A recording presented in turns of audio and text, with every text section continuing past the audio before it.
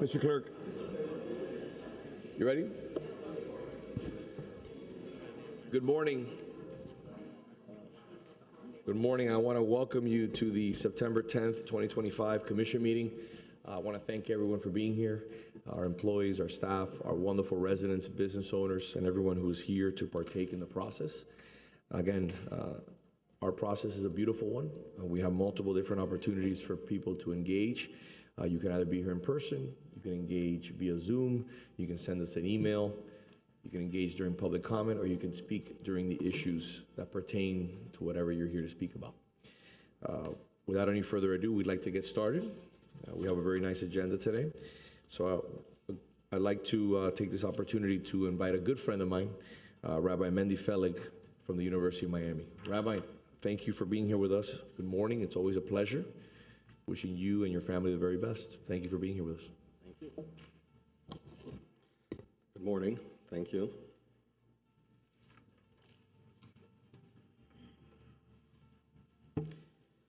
Mayor, Vice Mayor, Commissioner, everyone assembled here today, let's take a moment for some quiet and personal reflection in whatever faith tradition that we have.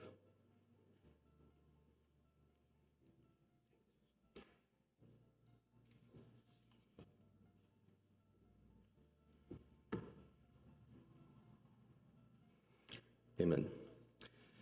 Dear God, we ask you to join us here this morning at this meeting and shine your countenance upon us. We ask that you provide us the wisdom, understanding, and knowledge that we need to work together in continuing to make Coral Gables the wonderful city she is, and the ability to continue to grow into the future. We humbly ask that you give us the inner guidance and fortitude to give of our best, to work together with civility and godly grace. Standing here together under your dominion, in your creation, we will endeavor to do your will. Please grant health and prosperity we will need to see us through the challenging times and the strength and joy to celebrate the happy ones. Dear God, welcome. Rabbi, as always, we'd like to extend our best wishes to your congregation, to your family, to everyone associated with the University of Miami and your incredible institution. It's a blessing, it's an honor to have you here in the City Beautiful. I count on you not only as a friend, but as a person who provides guidance and wisdom on many levels.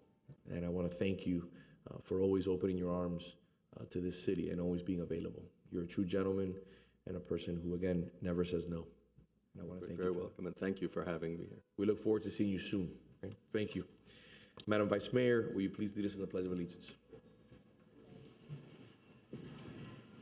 Your hand over your heart, and may I pledge allegiance to the flag of the United States of America and to the republic for which it stands, one nation, under God, indivisible, with liberty and justice for all.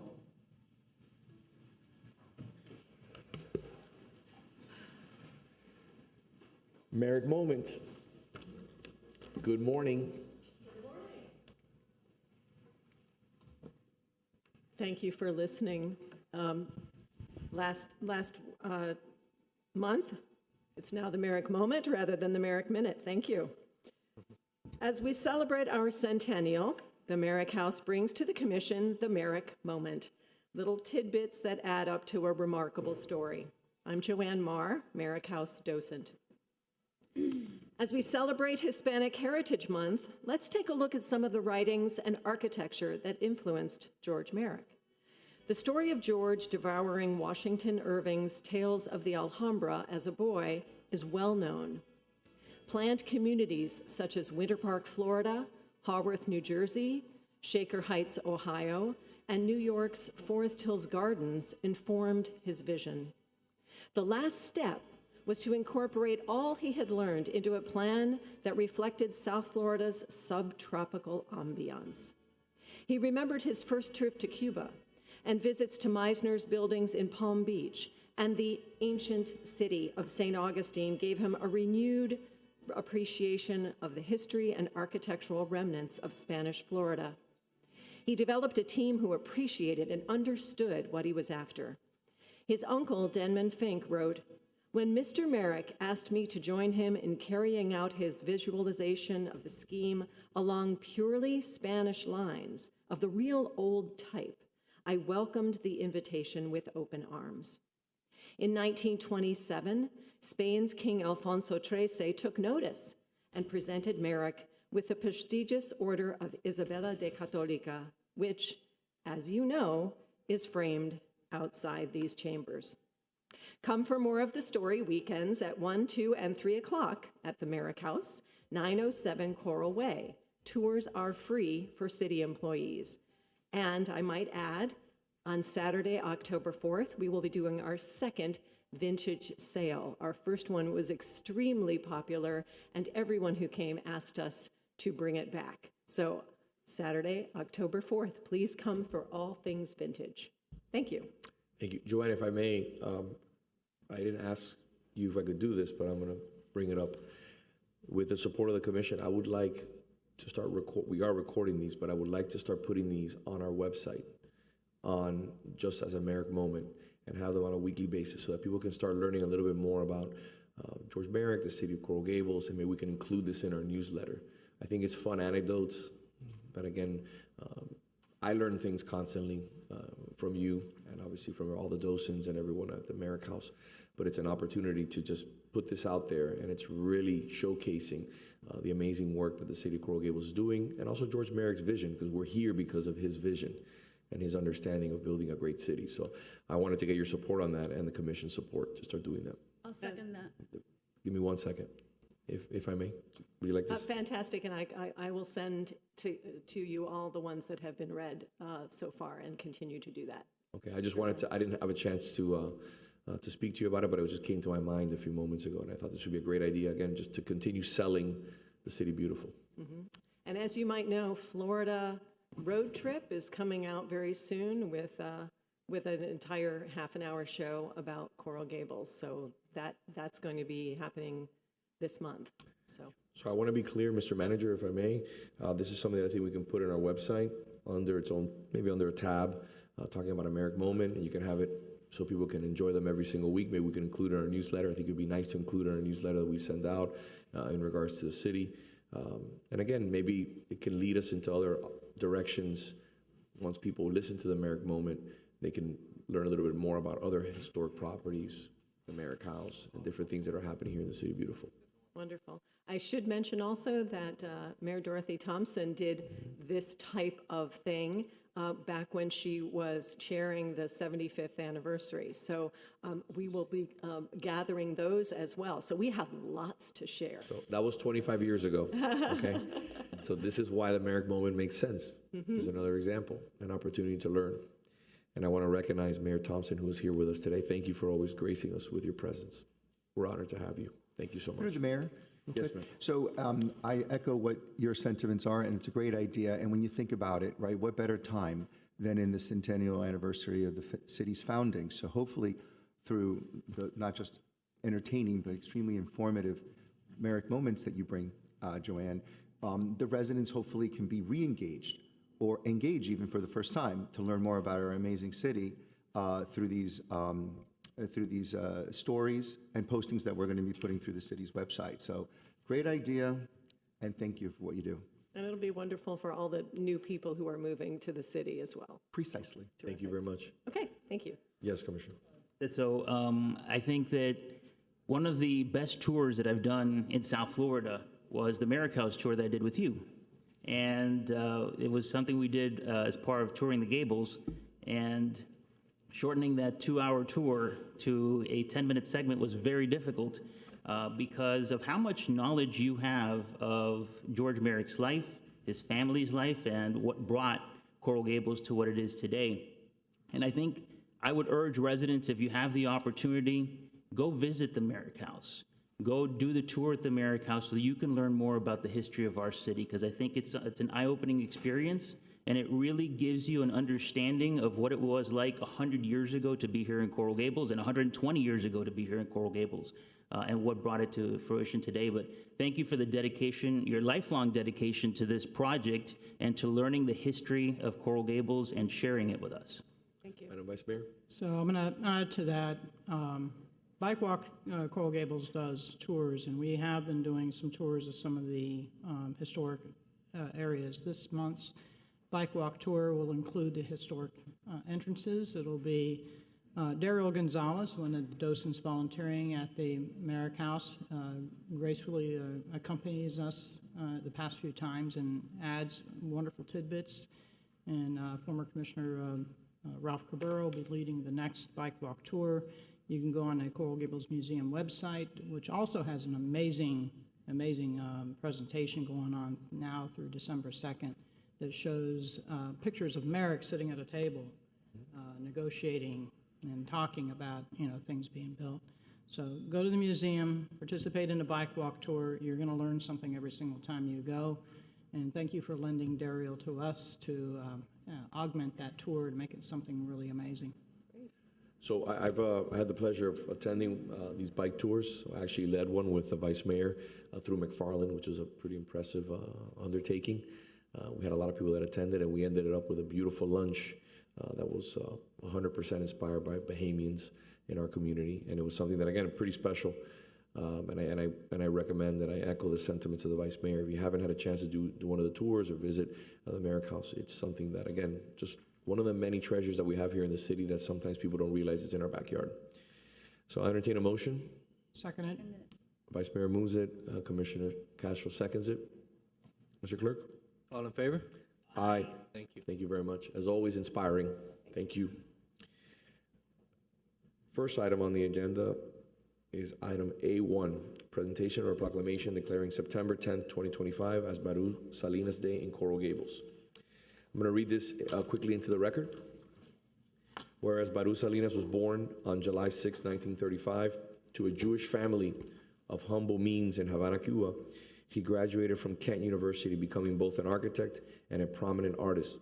And whereas following the Cuban Revolution, Salinas permanently resettled in the United States in 1959, embracing his new country and soon enlisting in the U.S. Army.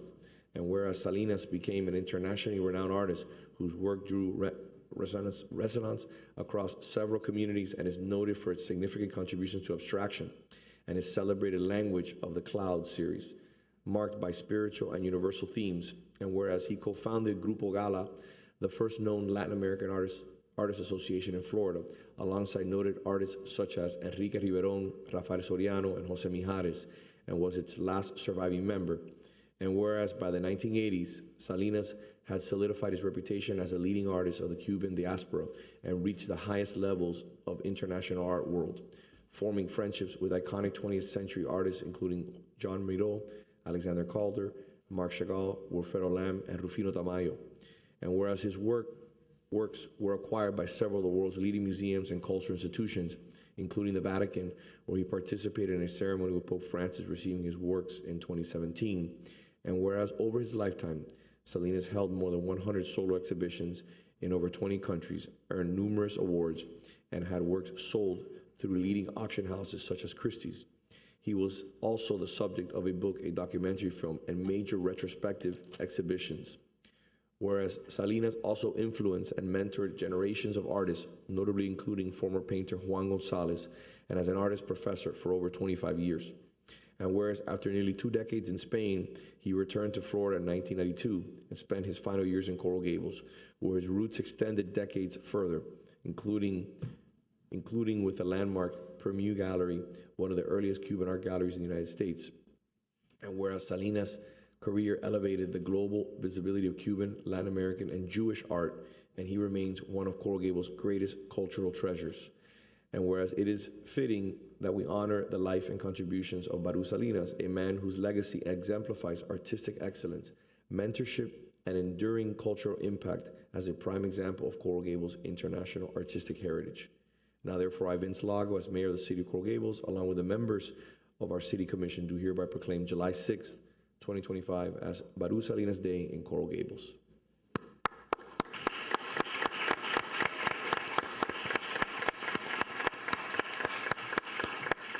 If I could have the family join us here. So I had the pleasure of knowing Baruj for many decades. My father is a physician, as many of you know. He represented he not represented, he wasn't a gallerist, he was their doctor. For the likes of Baruj, for the likes of Mijares, Ecundo Bermudez, Rafael Soriano, and many more that I can't forget. So I grew up in the homes of a lot of these artists, visiting them on weekends, understanding the art world, understanding the Cuban Museum, the different iterations of the Cuban Museum, where we were, where we are. And he was always a gentleman who participated not only in the arts, but was involved in politics, understood the importance of Cuba, freedom, democracy, always gave.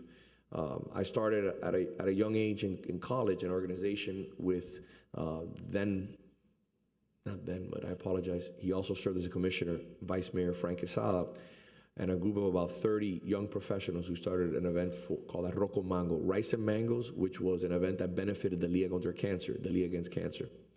And I remember calling Baruj because we would do an art auction every single year as part of the event that we would do. You would buy tickets, and there'd also be an art auction where most of the older adults would partake in the cocktail, would partake in the art auction. They were the ones that we were kind of trying to get to buy the art. But it transitioned from an event where we were just selling art to an opportunity to teach people about the art world.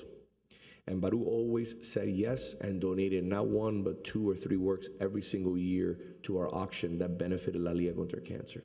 He never said, give me 50% of the proceeds. He never gave a hard time. It was anything for your father, anything for your father, anything for La Liga. That's who he was. Soft-spoken, a gentleman, an individual who I hold in high regard, and an exceptionally talented artist. Every Sunday when I go to my parents' house and I have family dinner on Sunday, 30 plus years, or you're excommunicated, there are 2 Baruj Salinas works hanging at the bar. When I go to my friend's house, there are Baruj Salinas works hanging in the living room. He is a treasure. He is an individual who gave and always said yes. So today we honor his life, but more importantly, we honor a gentleman who you have to be amazingly proud of. Amazingly proud of. And he represents everything that's good with the art world, everything that's good with our city, everything that's good with our community. So when I heard about this, to me, it's a privilege. It's a privilege knowing him and knowing the artists, Jose Mijares, Rafael Soriano, who lived off 37th Avenue, Mijares, who lived in Little Havana with a yelping dog. This is who we are. This is part of my history. This is where my father would take me, my brother, my sister, and we would spend moments enjoying the art world.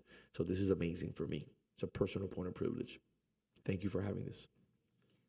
Thank you so much, Vicente Lago. I'd like to start off to give just gratitude to Mayor Vicente Lago, who our families have known each other for a very, very, very long time. I'd like to also give thanks to the entire City Commission, specifically Ariel Fernandez, who him and I go back to our Belen days, graduated together. This is an extremely important day for our family. I could rightfully say probably the happiest day we have had since his passing.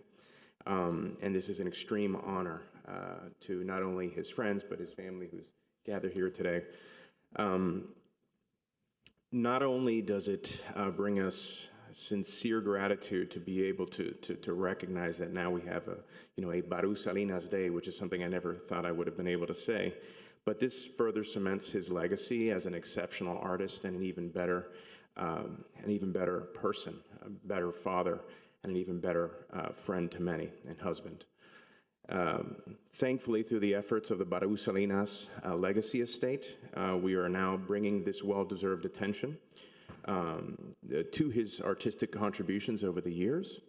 And I'd like to finish by saying, just if anybody has any desire to, any further information for this, feel free to log onto the BarujSalinasArt.com site. Again, thank you all very much. It's an exceptionally important day for us. Thank you. Thank you.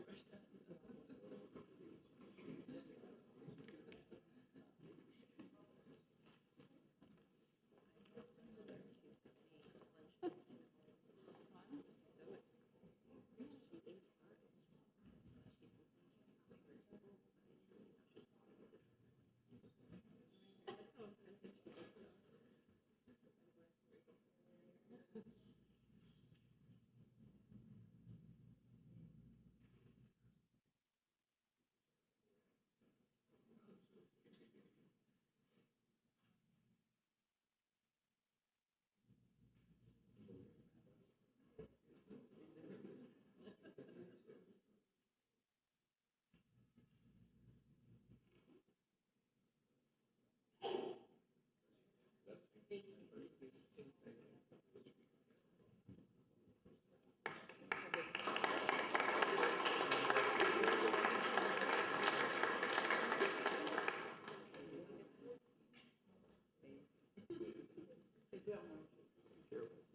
have,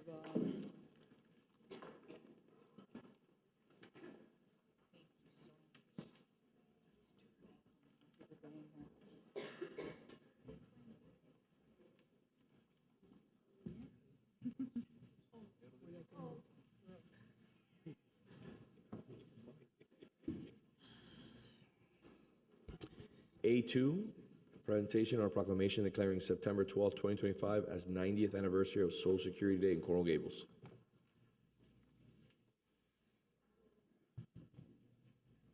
Commissioner? I think I've got that, Mr. Go Mayor. ahead. All right, everybody, so I'm going to read into the record the proclamation. Whereas August 14, 2025 marks the 90th anniversary of the Social Security Act, signed into law in 1935, establishing one of the most enduring institutions in American history. And whereas for 9 decades, Social Security has transformed the lives of millions of Americans by providing critical financial protection for retirees, people with disabilities, surviving spouses, and families. And whereas Social Security has become the foundation of economic security for generations of Floridians, helping individuals live better, more secure, and enjoyable lives in retirement with dignity and independence in their later years. And whereas Social Security also provides support to help meet basic needs such as housing, food, and health care. And whereas Social Security is earned by workers over a lifetime of hard work through the contributions they made from their first paycheck to their last. And whereas Social Security has stood the test of time, providing peace of mind to people across all walks of life, regardless of income, background, or political affiliation. And whereas as we commemorate this historic milestone, we reaffirm our commitment to protecting and strengthening Social Security for both current and future generations. And whereas Social Security faces challenges that demand thoughtful solutions, as it remains the foundation of economic security of millions of Americans.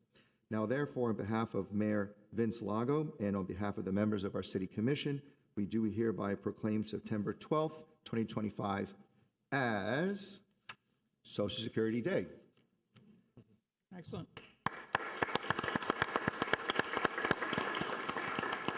Vice Mayor, you wanted to say something? No, I think it's excellent. I think all know somebody in our lives that is dependent upon Social Security either because of disability or you've earned it. You've earned it throughout your life, and without it, you'd be, without a lifeline to make it from month to month or week to week. So, I see anything here. Good morning. Good morning. My name is John Weiner. I'm a Coral Gables resident, and I live at 1460 Mandavia Avenue. And this morning, I'm here along with some others as a volunteer with AARP. Commissioner, the proclamation you read has a lot of my talking points, so I'll get right to it. I just want to mention in the 90-year history of Social Security, it's never once missed a payment. And for the past 65 years, AARP is committed to protecting and strengthening this vital program. On behalf of AARP and our members who live in Coral Gables, I thank the Commission for recognizing the 90th anniversary of Social Security with this proclamation. Thank you. Thank you.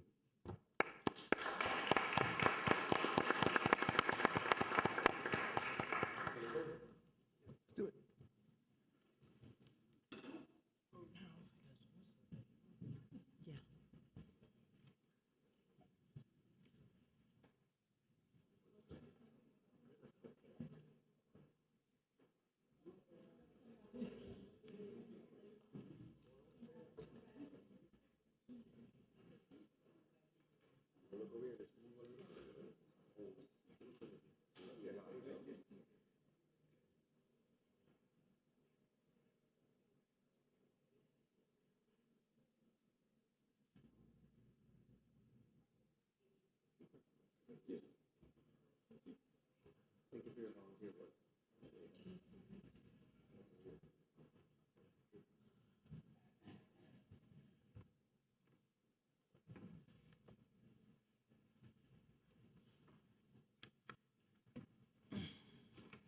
Moving on to item A3, Presentation of proclamation declaring September 13, 2025 as Unitech Builders Corp. Day in Coral Gables. Madam Vice Mayor. Thank you.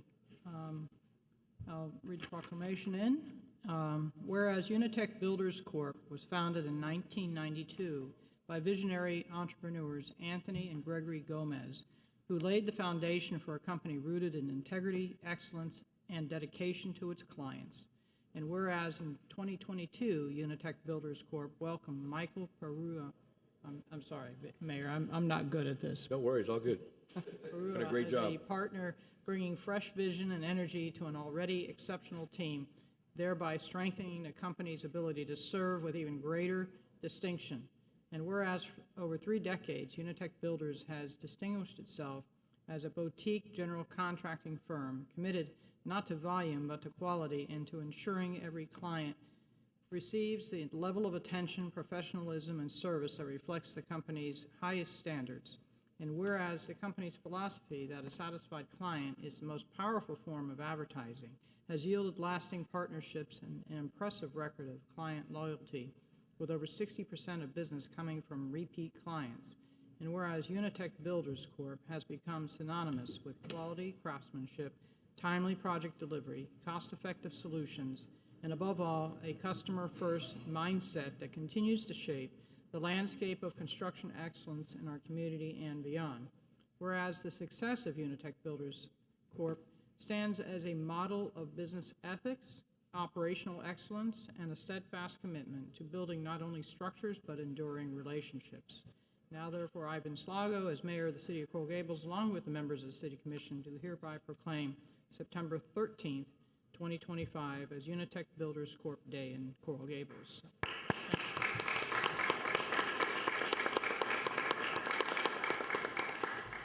Good morning, sir. It's good to have you. Good morning, Mayor Lago. I first want to thank Mayor Lago, Councilman, Vice Mayor, Councilman, Councilwoman for having this day for me, for my company. I'm very proud to stand here before you. I do a lot of government work. I've done work in the city of Coral Gables many times. I was proud when I got elected president-elect of the Latin Builders Association. I was proud to bring our offices back here, back home to the hometown where it started in Coral Gables. And I appreciate it, and I continue to have it as being president at this moment of the Latin Builders Association. And I want to thank you again, and God bless you. Thank you. Sir, I want to congratulate you for years of incredible work. We're in the same industry. We compete. Yes. But we respect each other immensely, Sure. And I respect the work that you do, top notch. I want to congratulate you on leading the LBA. I know it was a heavy charge. Sometimes it's like herding cats, but at the end of the day, we love our industry. We love what we do. Again, we're building this community in a positive way, in a way that, again, at the end of the day, is building schools, healthcare, a lot of the things that you're involved in on a day-to-day, working on historic projects. So, again, I want to commend you. This is a tough profession that we're in. Okay. We kind of have like the same focus because a lot of builders don't like to take their clients to work that they have done versus I like to take them around and say, I did this, I did this, I did this, and I did this. To me, it's an honor for that. And I know you pride yourself in the same way. Oh, 110%. So I just want to commend you for your hard work and everything you've done and leading by example. And obviously, again, it's not just about the private sector for you. It's about philanthropy. It's about giving back. It's about being a leader in our industry. So at the end of the day, thank you to your efforts at the LBA, and thank you for everything you do to give back to our community. Much appreciated. Thank you, sir. Oh, my pleasure. Thank you. Through the mayor, I want to congratulate you, number one, for being here. I know you on a personal level, and I also know you as president of the LBA. And I have to say, you are a man of honor and a man of your word. And the quality of service you give to the members in LBA is exceptional. Congratulations, this proclamation is more than deserved. Thank you, Councilwoman Castro. Let's take a photo. Yes, sir. Thank you. Thank you.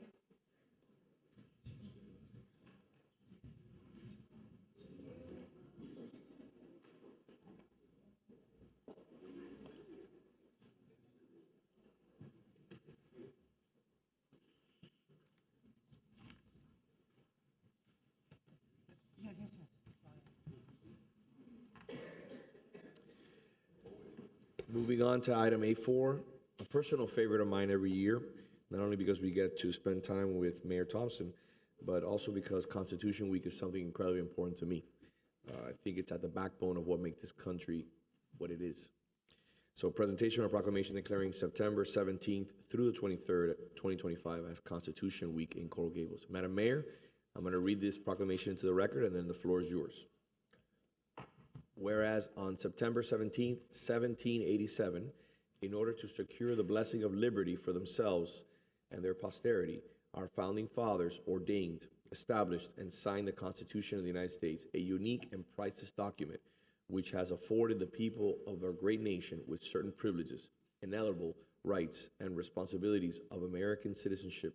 And whereas, because it is of the utmost importance that all citizens understand the provisions and principles embedded in this priceless document, our Constitution, in order to effectively support, preserve, and defend it against any and all unwarranted intrusions, that the independence which is guaranteed to American citizens, whether by birth or naturalization, should be celebrated. And whereas, on this 238th anniversary memorializing the signing of our Constitution, the Coral Gables chapter of Daughters of the American Revolution, a society of women patriots dedicated to the preservation of this priceless heritage, proudly joins us as we celebrate Constitution Week. And this invaluable legacy left to us by our founding fathers, whose wisdom and remarkable vision made possible the creation and preservation of this historic document. And whereas emphasizing citizen responsibilities for protecting and defending the Constitution and encouraging the study of those historical events which led to the framing of the Constitution in 1787 are only two of the reasons why the Daughters of the American Revolution petitioned Congress in 1955 to set aside September 17th through the 23rd annually for the observance of Constitution Week. Now, therefore, I, Vince Lago, as the mayor of Coral Gables, along with the members of our Constitution, of our commission, do hereby proclaim the week of September 17th through September 23rd, 2025 as Constitution Week in Coral Gables.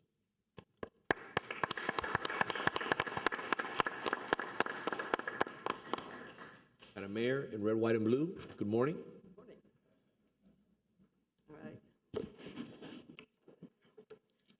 Some of you may remember this is an annual event. We come to the commission at this time of the year in September to celebrate the Constitution Week in the United States. Here today, Penelope Johnson and I here today representing the Coral Gables chapter of DAR, Daughters of the American Revolution. And it's a very honored organization that's been in the city of Coral Gables since 1928. It's a long time. And we've come here, I can say personally, come here each year for the past, about 45 years each year, coming to receive this proclamation, the city of Coral Gables. It was, as I say, our chapter, DAR of Coral Gables, was organized on October 20th, 1928. The chapter motto is "Love in our hearts and united hands." It was founded, as I say, all those many, many years ago. And for many, many, many years also, until just maybe a decade ago, we would meet at the Coral Gables Merrick House. That was our meeting place. And we used to have a big placard in the front lawn of the Merrick House. It disappeared at one point or other when they were doing renovations. I've never been able to find it again. But nevertheless, the chapter had donated various items to the house there that still remains.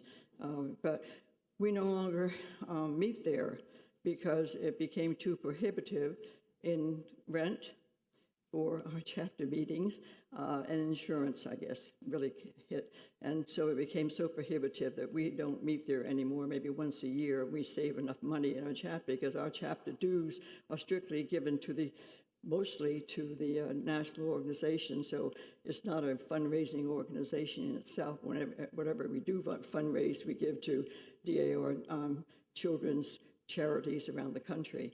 So that's the reason we don't meet in Coral Gables anymore, which is a shame, and I'm very sorry about that. I wish we could, do something to help our situation, but they've been meeting all the time. At any rate, I would like to introduce to you our current regent of Coral Gables, DAR Penelope Johnson. We call regent, which really is president, but that's the protocol of DAR to call us regents. I'm a former regent as well, many, many years ago. And I would like you to meet and have Penelope Johnson speak a few words as regent of the Coral Gables, but doesn't meet here, Coral Gables chapter DAR. I wish something could be done about that. We'll talk. Yeah. Let's talk. Slight correction, I'm just the vice regent at this point, but thank you very much, Dorothy. On behalf of the Coral Gables chapter of the DAR, we'd like to thank Mayor Lago, the City Council, and the citizens of Coral Gables for this proclamation on Constitution Week. As Ms. Thompson said, we were founded in 1928, and it is our honor to continue the longstanding missions of historic preservation, patriotism, and education. This week not only commemorates the signing of the U.S. Constitution, but reminds us of the importance of protecting the freedoms and the rights that it guarantees. We are grateful for the city's partnership in helping us raise awareness and inspire future generations to cherish and uphold this foundational document. Thank you. Thank you very much. Before we take a photo, the Vice Mayor touched upon the opportunity of potentially addressing the opportunity of bringing you back to the city. How many members usually attend the meetings? About 35 to 40. About 35 to 40 now. 35 to 40. Mm-hmm. I think like the Vice Mayor was saying, I think we should put our heads together and figure out a way to bring you back. It is sort of a shame for a chapter this old, 5 years old, to be a Coral Gables chapter, proudly carries the banner of Coral Gables' name, and down Palmetto or farther down the highway, once a month meeting. So, Mr. Manager, if you could do me a favor, would you meet with Mayor Thompson, please, and have a conversation with my colleagues? I think we can find a place, whether it be the conference room, the public safety building, which, again, they're more than flexible, willing to work around this, and I'd love to be able to give these ladies an opportunity to do this here in the city. Well, thank you, Mr. Mayor. Along with parking, if possible, we can provide them with free parking for this also. Thank you very much. It was not my intent to bring this up, but but you have a way, and I've mentioned it before. What comes out of here. You have a way. You have a way, and I'm going to tell you, you have a way of doing things, and I don't know if anybody else gets these, but I do.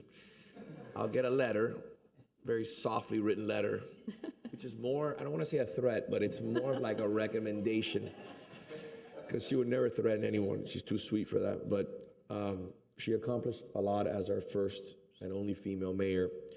Her legacy speaks for itself. We're only following in her footsteps, but she has a way of accomplishing things, a very subtle way. I learn a lot from you every day, so thank you for that. We'll get it done. Anything else, ma'am? Yes. For the good of the order? Speaking of that, that's what happened before, and I want to give you a public thank you to the commission, even though you were not on the commission at that time, Commissioner Castro and Laura. But nevertheless, when the park opening, which is happening this coming Saturday, when I stood here and received that wonderful honor that you brought forth, Mr. Mayor, a couple years ago, it was also at that time that I just threw out to you all the moment, a spur of the moment, just to make it a theme park type of thing. And you all said yes, spontaneously as well. So these things happen. I don't plan them. I didn't plan them. Oh, no. But I appreciated the yellow brick, the Dorothy book with the yellow brick roads, Yes. which I was able to share with my the nails team. started And for I know. Saturday. give them I an love it. idea. And one of the things that, and also since you mentioned that, I just want to be remiss if I didn't give credit. It was an honor to name that park after you. It's the minimum that we could do. But also that part came to fruition because I remember Bill Kurdyk, Vice Mayor Kurdyk, Yes. would always talk to me on the commission. You know, we need a park in this area. If this ever comes up for sale, we got to purchase it. So I remember receiving the call from the commissioner and said, listen, it literally went up for sale today. And we called, it's got to be like 5 or 6 years ago, I think, maybe even longer. And we were able to come to consensus with the church across the street, which is, again, That your park home. has great significance to me. The location itself. Yes. Well, because it was previously owned by the Granada Presbyterian Church, a church that I've gone to for over 70 years now, and a church in which Jack and I were married in November of 1953. All of my 4 children were baptized there. 2 or 3 of them were married in that church there. It has great significance to have that park. You have no idea. My heart is so full of what the city has done. I tell everybody that way, and I have an opportunity right now. I'm going to say it right here, as I always do. You never know what comes out, as they say. But I want to thank you all. It's such an honor to have been elected mayor of the city, but I think may I say, this trumps it. Oh, well. But this really, having a park in your name, and I think any other park or anything else is named, a building, whatever, in the city happens when people are deceased. And they can't say thank you to you. So I say thank you for me and all the others that can't say it to you. But I think you all got tired of waiting. I don't know. I'm still alive. Through the mayor. Thank you. Yes. Thank you. Briefly, Mayor Thompson, always such an honor and a delight to have you grace this hall that you've presided over for so many years. Emeritus, as they say as well. Pleasure to meet you, Penelope Johnson. Thank you for all you do at the DAR. But for the sake of good order, as our mayor would put it, when is the formal cutting of the ribbon in the formal... Saturday. This Saturday. This This Saturday. Saturday. So I think that all 10 a.m. right, all residents should be aware, and when everybody come to see this amazing park formally opened with our mayor in her regalia, I'm sure, ready to show off all themed attire for that amazing day. Looking forward to it this Saturday at 10 a.m. Is it? And One more carpool, thing, please. if I may, Mr. Mayor. Yes, ma'am. Okay. The floor is yours, I told you. Yeah. I discovered something because what happened was that the theme is the Wizard of Oz, and the connection. I'm not going to get into a lot of details, but the author of the Wizard of Oz, L. Frank Baum, B-A-U-M, went to military school in my hometown of Peekskill, New York.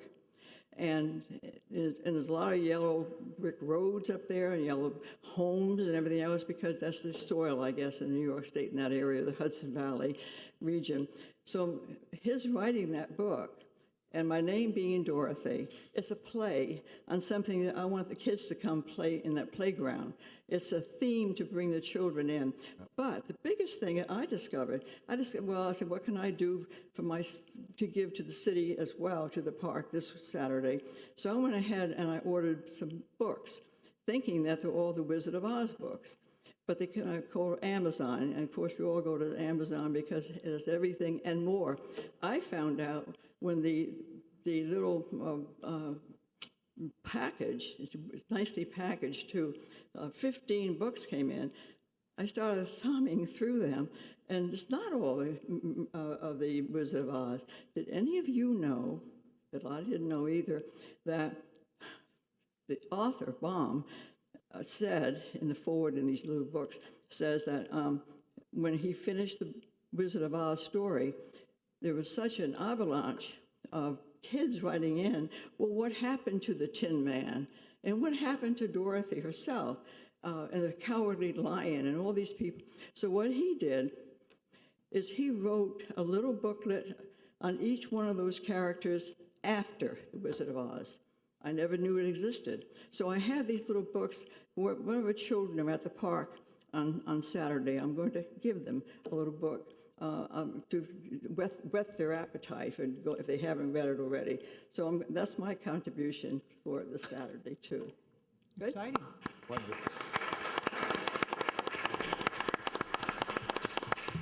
Madam Mayor, Yeah. you want let's to take a do picture? Absolutely.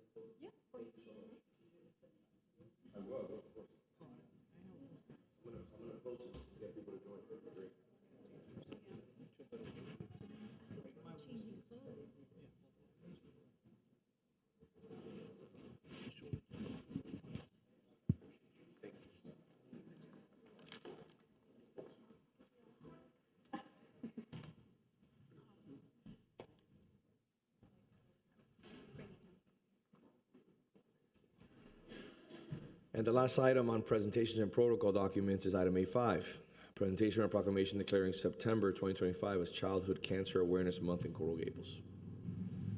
Yeah, so this proclamation is very, very special to me. Last year, we joined with Live Like Bella, and I sponsored and I gave a generous donation to them. But this is more than special to me because I'm going to go ahead and share just a personal story. And I cannot only imagine what a parent feels like to have a child with cancer, a child that hasn't even been able to have life, to experience life. My daughter, almost a little over a year ago, was diagnosed with MS, and I have to say that she's next week she'll be 22, and she's lived a little bit, but I felt like my life was falling apart. I'll read the proclamation here, and a lot of sympathy to every parent out there that's going through this. Whereas September has designated National Childhood Cancer Awareness Month to honor those children whose lives have been lost and those impacted by this terrible illness, and to strengthen the nation's resolve to search for a cure. And whereas cancer is the leading cause of death by disease among U.S. children between infancy and 15 years of age, and approximately 15,000 children each year in the U.S. are diagnosed with cancer before the age of 20. And whereas childhood cancers cross all racial, ethnic, geographic, or socioeconomic backgrounds, and each year tens of thousands of children face the battle of cancer with incredible bravery and inspiring hope. And whereas, while progress against some childhood cancers have been made, cure rates for many forms of childhood cancer remain less than 50%, with the incidence of childhood cancer increasing at more rapid rate than any other age group. And whereas the disease not only affects a childhood diagnosed with cancer, but also their entire support network of devoted parents, grandparents, loved ones, and friends. Whereas the city recognizes the devastating impact that this disease has on members of our community and the importance of increased research on childhood cancer.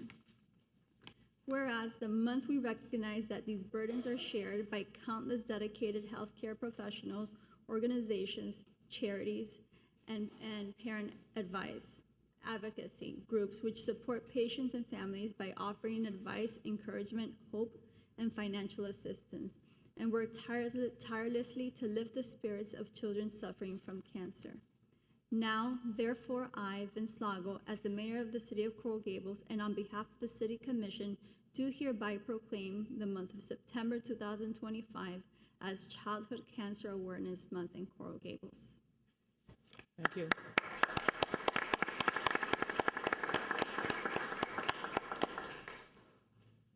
Good morning. Thank you for joining us. Good morning. Thank you. Thank you.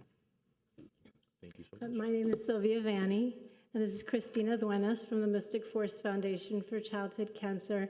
And we would like to thank Mayor, Commissioner, Vice Mayor, all of you for proclaiming September as Childhood Cancer Awareness Month.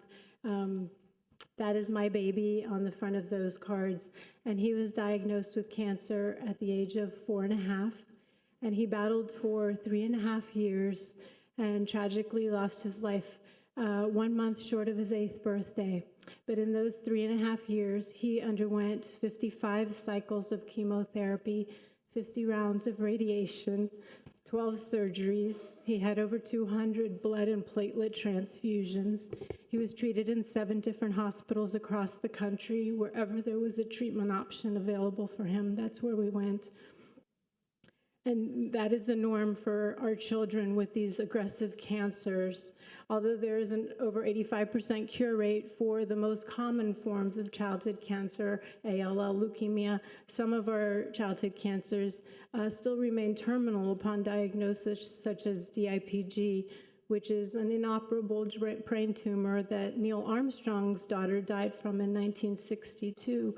And it's just unfathomable that in all of these years we were able to send him to the moon and do everything else that our country and the world has been able to do, but we've never been able to find a viable treatment option for these children. And the only way we will ever find treatments for our children is to raise awareness. So we are thankful to you for helping us in that mission, to helping us to raise awareness. Christina's son is a childhood cancer survivor. Good morning. Thank you for being here. Thank you for having us today and for recognizing September as Childhood Cancer Awareness. My son Jake, he's on the back of the card, towards the bottom, but yeah, he was diagnosed with stage 3 Hodgkin's lymphoma in 2023.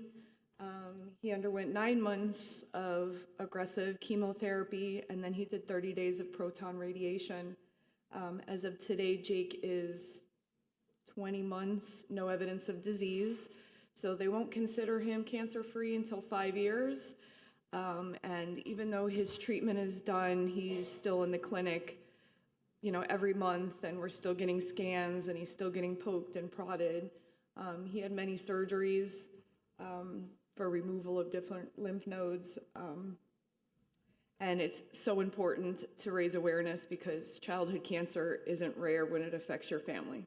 And it doesn't just affect the child, it affects mom, dad, the siblings that are left behind. I have 6 kids altogether.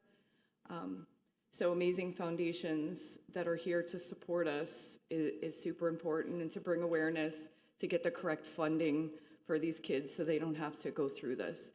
He'll have lifelong issues, and he's 10 years old. Who wants to see an oncologist for the rest of your life when you're 10 years old? Have to go see a cardiologist, have to go see all the other specialties, neurology and everything else. It's not fair. Our kids deserve better. So thank you so much for allowing us to raise awareness today. Thank you. It's a privilege to have you here, as always. Madam Vice Mayor? So, it's a very moving presentation, and yesterday I had the opportunity to participate in the groundbreaking for the Ronald McDonald House. Yes, very the important. Give yes. Hope a Home. And I wanted to tie that into with what you have, because it is such a great opportunity for families struggling to have the treatment for their children, to have a place next to the treatment area to be with their child and not have to, go back and forth or fly back and forth. They can have their home. We broke the ground yesterday. It's going to double the bed size. There are fundraising opportunities. There's one coming up in November which we are going to be tapping into the pickleball enthusiasm to help finish the funding on this. So I'll just mention for those who are pickleball players that want to participate, the event is on November the 10th, on the weekend, on a Saturday, and I'll post some more stuff about it. But if there's something that we can do to help, I think can about it. personally attest to the fact that the Ronald McDonald House is such an amazing place because we stayed at many of them throughout the country for my baby's treatment, and we're so thankful. It makes a difference, Yes. just to be there. So don't hesitate to reach out, and thank you very much. Thank you. Thank you very much. Thank you. Take a photo?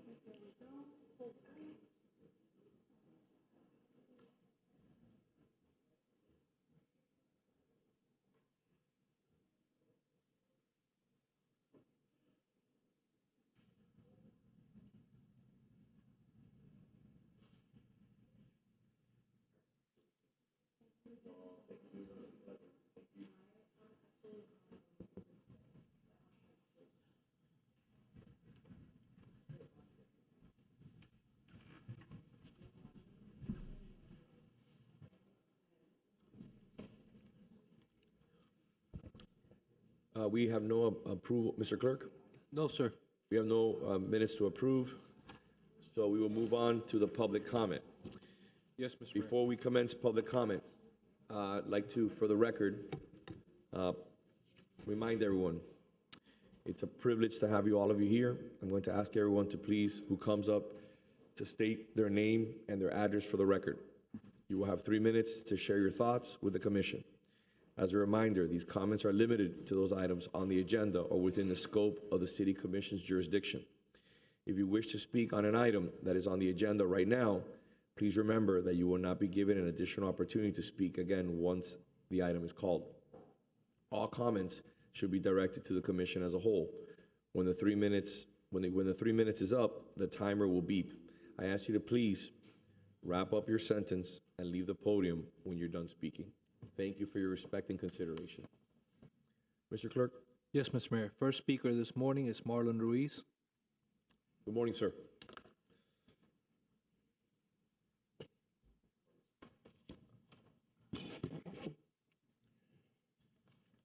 Good morning, everyone. Good morning, Mr. Mayor. Good morning, Vice Mayor, Commissioner, City Manager, City Clerk, Madam City Attorney.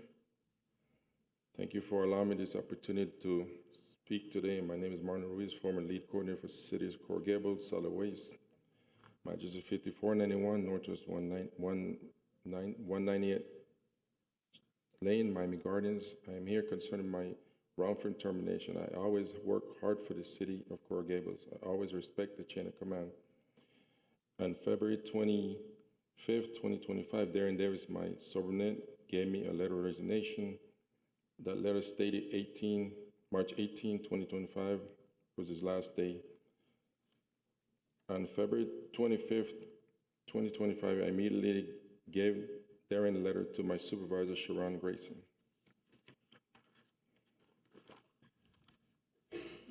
In early March, I believe it was March 3rd, there was a meeting between Sharon Grayson, Assistant Director, Tanika Johnson, Sharon Assistant, Homer Hassan, Coordinator, Robert Fernandez, a Coordinator, Darren Davis, the Solid Waste Worker, myself, Marlon Ruiz, Lily Coordinator. At that meeting, Sharon told Darren Davis he was leaving a lot of sick time on the table by resigning. At this time, both Sharon Grayson and Omar Hassan said that we'll take care of it. Other employees, such as myself, were signing a yellow leaf slip, submitting submitting time for Darren Davis after his resignation. But only the reason why I did that, I was under the direct order from my supervisor, Sharon Davis, create a tense atmosphere. I know that I was doing wrong, but simply following a chain of command. What I was doing wrong. In fact, on April 8th, Sharon, I'm pretty nervous, man. Sorry, sir? I'm super nervous. No worries, take your time. Yes, sir. In fact, on April 8th, I shared with Robert Fernandez, a 20-year supervisor with the City of Coral Gables, my concern about Darren Davis' timesheet. He was asked to submit it by Sharon. We know that this was after he had resigned. Robert Fernandez told me that he would take it to HR, take it to Human Resource. So a few weeks later, I followed up with him and said that, yes, he reported to HR. We all know HR launched an investigation following 4 months later.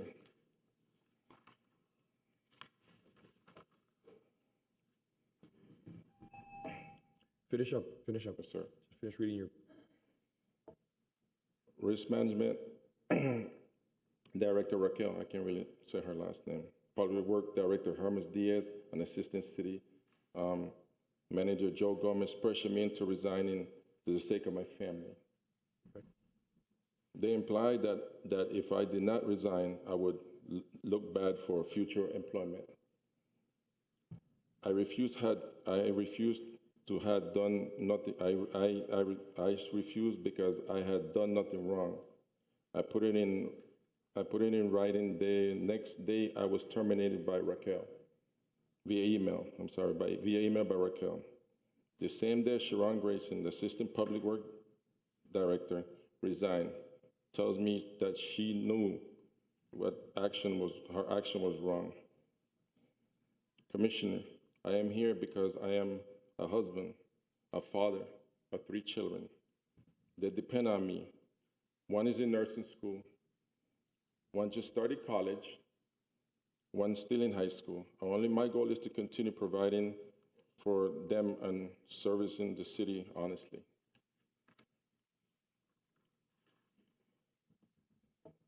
I'm sorry, Mayor, I'm just super nervous. Just finish up. I did not benefit from any way, or can I have Carla help me, because I cannot continue. Okay, but let's finish. Come on. Carla, please.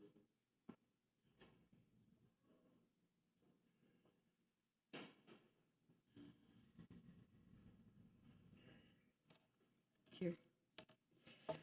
I do not benefit in any way from what happened. I had no personal gain. I was following orders from my direct supervisor, and now I'm being made the scapegoat for the decisions that were not mine. I'm asking for reinstatement to my position with back pay with benefits, clearing my record so that I'm not punished for following orders, the chance to continue supporting my family while working for the city. The reason for my termination was that I did not report my concerns to HR and signing slips that I was told to sign because they were going to take care of Darren. Commissioners, I would like to set up a meeting for tomorrow or first date available to discuss my reemployment so we can make this right. I would like the opportunity to present my case to the trial board for reexamination. Thank you for your time.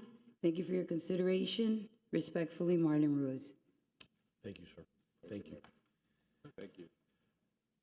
Just very briefly, I'm going to reserve comment on this front, because at the end of the day, this could have some litigation exposure, and I recommend that the commission do the same in an effort to not only protect the city, but also to protect the employee.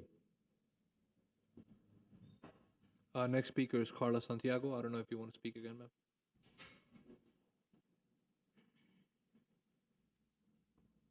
Good morning. Good morning. My name is Carla Santiago. I live at 12341 Southwest 39th Terrace, Miami, Florida. I would like to go ahead and hand these out to you if possible. Why don't, we can hand them out after. Okay. Read the statement into the record. So I signed up to speak because I didn't think Marlon was going to make it. I met Marlon through his daughter, Abby. I have 3 kids, 2 boys, 1 girl. Both my boys went to Columbus High School, Mark Santiago, Corey Santiago, and my daughter, Samantha Santiago, went to LaSalle. I lost my son, Corey Santiago, December 23rd, 2019, to a car accident. And my son, Mark, went into a huge depression. This was 6 years ago. About a year and a half ago, my son met Abby. And her family, they have brought life back to my son. He's a completely different person. So I stand here today as a character witness for Mr. Marlon Ruiz and his family. He showed up at our office 2 days ago, and he asked me if we could help him because he was at a loss. And that's why I'm here today. I was going to help him read this, but I figured I'd take my 3 minutes to serve as a character witness to him and his amazing family. He has no malice, extremely humble. So thank you for listening to me and giving him the opportunity to speak. Thank you for being here. Mr. Tom Wells. Good morning, sir.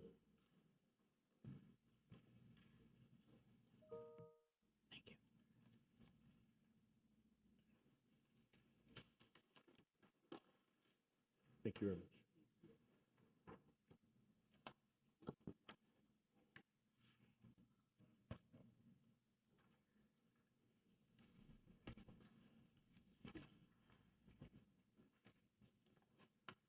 I am Tom Wells and live at 1310 Coral Way. The last commission meeting, I reviewed campaign promises made in the recent election. They're now politicalized, including no tax cut or fiscal responsibilities. Our budget will increase by 10.5% to $308 million.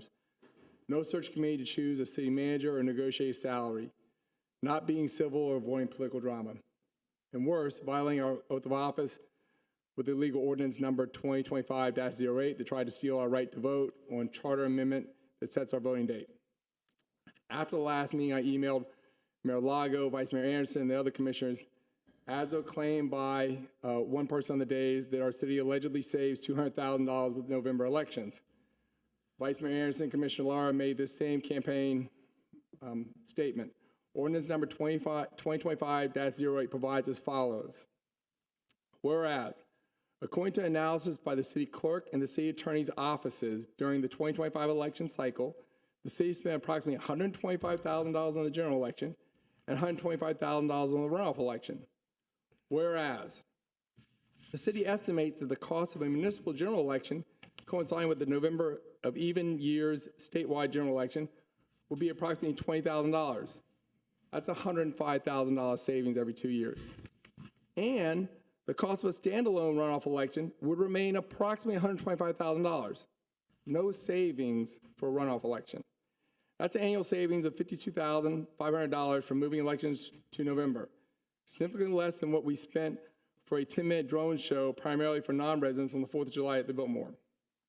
Next, despite statements by the Lago Anderson Lara voting pack, aka LAL, for the need to vote in November, they have us voting by mail in April on key issues, including the voting date. If November's turnout is so important to you, why do you want us voting on these key issues in April?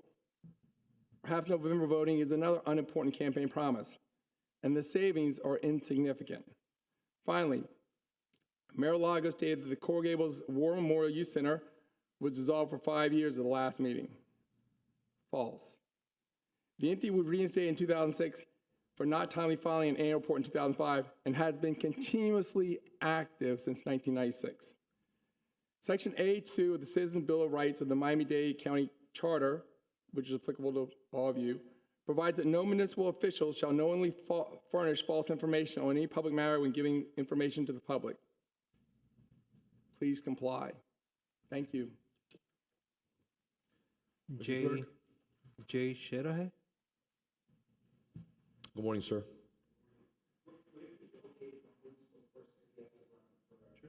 No problem. No problem, of course. Sumamu Shihare. Good morning, sir. Good morning. I wanted to. Sir, please state your name and address for the record. Oh, sorry. Mahmoud Shahada, 522 Alhambra Circle. I'm here today to express my opposition to the resolution of raising the Israeli flag here at City Hall. I do truly appreciate that you guys want to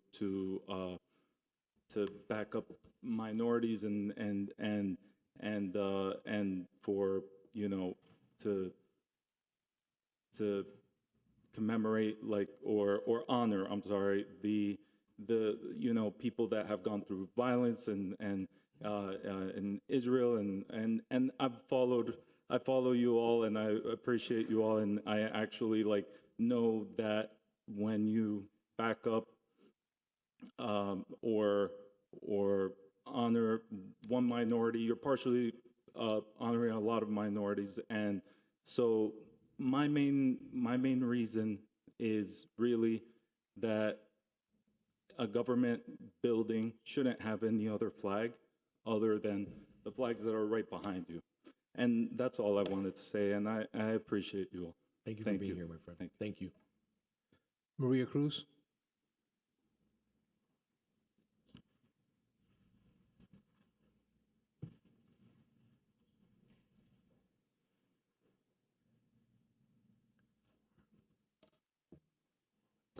Good morning, Mrs. Maria Cruz, 1447 Miller Road.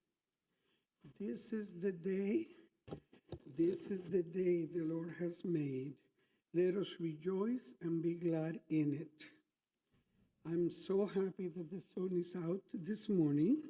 I'm hoping that it doesn't rain today as bad as it rained the last few days, because I would not like to hear again that there are leaks in the police and fire building, that windows are leaking in a brand new building, brand new because it's fairly new, and I do not understand why we're still dealing with issues of a building that was built under the supervision of the best city manager we have ever had.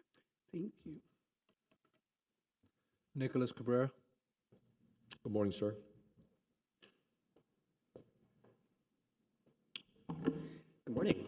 I was hoping Mayor Thompson was still going to be here, because if she is in fact going to be dressing up for the ribbon cutting on Saturday, I will also dress up as the Scarecrow.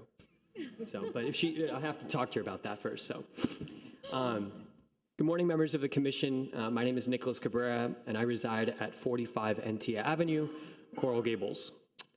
On May 20th, I spoke before this commission and addressed a series of concerns. During my comments, I asked Commissioner Fernandez if he had anything to do with People Count USA, an organization that conducted a fishing poll during our city election this past year. At the time, Commissioner Fernandez claimed he had no knowledge of People Count USA, but since then, the evidence of Commissioner Fernandez's involvement has become incontrovertible. On June 25th, ASOP's Gables released an expose on Commissioner Fernandez's direct involvement in People Count USA, detailing how Commissioner Fernandez served in his official capacity as a city commissioner when he collected voter data through hidden tracking links. Since June 25th, Commissioner Fernandez has yet to publicly address this issue, aside from issuing a statement to the Gables Gazette as follows: I look forward to the politically motivated investigation which will clear my name. Commissioner Fernandez has been absent from a series of the last 4 commission meetings. Through the mayor, since Commissioner Fernandez is present here today, I'd like to know if he wishes to issue a public apology for, 1, lying to a resident, myself, during public comments on May 20th, when you stated that you did not know what People Count USA was. And number 2, for acting in your official capacity as a city commissioner when you conducted a fishing poll that collected voter data through hidden tracking links and then failed to disclose your involvement for fraudulent misrepresentation, public records violations, and official misconduct. Commissioner?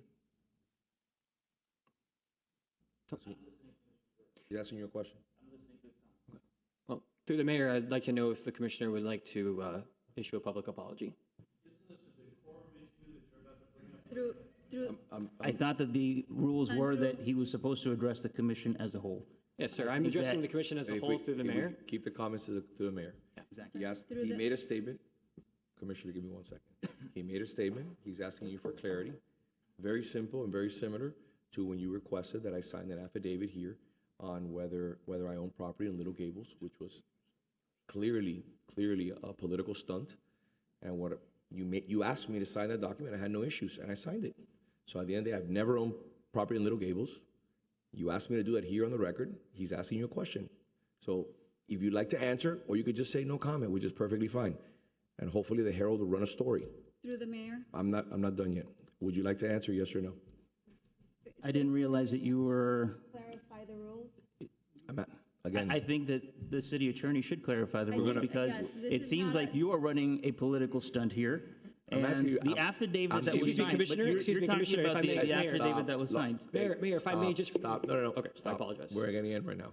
We're going to discuss decorum now. What does that mean? You're going to get him right now? I said we're going to stop right now. That's not what you just said. Yes, I did. We're going to stop right now. Listen, you're not going to get a rise out of me. Commissioner, you have an opportunity to answer, yes or no. You don't want to answer, that's fine. We move on. It's perfectly fine. We move on. Sir, he will not be answering your question. It's okay. I just, But if I may. you have 48 seconds. Please finish up. Just a point of clarification, the mayor is not in the process of conducting a political stunt. I came here on my own behalf today because I'm an individual and I'm a resident of this city that has my own views and my own will, and that's why I came here today. Now, if you wish to answer the question, like I said, I address it to the mayor. You can answer if you wish. You don't have to answer. I appreciate you taking the time to listen to me today. Mayor, thank you very much. Thank you. Mr. Clerk. Jay Shinada.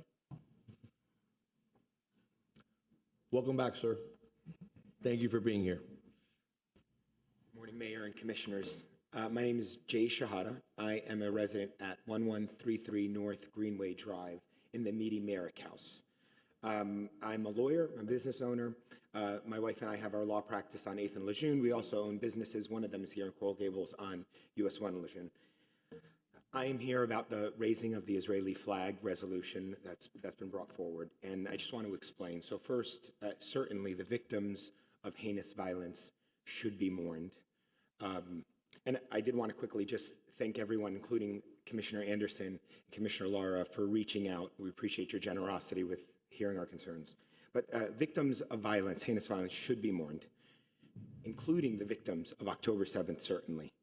But when 2 years after October 7th, we pass a resolution that exclusively mourns the victims of Israel and ignores the 60,000 Palestinians killed since, including over 20,000 children, what it tells a Coral Gable resident like me is that if the victim looks like me, they don't matter. Or if the starving child looks like my children, it doesn't matter.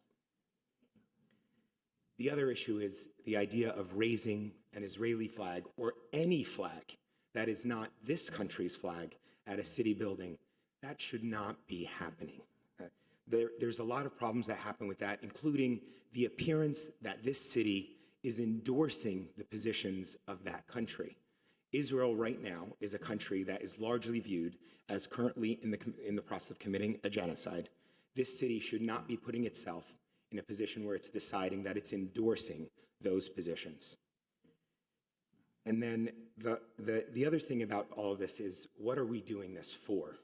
Meaning that there was an event that happened on October 7th, a scary, horrible event. A year later, I could see the city recognizing the anniversary. But 2 years later, why? I mean, are we going to do this at the 3rd anniversary, the 5th, the 15th? So I don't see why this is even being done. So my recommendation to the city is not to take the resolution at all. I don't think it needs to be taken, since the city has already acknowledged its concerns and the horrible atrocities that happened on October 7th. But if the city was insistent on doing that, I would recommend making the following modifications. One, I would amend the resolution to also acknowledge the tens of thousands of Palestinians killed before and after October 7th. I would not fly the Israeli flag on our city building, especially for a political purpose like this. And last thing, instead of flying the Israeli flag, I would make the recommendation that we fly the American flag at half-staff, and we don't just do it on October 7th, we do it on October 6th, 7th, and 8th to acknowledge the many victims before, during, and after October 7th. Thank you, sir. I appreciate you being here. Thank you. Mr. Clerk. Sadia Raja. Good morning, Sadia. Thank you for being here. Good morning. Okay. Good morning. My name is Sadia Raja. I am a resident of Coral Gables, and I reside at 625 Altara Avenue. I am speaking today to the concern of raising the Israeli flag, or any flag for that matter. I believe this action to be contrary to the principle of inclusive representation for all members of the community. The flag of another country can invoke strong and sometimes painful emotions due to conflicts abroad that do not at this point concern us as a small city of 50,000 people. Hence, it is imperative to maintain a neutral public space. The City Hall is a space meant to represent and include all residents. The display of a foreign flag can alienate and exclude members of the diverse community who may have personal or historical connections to global conflicts. It sends a message that the city is taking a side in foreign disputes, which is inappropriate for civic institutions. Our city is home to residents from all over the world. By raising a foreign flag, there is a risk of creating division rather than fostering the unity and mutual respect that civic spaces should promote. This is a matter of ensuring that all residents feel equally represented in their joys, in their suffering, and in their safety in their own town. All suffering and death should be acknowledged, not just one side. The council is urged to reconsider this practice and to adapt a policy that reserves civic spaces for symbols of the city, state, and our great nation. There are many other ways to commemorate or mourn those who are suffering and to acknowledge the diverse backgrounds of residents without bringing the complexities of international politics into local government. Thank you. Thank you. Jackson Holmes. Good morning, sir.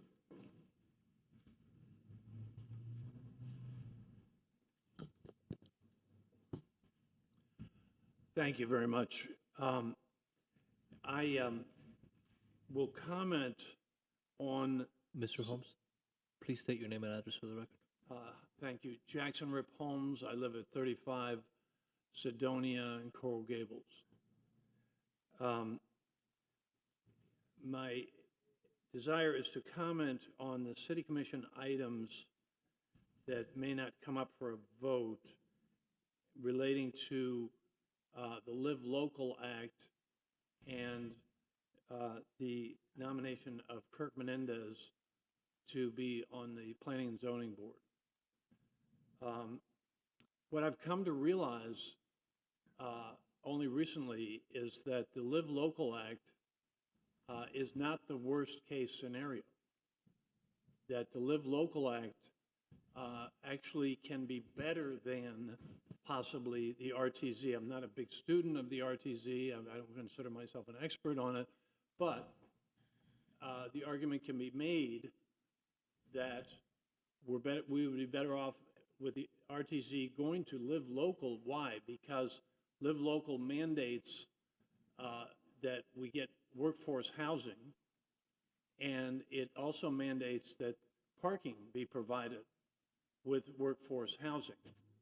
And therefore, in my opinion, we actually would be better off with the Live Local Act than what we have negotiated with the county, because we don't get those guarantees, plus which we get the impact fees directly to us instead of being filtered through the county.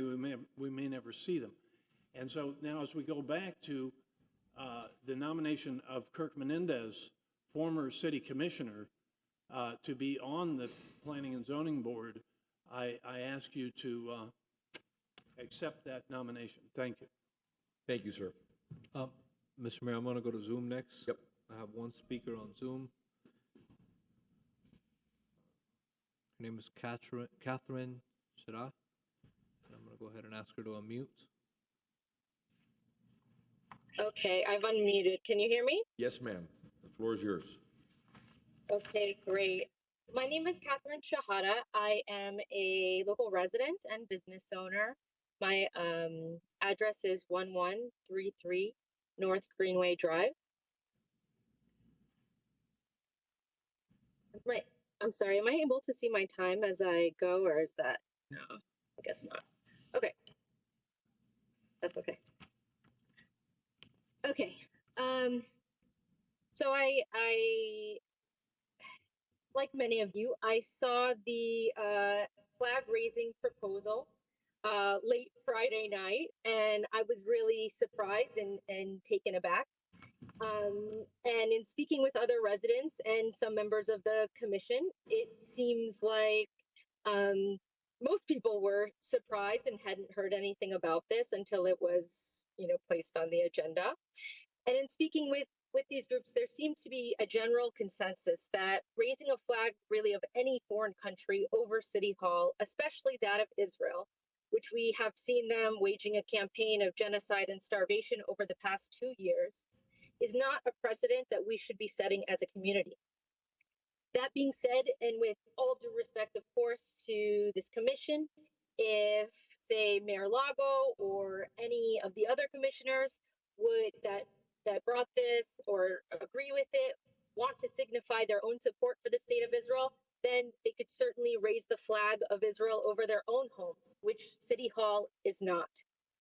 City Hall in the city of Coral Gables is a home for all of us, including my family, and it shouldn't be used to further any one person's distinct political agenda or dedication to a certain foreign nation, to the detriment and exclusion of thousands of Coral Gables residents, like myself and my family. Raising the flag of Israel over City Hall has nothing to do with Coral Gables or this commission. It's not an act of public service, but a disservice, and it's divisive to this entire community and one that will not be forgotten. I'm not sure if everyone here is aware, but on October 5th, 2023, Defense for Children International named that year the deadliest for Palestinian children at the hands of Israel, with over 40 children killed by Israel and hundreds taken from their homes and held as indefinite hostages in Israeli prisons without due process, access to counsel, or often being notified of charges against them. This acknowledgement was 2 days before October 7th.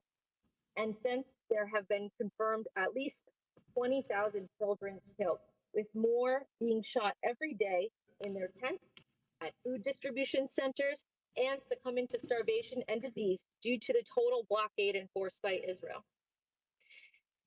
As I mentioned in an email that I sent to all of you, those actions are what we see when we see the flag of the state of Israel.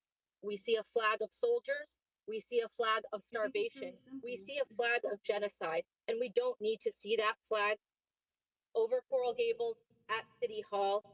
If it makes sense to put a meaningful gesture Thank you that very much. symbolizes.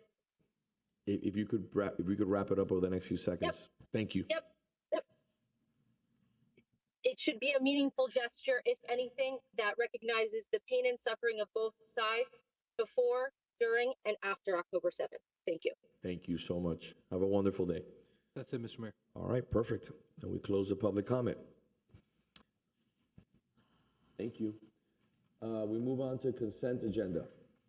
Before the vote adopting the consent agenda is taken, is there anyone who wishes additional discussion or review of any item on the consent agenda? Do any of my colleagues have anything they'd like to pull? I'd like to just pull D11 to provide additional guidance. And I'd like to pull, go ahead, I apologize. The additional guidance I have for you, Commissioner, is in your position, and I've gone up to the League of Cities.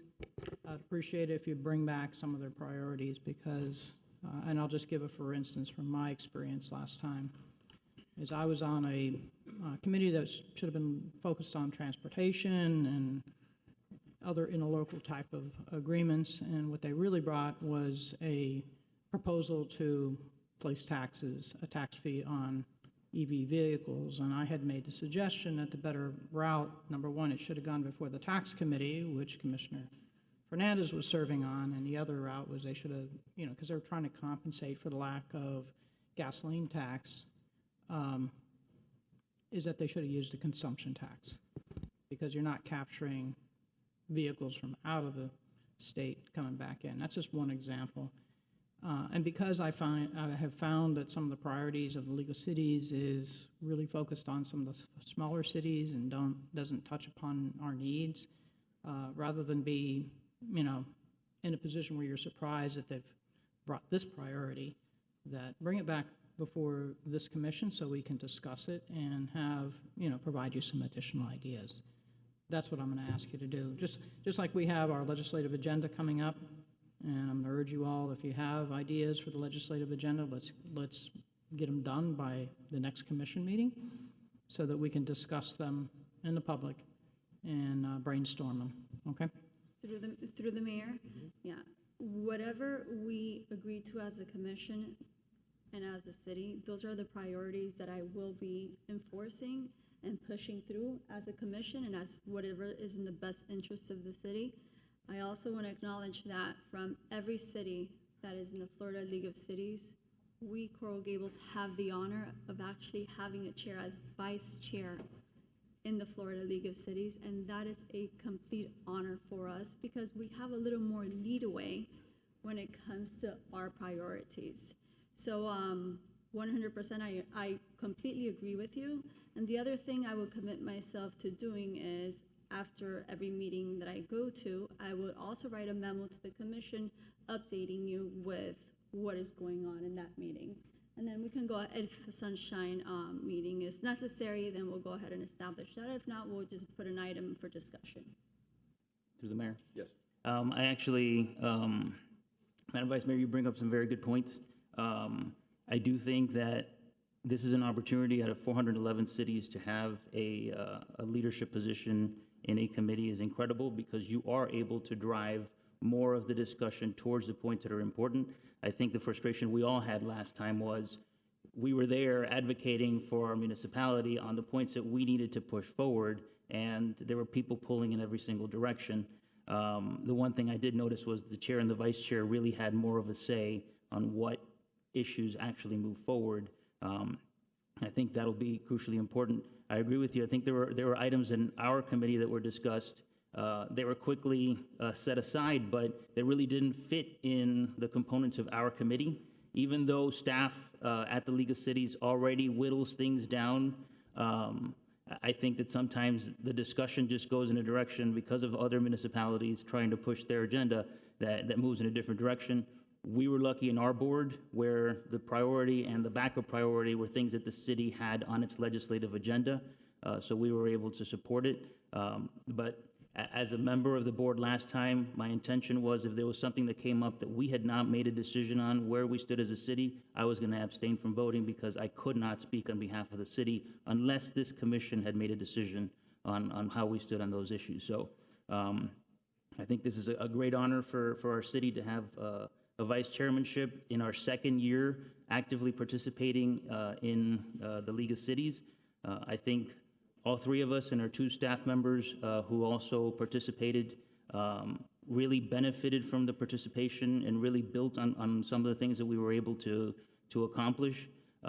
We were also able to bring back some ideas of things that other municipalities are doing and really understand other components. Live Local, for example, affects us in a particular way that smaller municipalities in the Panhandle are having the adverse effect where it's actually driving up the price of rent in those municipalities. So I think it really helped us also advocate on behalf of our residents when we went to Tallahassee to speak to the legislators with a better understanding of what they're hearing as well, because everybody's going to our legislators and advocating for their little area that they represent. If we understand what is being presented to them, it's better for us to be able to advocate for our residents because we can counter those arguments that are being made to them. Through the mayor, I just want to put on the record that I didn't apply for this position. In fact, I thought the city wasn't even going to participate this year around, and this was a call that I spontaneously got because it was the recommendation of the board and some elected officials in Tallahassee that actually recommended me to be vice chair of that committee. So this is a great honor to me, but I think it's a greater honor to our city. So just one follow-up, and just for some of us, because I made a cost-benefit analysis of time and travel and so forth, that I can participate, and keep up to date on these items via Zoom, and don't have to travel up there to do so. But I appreciate you taking the position, and I hope that we can get more of our priorities on, as opposed to what I learned is there's a lot of small towns in the state of Florida that unfortunately kind of outweigh our priorities many times. So if I may, first and foremost, again, I'll support this, but I also received a phone call, multiple phone calls to be involved, and I said no, and I'll tell you why. I'll give you actual examples. We had 5 members of the city go last year. I don't see a memo closing out this document explaining what did we achieve. We spent a lot of money, but we didn't actually achieve much. I'll give you an example of certain things that I've cut back in my tenure here over the last year and change. We used to spend $20,000 for membership for the mayor to be part of the U.S. Conference of Mayors. I got rid of that last year. That doesn't include flights to other cities, and I think the U.S. Conference of Mayors is packed with all the mayors of the entire country. And I think that, again, the city is better served not spending that money and spending it on resources here. I had an important meeting last week at the PSC. Mr. Clerk, will you put up that photo? There was an option at the PSC, and the option was to fly up and speak in front of the Public Service Commission concerning low voltage after FPNL has undergrounded the power lines. We're the first city to bring up what is the next step to address the infrastructure that's left over after FPNL undergrounds.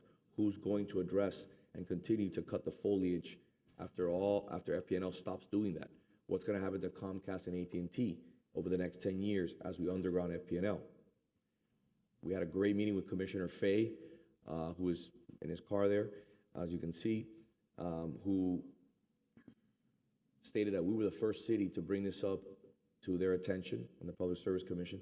We could have spent thousands of dollars in flights and hotels, but we decided as a city, let's do it via Zoom in reference to what the commissioner is saying. This is 3 meetings. I'm all for networking. I'm all for engagement. At the end of the day, I did receive phone calls to be involved in this, but at the end of the day, I think that we need to be very fiscally sound and be very thoughtful, very careful. But if Commissioner Castro wants to go up there, but I would like to see not just a memo. I'd like to see a list of accomplishments. I'd like to see what did we get out of this? What actual legislation did we craft? What did we submit? What did we bring back? Because you're talking about 3 trips plus hotel, food, stay. Could be $10,000. I'm happy that we're only sending 1 person this time versus 5. So in my opinion, and in Tallahassee, that's what I'm going to be striving for, to be as lean and accomplish as much as possible. But at the end of the day, the proof is very clear. Instead of going to the Conference of Mayors and spending $20,000, I canceled that myself. And it's not only the $20,000 membership, it's all the other costs associated with it. So just trying to be as fiscally sound and actually bring back results, not just socialize and have an opportunity for social media. So I'm in favor if you want to go, as long as we keep it lean and we come back with actual accomplishments. I want to see a list of accomplishments that happened, not just advocacy. I want to see things that were actually accomplished. So I'll entertain a motion, or does anybody else would like to add anything in reference to D11? I'll move it. I'll second. Vice Mayor Anderson, Yes. Commissioner Castro, Yes. Commissioner Fernandez, Yes. Commissioner Lara, Yes. Mayor Lago.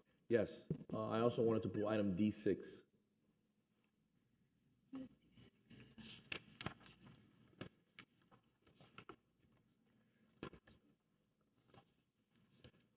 I have concerns and in regards to this appointment, multiple different reasons. First and foremost, we have an issue with the Coral Gables Youth Center right now, which we're dealing with, that still has to be addressed, which is currently outside counsel is reviewing it. Another main issue that I have, which is my leading point, is the Planning and Zoning Board is the most important board in the city of Coral Gables. I served on that board for under 2 years before I got elected. We have to be very thoughtful. We have to be very, very, very capable and competent. And we have to make sure that all conflicts of interest do not exist. Commissioner Menendez, which I want to put on the record before my colleagues do, I ran it against him for mayor. And the people in this community spoke. We talk about development, smart growth versus overdevelopment. It's a constant terms that are used. Commissioner Menendez sold 2 properties to Trammell Crow that's later, you see what happened there. While he was commissioner, these are facts, okay? And I'll have the manager explain in detail. He had a conversation with staff and the manager requesting that his 3rd property be upzoned by staff and brought to the commission. That to me is unacceptable. If you're gonna sit on the planning and zoning board and you're gonna make decisions on development and zoning, you have to be very clear and very thoughtful and very methodical. When the manager objected, he was subsequently fired. So, Mr. Manager, would you like to provide some clarity on the record in regards to the matter? Mayor, I think I'm on the record already for that, and there was staff and myself. I quickly said I don't really want to discuss this because it would compromise my position there, which is strictly due to the issues with Agave and the expenditure on the street. But yes, that did occur. Okay. So at the end of the day, I want to be very careful that this is a person you're putting on the planning and zoning board that again was involved in an upzoning here in the city of Coral Gables and tried to upzone a 3rd property that he owns, which was not approved. The upzoning is very clear. That upzoning occurred when we upzoned the entire block to 75 feet, which is now the Trammell Crow site, and the adjacent property, which is the buffer between the old University of Miami site, was only upzoned to 45 feet. His request was to bring it up to 75 feet. Vice Mayor Mike Mena at that point said that we need a transition into that historic building, which I completely agree. And to this day, I agree. It should not be 75 feet. It should always be 45 feet because it's a positive and correct transition into that historic. So I want to put my position on the record, be very clear. This is no animosity towards Commissioner Menendez, but this is an issue that happened on the record, happened with our city manager, and our city manager was subsequently fired. He was the 3rd vote to fire him. And so at the end of the day, I put my points on the record just like I did on regards to D11. Madam Vice Mayor? I mean, I have the same concerns as well, because it is a powerful board and because of the history, the clear history of what's happened as far as the upzoning of that property. I mean, our code is crafted to have the first level next to a single family or along Lejeune Road at 45 feet for a particular distance.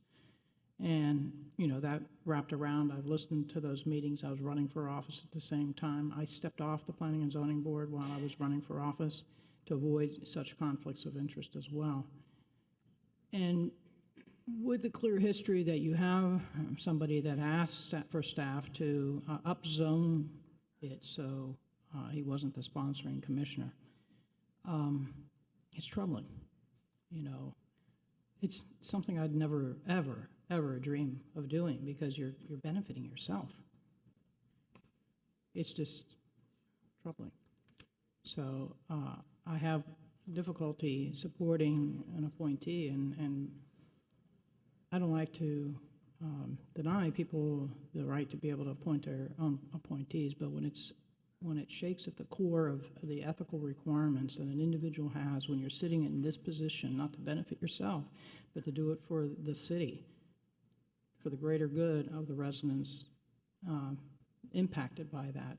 And residents came to me while the commissioner was pushing for some of these upzonings, concerned that their existing properties on that block would be overshadowed by a 75-foot building next to their 2-story buildings. We have transitions in our city for a reason in zoning. And having somebody in that position able to steer a benefit for himself is something that I think you might want to take pause at and find someone that is not going to be influenced by those types benefits. Commissioner? This is the first I'm hearing of all this. I wish the candidate were here to address these concerns, or that they had been informed that this was going to be discussed. I think if we're talking about conflicts of interest, there could be numerous members of numerous boards that could be considered to have conflicts of interest because of their involvement within their area, in their private sector life, in the public sector, including the P&Z. Again, this is the first I hear of this.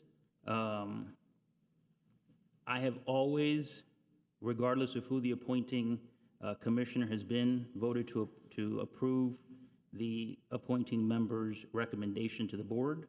I would have wished that these accusations had been made available to the candidate so that they would have been able to be here to address what he's being accused of. Commissioner, if I may respond. These are not accusations, these are facts. Okay, number one. Number two, people have conflicts of interest, they can recuse themselves. I had a conflict of interest. The vice mayor had a conflict of interest. We recuse ourselves on the matter, and we put our conflict on the record. You don't go behind and try to strong arm the manager to put the item on the agenda through staff. You can speak with staff, and they'll tell you, because there were multiple members of staff that were in that meeting. So at the end of the day, you can call it whatever you want to sugarcoat it. That's perfectly fine. But I want to put my clear concern on the record, along with the vice mayor. Nothing against Commissioner Menendez, perfectly fine, competent, did a great job, but this is a concern. So moving, Commissioner Lano, you have anything you'd like to say? Well, addressing what Commissioner Fernandez mentioned, I don't know if you're suggesting that Commissioner Menendez would be unaware that his name was going to be considered for appointment to the P&Z by Commissioner Castro, or why he's not here is of his own choosing. He's quite familiar with, I assume, with how the commission runs its meetings and how these matters are handled typically. And as far as you saying that you're unaware of these allegations or accusations, as you put it, this is quite widespread. It's something that I've been aware of since I have heard residents bring it up to me. I've heard it discussed at this commission meeting. So I think it's probably fairer to say that it's not a lack of notice. The question is why Commissioner Menendez isn't here himself, where some of these questions or these concerns might be addressed by him. But that's neither here nor there, because he's not here. And what I'm looking for and what I'm hoping we achieve here is some sense of stability, some sense of steadiness, I assume, is what we're all looking for. We had the removal of a P&Z board member due to the commission's determination that the actions that she took were not in furtherance of what's expected and the goal of being a member of that particular board. And so with a new nominee, this time former Commissioner Kirk Menendez by Commissioner Castro, one would hope that we would be achieving stability and somebody who has the background and the record to be able to guide the board were he to be confirmed as a member. But under the circumstances and given the allegations, the record now for several years, the current apparent conflict of interest with respect to an ongoing investigation that's going on with the War Memorial Youth Center Board, to me it just seems not in furtherance of stability, not in furtherance of what the P&Z, which I agree with the mayor is an extremely important board, deserves at this time. Commissioner Castro. Yes, through the mayor. I have to say, number one, I'm astonished. I am floored. And I think that Commissioner Menendez isn't here because this is part of the consent agenda. And we have a history in this commission, 99% of the time, to respect the appointees of the other commissioners, okay?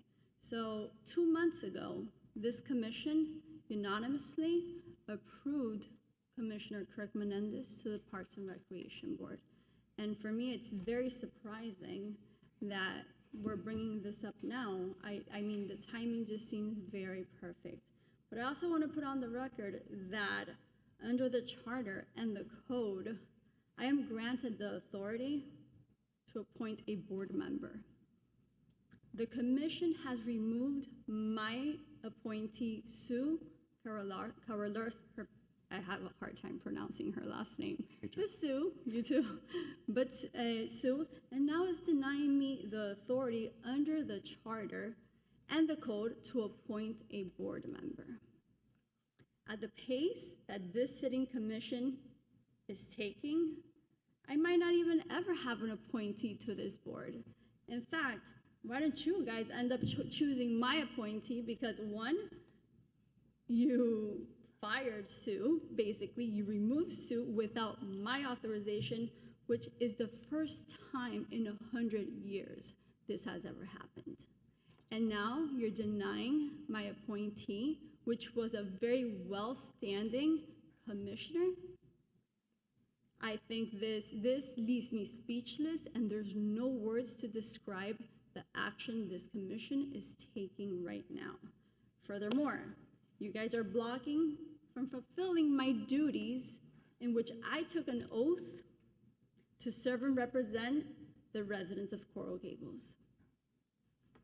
Now, Vice Mayor Anderson, when you appointed Commissioner Chip Withers in a very heated circumstances, it was, and if I remember clearly, it was Commissioner Menendez who was the swing vote. And he was the third vote because he stated on the record that historically we have always had an understanding that we respect each other's appointments, even when we disagree with a selection. So I am going to ask you as, I don't even know as what, but I'm going to ask you as a person, as a commissioner, to please, rethink your opinion about this, because it was Commissioner Menendez who was actually your third vote for the Chip Withers nomination. So let me start by explaining that in my way of analyzing issues in ethical analysis, there is no quid pro quos. You appoint one for me and I appoint one for you. We have to look at the facts. And this is a concern that was brought to me, not only by the individuals in the same block about the upzoning of that block, but you have to also look at the facts about the efforts that were made by the commissioner to go around the normal process and ask staff to do something for him during a time period when many of the staff members here were concerned about losing their jobs. And in fact, that happened. Staff members did lose their jobs. Our city manager lost his job when he refused to do exactly what the commissioner said. There's a big difference between being on a Parks and Rec advisory board and a planning and zoning board where you have the ability to influence the outcome for developers. Because if you're willing to pull the strings on staff to get a benefit for yourself, you can imagine the type of levers that can be pulled on votes before the Planning and Zoning Board.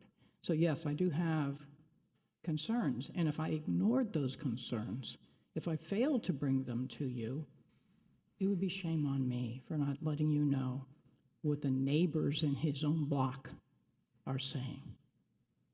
The benefits that go to his pocket as a result of the actions that were asked for then and could be asked for in the future. So we have a responsibility when selecting an appointee to do that type of analysis. The last thing I'd want to do is get somebody in there that would do these types of actions prospectively. Through the mayor, I completely understand where you are coming from, but this is the first time I'm hearing about these accusations. So what I'm going to suggest to this commission is maybe I want to go ahead and defer this, and I want to give the opportunity for Commissioner Kirk Menendez to be here and clear these allegations. I think, as everybody here knows, I am very, very, very strong when it comes to residents' first approach. And I chose Commissioner Menendez because I believed he would uphold my standards to smart development, to responsible development. Now, what you guys are saying, going contrary with my motives for him, those were my main reasons to appoint Commissioner Menendez. And I think we can afford him the opportunity to clear up the allegations that we are facing that I have never heard about. Through the mayor? Yes, sir. Briefly, Commissioner Castro, I wish that, again, Commissioner Menendez would be here. As you say, you would wish to defer in order to give him an opportunity to respond to allegations that have been made, discussed, circulated now for years. But he's not here. That's his decision not to come here. Indeed, we requested of him, because he's in charge of the War Memorial Youth Center Board, for some records about how he just kept what would I won't assume would be professional and accurate record keeping with respect to the management of that organization, and we received nothing. I don't hold great hope that we would get answers to these points that were raised today, any more than I think we're going to be getting anything from what was sent to him weeks ago, asking for the transparency. Again, not so much opinion. Those are facts of where we stand today. And with respect to your statement that we're blocking your ability to carry out your duties as a commissioner, I completely disagree. You have the right to nominate. We as a commission have the discretion to appoint. It is not superfluous. It is not a rubber stamping or endeavor. I know that you wouldn't say that that's what you're attempting today, is to say a name and just have us ignore. As the vice mayor said, shame on her if she weren't to bring before this commission the points that she raised today, because the appropriate time to raise them is today. Today is the day that you have it on the agenda that we consider your nominee. Today is when I believe that we should be concluding your request and not defer it.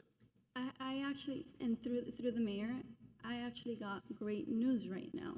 And thank you for mentioning that, because Commissioner Menendez just reached out to our city clerk. So I am going to ask you to let's please see this in the next 30 minutes, and he will be here to respond to these allegations, which I think would be the most proper and fair and justice thing to do as a commission. Through the mayor, I have no doubt that that's the way that I would prefer to see it done. I'm also absolutely unsurprised, if that's the word, that he would appear as quickly as he did, because I know he was probably listening in on this meeting today, because it's his name that's up for consideration. So like a Swiss clock, right on time. So, Mr. Clerk, let's leave this item off the consent and let's approve the consent. I need a motion and a second, please. I'll move. I'll second. All in favor? Aye. Aye. Thank you. Thank you very much. First item, I'm going to take things a little bit out of order. Is going to be item F6. Madam City Attorney.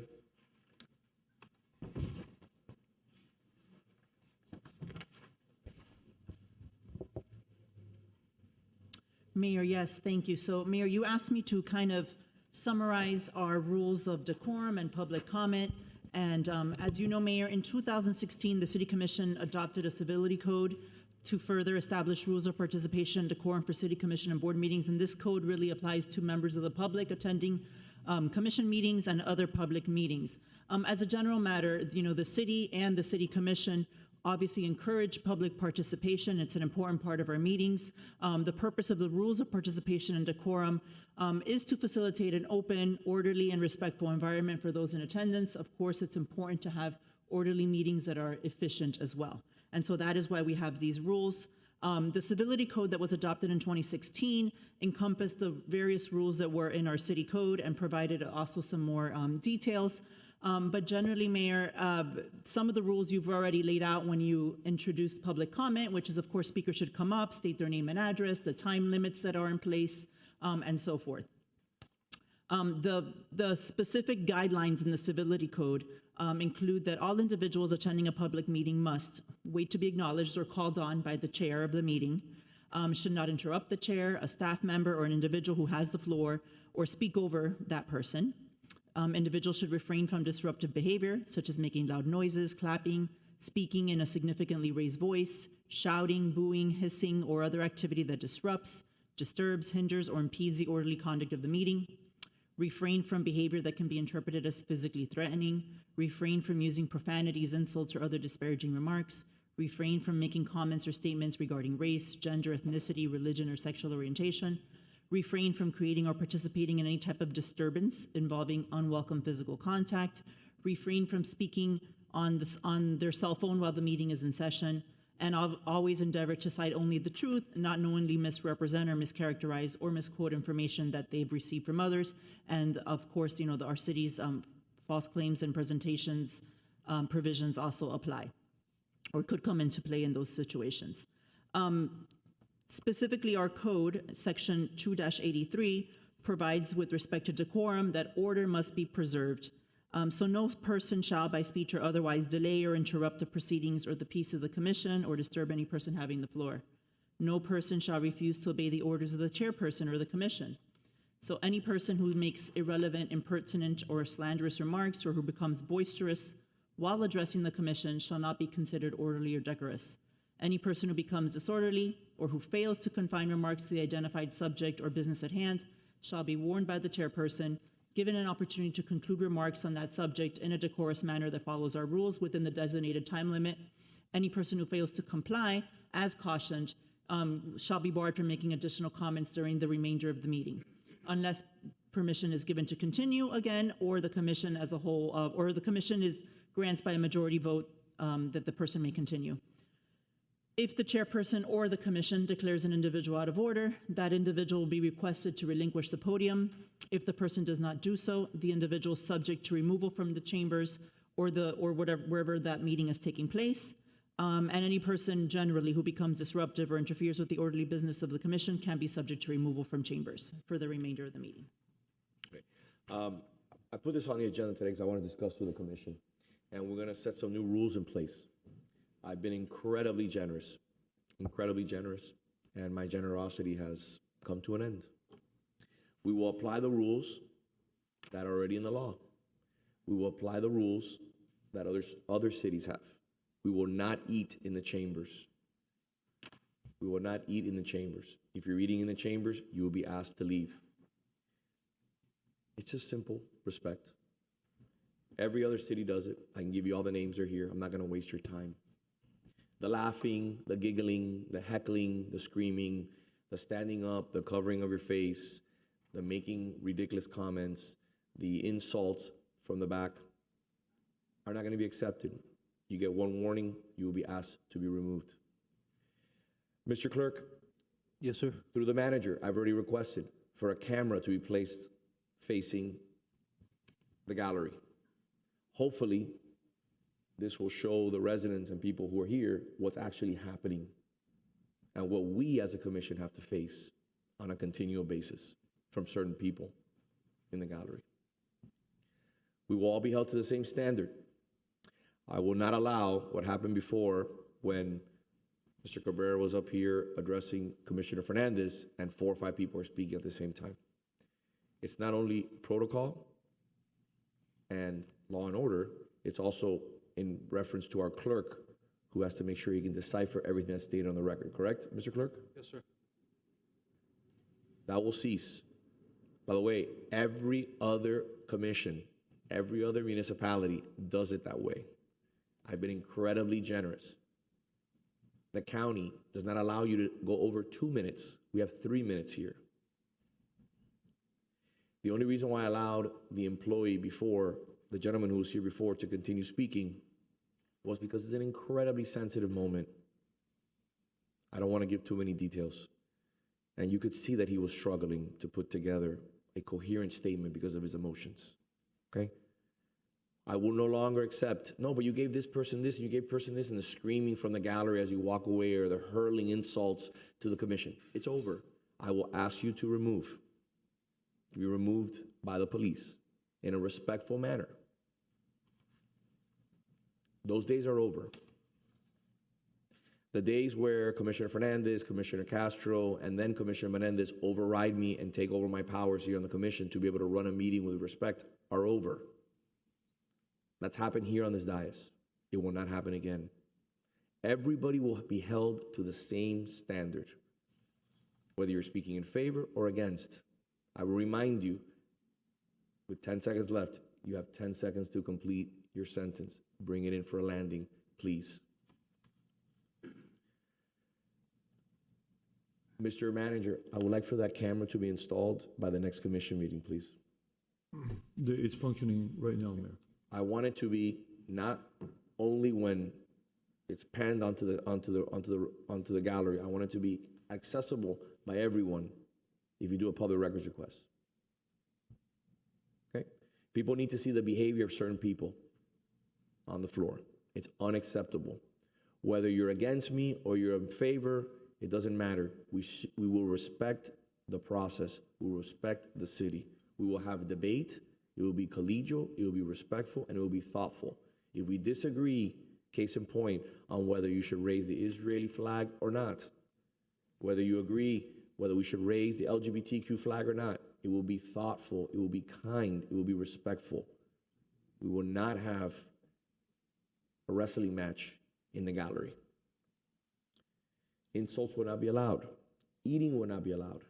Madam City Attorney, I want to make sure this is codified. I don't want to later have an issue where things are slipped through the cracks because, we cannot hold people accountable, including ourselves, as a result of this. Yes, Mayor. So we have many of these rules are in our code. We also have the Civility Code that was adopted in 2016, which really stemmed from that authority. But if there's specific more specific rules that you would like, I'm happy to meet with you and we can go through and see if there's anything that you would like to add in future legislation. So to be clear, when you talk about civility, at the last commission meeting, I was called a liar by one of my colleagues in the commission. That is against the Civility Code. My options are as follows. Censure my colleague again for that issue, or hope that Commissioner Castro conducts herself in a more professional manner. She may disagree, but doesn't need to call me a liar. So we will, I'm not done yet. We will conduct ourselves accordingly. We will have a respectful meeting. Please do not be surprised if I ask you to leave the gallery because you are being rambunctious and because you're not following the rules. I know this will get on the blogs tomorrow and they'll be on Twitter, and all the pay-for-play blogs will address this as the dictator, or as Maria Cruz calls me, the emperor. But this is the way 34 municipalities operate. If you do this in Miami-Dade County, you will be escorted immediately by a sergeant of arms. Mr. Manager. Yes, Mayor. We have signs outside now, as in all the other commissions, that we do not allow drinks or food inside the commission chambers. If you wish to do so, you can leave the commission chambers and then come back. That's, as you mentioned, Dade County, City of Miami, Miami Beach, etc., have those rules, and I think they're appropriate to maintain decorum in the public. Okay. Madam City Attorney, do I have anything that needs to be addressed in regards to being codified, or no? We're good? Mayor, so no eating in chambers is not specifically addressed in our code? Then let's put it in our code. Okay. That's why I'm asking. I don't want to later have an issue, because I know how this works. Through the mayor? Yes. Okay. So one, I want to address the liar part, and I want to apologize for that. I think I was maybe a little passionate, and I could have used different terminology when it came to calling you a liar. So I take accountability for that. I really hope that does not happen again. I really want a commission that is able to talk in a educative manner, proper, polite manner. So for that, I apologize. The other thing that I was going to mention is what you just said. I think there needs to be clear. Give me 1 second for that emergency to pass by. Yeah. No one's going to be able to hear you. Yeah. You might want to get closer to the mic. The other thing that I wanted to mention was that, yes, you know, if, as a commission, we're gonna go ahead and agree that there's no eating in the chamber. Let's go ahead and make that clear to the people that walk into here, right? And us as commissioners, we also drink things. So are we going to make an exception for this body to drink things, or are the audience or the residents out there allowed to drink things as well? Like where are the boundaries exactly when it comes to that?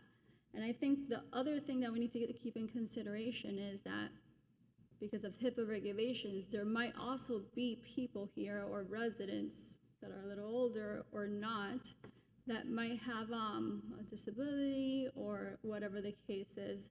What would be the procedures to follow? And we don't want to pinpoint anyone, right? But what would be the procedures to follow if that is the case? Who should they address? So you have 3 questions that you asked me. I'm going to answer to them all. Number 1, you said about calling me a liar and that you hope it doesn't happen again. No, it won't happen again. Again, I didn't interrupt you. Just let me finish, please. Follow the rules through the mayor, okay? Now, the only person that can control that is you. Because in 13 years, I've never insulted someone here in the commission. I've never used a derogatory name or said you're a liar or you're this or you're that. I just haven't done that. So the only person that can control that is yourself. Don't blame anyone but yourself. Okay? I'm showing immense self-restraint. I have a censure right here for you that I had prepared with the city attorney, which I'm perfectly in fine with. It's against the civility code. Perfect. This would be your second one. You see, instead of obviously appreciate that I'm showing restraint, you laugh and you mock me in my face. That's one of the problems you have. You're the one that has to restrain yourself and show respect. That's number 1. Number 2, the issue of food. The commission stands up here. The last meeting was 12 and a half hours. It went to 9:30. We had 1 break for lunch, and I think it was 30 minutes, and I take full blame for that. I take full responsibility. I was just trying to get everything in as much as I possibly could, and I apologize to staff profusely for that. If the commission wants to have a glass of water, if the commission wants to, I don't have a problem with that at all. Because you know what? We can't stand up like the individuals in the galley can and go outside and sit down. They can sit down. There's TVs outside. There's air conditioning outside. They can sit there. There's a vending machine. They can grab coffee. There's water for the community. Everybody has every opportunity to sit outside and not miss a beat. But the commission needs to be here because of the simple fact that we need quorum to be able to run the city. So let's not look for like little cute things that are gonna like derail the process and, you know, can somebody eat or not? And I know you're trying to appease people, but at the end of the day, I've tried to do that for a long time, and my kindness was run over and over and over and over in this commission. We have to run this like a business.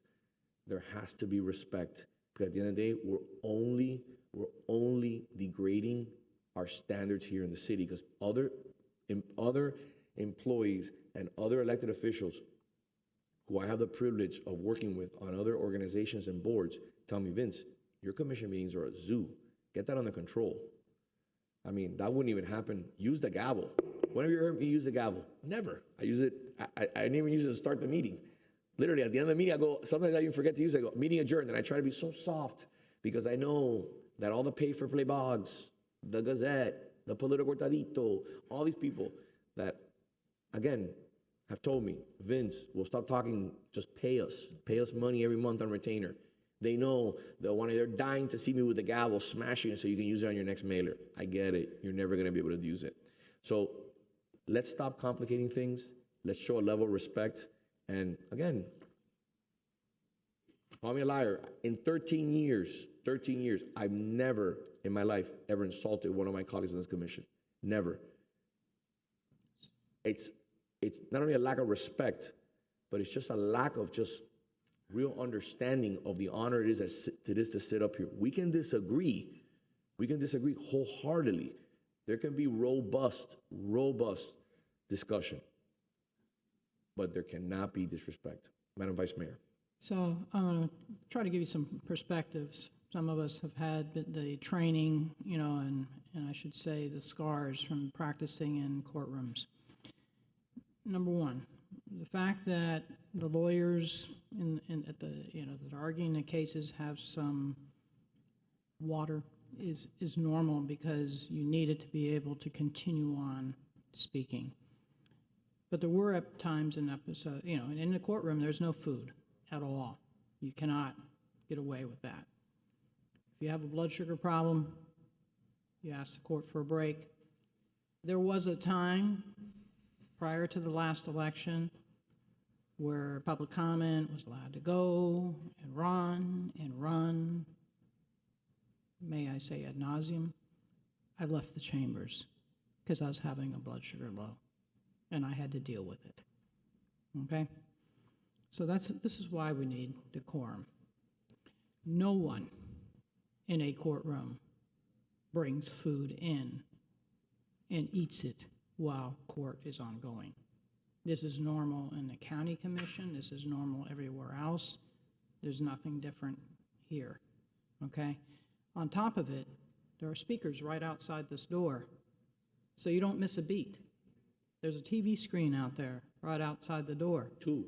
Yeah, even in the ladies' room, I could hear what's going on if I have to take an emergency break and then come back. And I think that's true for any one of us to have to go back to our desks to either get a bite to eat or pick up a piece of paper or whatever it is that we need to do so that we can walk back in and vote on the item. We heard it while we were outside the chambers.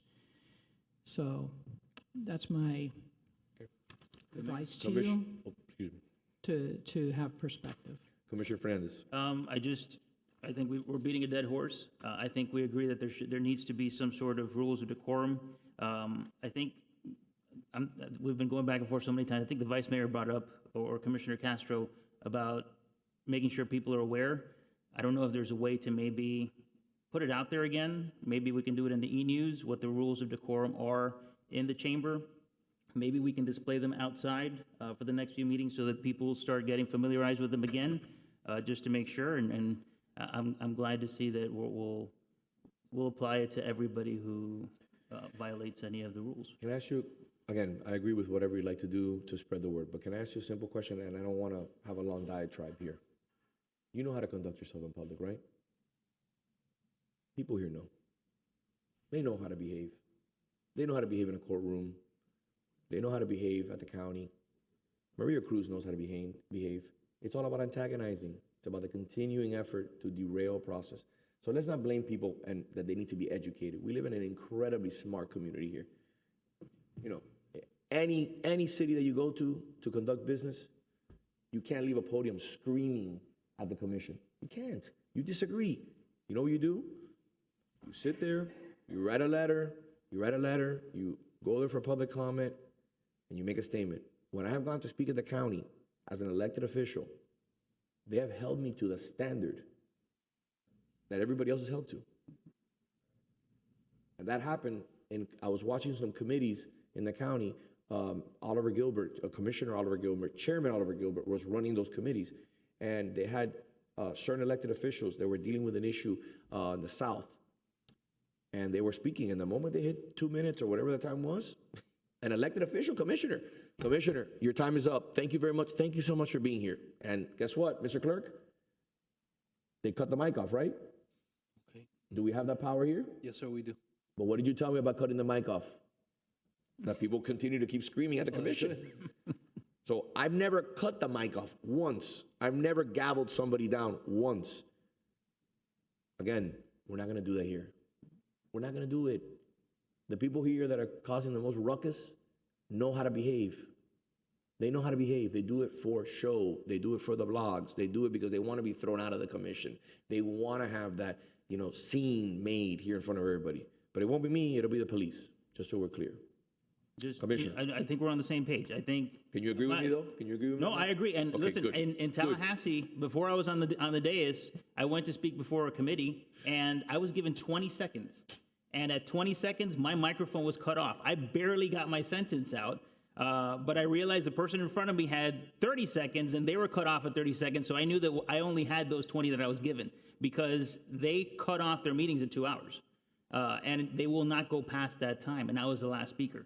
So I agree. I also agree with you that putting it out there to make sure that everybody's aware gives everybody the knowledge, even if they should know this, that this is the way we're supposed to behave in the commission chamber going forward. In the past, But just to make sure that there's no doubt about, is this allowed, is this not allowed, let's just put it out there and let's move forward. Okay, so with that being said, thank you, Commissioner. Madam City Attorney, the next commission meeting will have a full revised piece of legislation that addresses all these concerns, eating, talking, shouting from the grandstands, anything that you think could slip through the cracks, Understood. okay?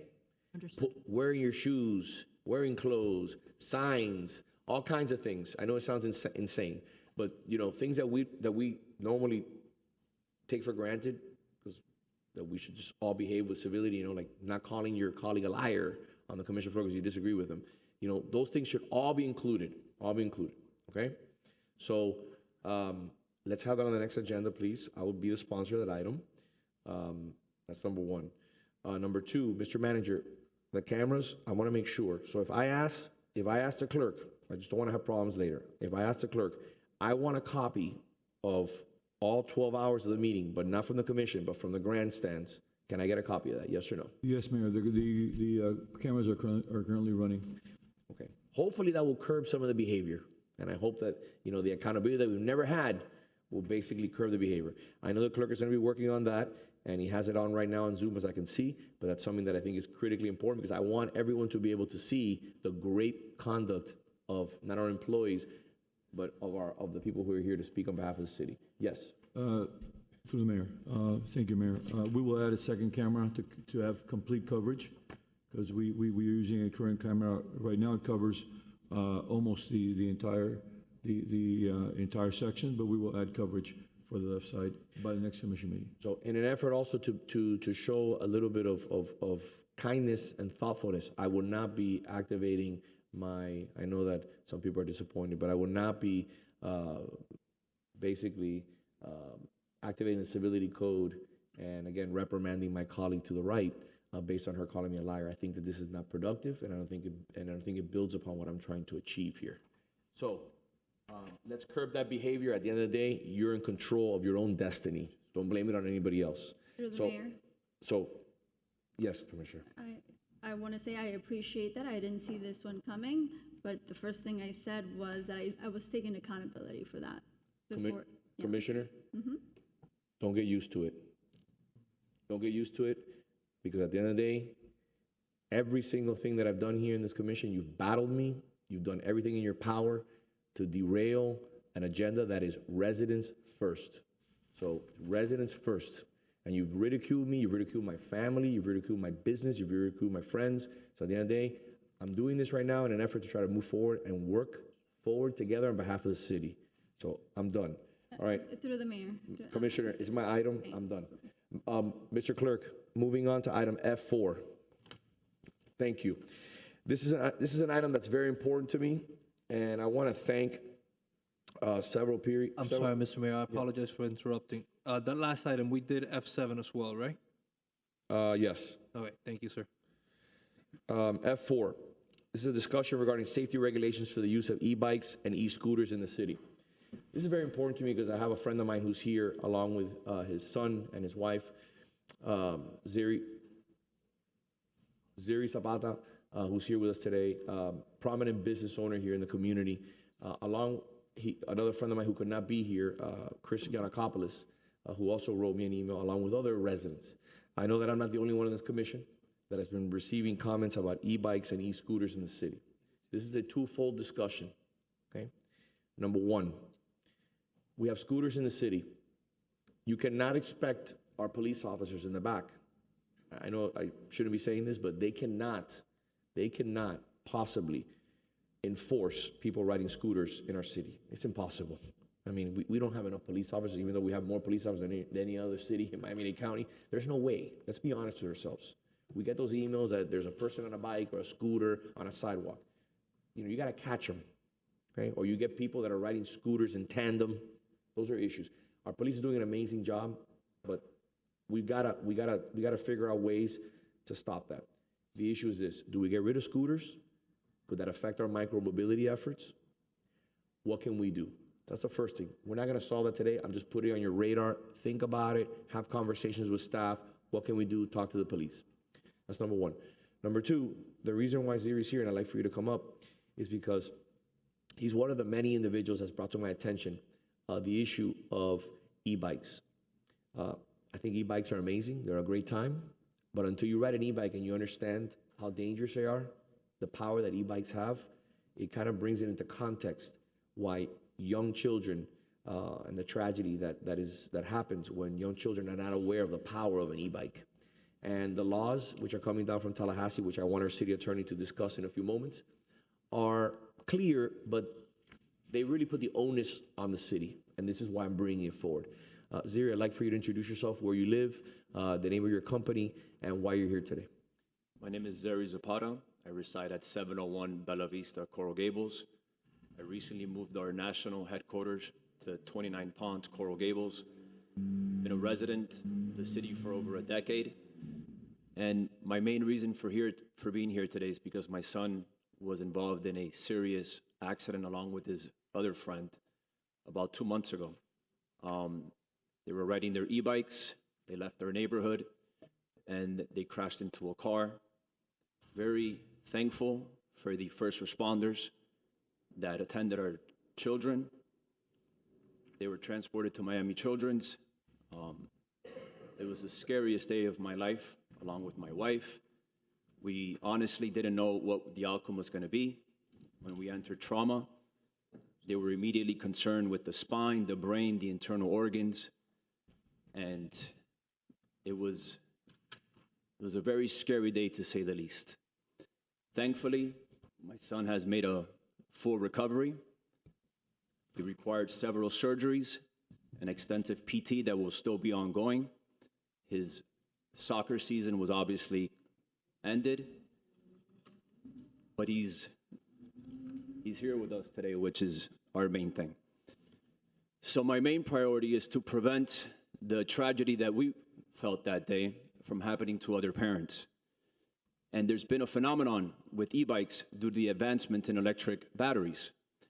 And as I speak with other parents, I've become more aware that we all, for the most part, just had no idea what we were buying.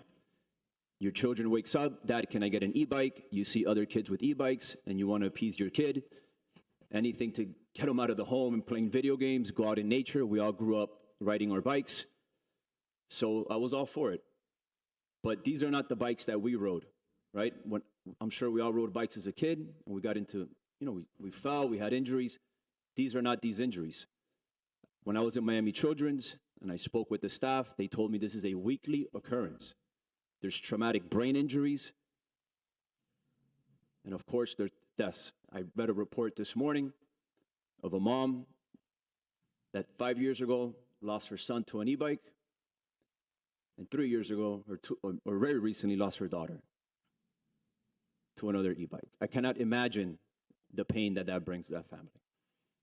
So my call to action is, number one, enforcement of current law.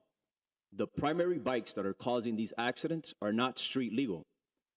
As I speak with cops, I think there needs to be an education as well on that end, because they're telling me we don't know the difference between a Class A, a Class 2, a Class 3, or a bike that is just not street legal. The bikes that are not street legal, we need to enforce the law that currently exists. These kids need to be pulled over and the bike needs to be impounded. That's what the current Florida law says. As far as the city of Coral Gables, my recommendation would be, as I speak with other parents, and they don't know the difference either between Class 1, Class 2, Class 3, they don't know what they're buying, is an outright ban, perhaps starting with Class 2. These bikes go at a speed that these children at this age are not prepared to conduct. They're riding them in the streets along with other vehicles. They have no driver's licenses. They've never taken a driving test, and it's a huge danger to the entire community. Not only the children, but drivers as well, because God forbid we're abiding by all laws and we hit one of these children and God forbid one of them is killed, even though it's not your fault, the trauma that you would have to live with for the rest of your life. I think the city of Coral Gables is in a unique position to lead on this subject. I thank Mayor Lago for taking this seriously as soon as I reached out to him. This is a very, very important topic amongst all residents that we come across. I also believe that it starts with schools. Schools are allowing children to ride these bikes that are not street legal into their campuses. So I believe there's also a need to address it with them. With that being said, I thank all members of the commission for allowing me to speak here today. I've had the unique experience of sitting here for the past 2.5 hours, of listening to all the different subjects at hand. And I sincerely believe, aside from the childhood cancer, that this is a topic that we can all rally behind. There's no political agenda. I am sympathetic to the first issue that you brought up regarding the scooters, regarding the micro transportation. I understand some adults use certain e-bikes to get to work and deliver items, and that's their livelihood, and I'm nothing against that. But you should be, at the very minimum, have a driver's license. So children with no driver's licenses driving bicycles at a speed that can kill, I believe that needs to be an outright ban. That said, I thank everyone for your time. Thank you, Ziri. I appreciate you. As a friend, when you brought this to my attention, you were one of like 10 individuals in the community that had written out to me. Obviously, you've been seeing a lot of these accidents happen throughout South Florida, and they're tragic. I didn't ask him to share the photos, but I got to see the photos on his phone in regards to his son, and horrific. I mean, God really saved your son from what I saw that day. I mean, as a father of 2 young girls, I don't even know how to deal with something like that. I mean, you're a very fortunate man, and your wife also, for this gentleman, for your son to be alive. I appreciate it. If you ever get a chance and you see the photos, you understand what an e-bike does. And his e-bike was going how fast? How fast? 30 miles an hour. 30 miles an hour. There's e-bikes that go much faster than that. Some go 70. Some go 70. So there's some state, Madam Vice Mayor, I just want the city attorney to talk a little bit about what's coming out of Tallahassee, so you understand where the city stands and our responsibilities, where we can take action at the next commission meeting to bring this forward and get this taken care of, and give further guidance to the police, to code enforcement, to firefighters, to whoever is going to be helping us on this front, to really have a path moving forward. Madam City Attorney? One last thing. I'm so sorry, because I just think it's just to add some context. My wife, on the way over here today, witnessed another e-bike accident right here in the city on the way. Just a picture, a kid, another young child hit a car. So I just thought that was something I needed to share today, because obviously that was a very unique experience she went through today. I thank you all for your time. And by the way, thank you for being here. You have hundreds of employees in your firm. Again, your law offices are here in the Gables. I thank you for that. And you're taking time out of your very, very busy day as the owner of that firm and your partner to again, do this, because this is important to you. Absolutely. You have no dog in the fight. You have no interest.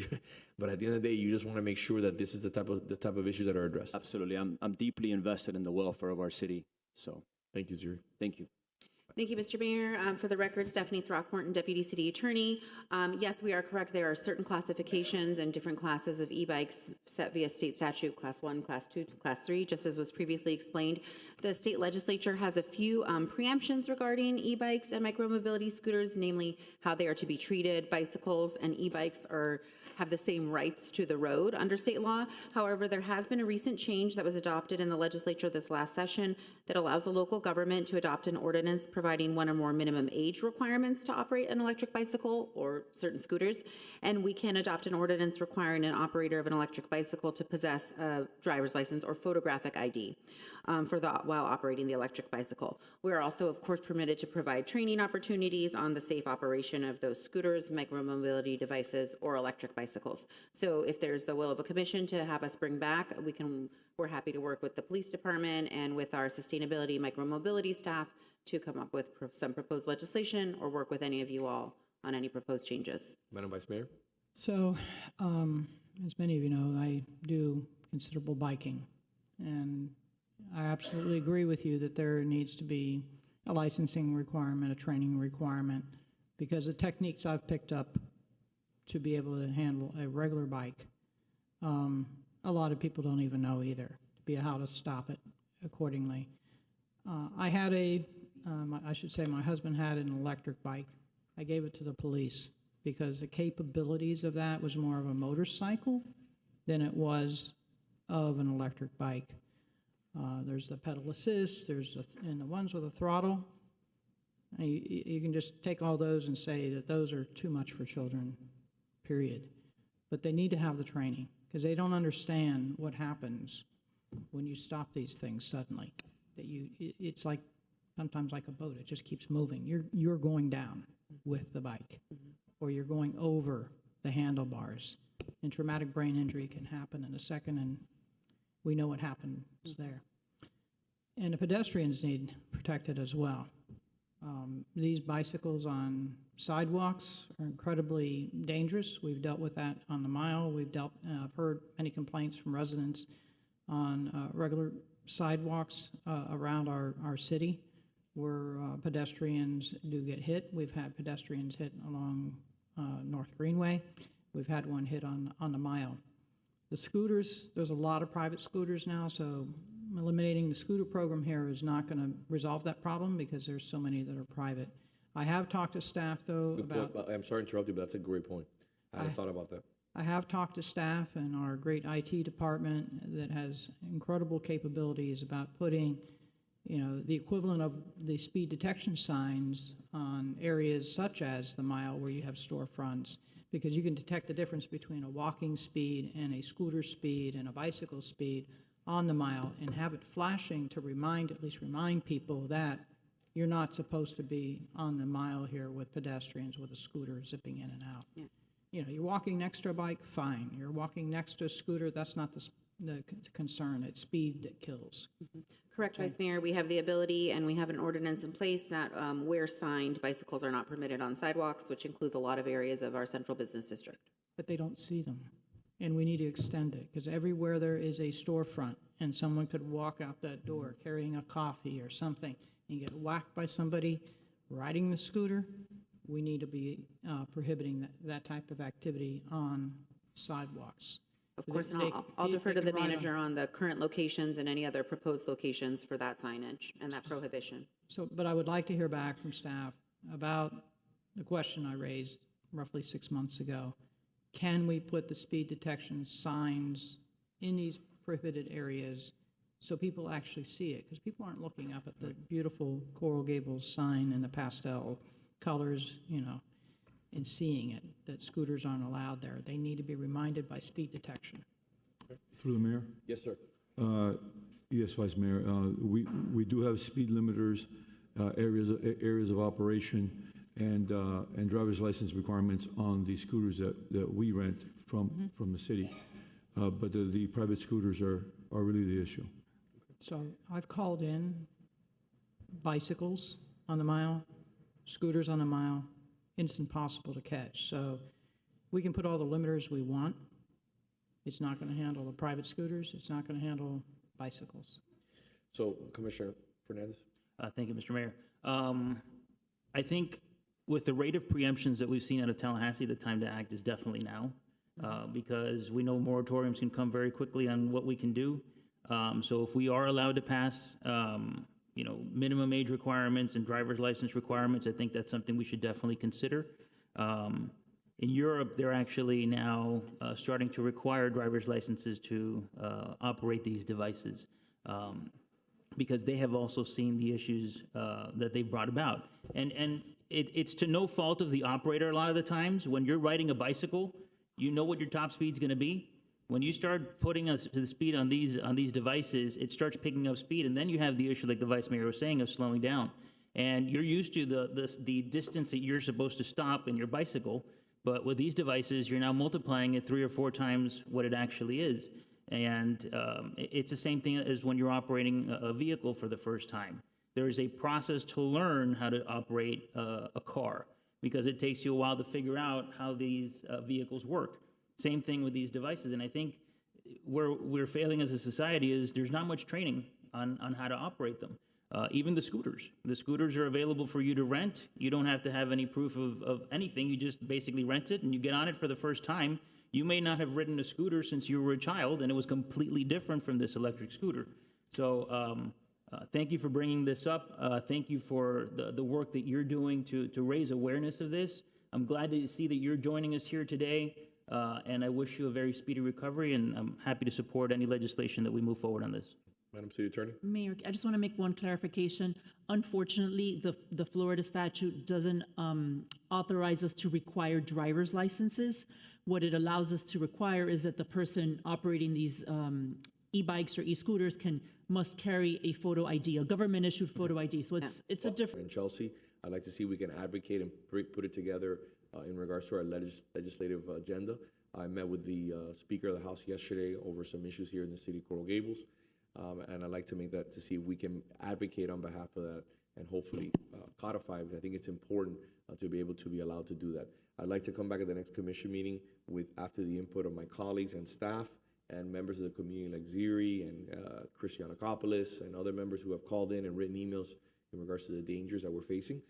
I'd like them to be able to have input and then present that legislation at the next commission meeting. We'll certainly work with staff and get that done and provide it to you all for the next commission meeting, of course.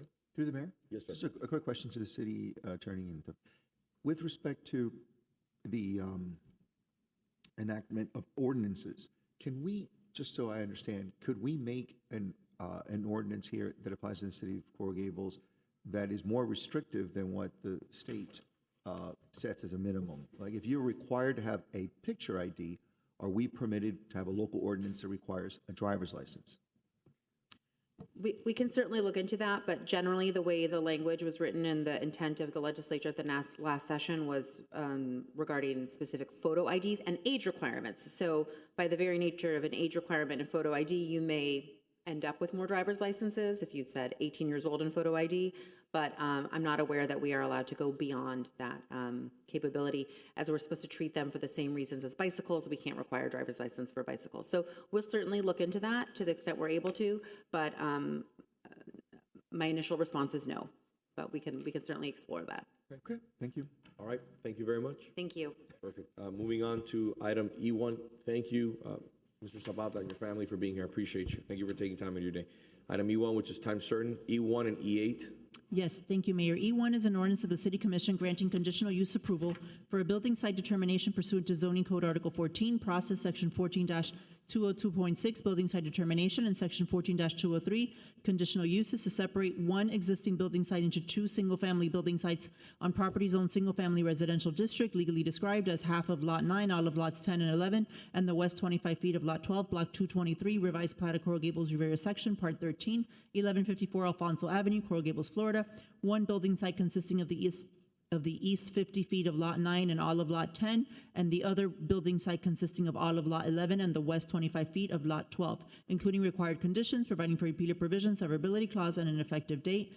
E8, which is related, is a resolution of the City Commission approving the release of the declaration of restrictive covenant on the property located at 1154 Alfonso Avenue, recorded in an official record of Miami-Dade County Book 11508, page 431, and providing for an effective date. This is a quasi-judicial hearing.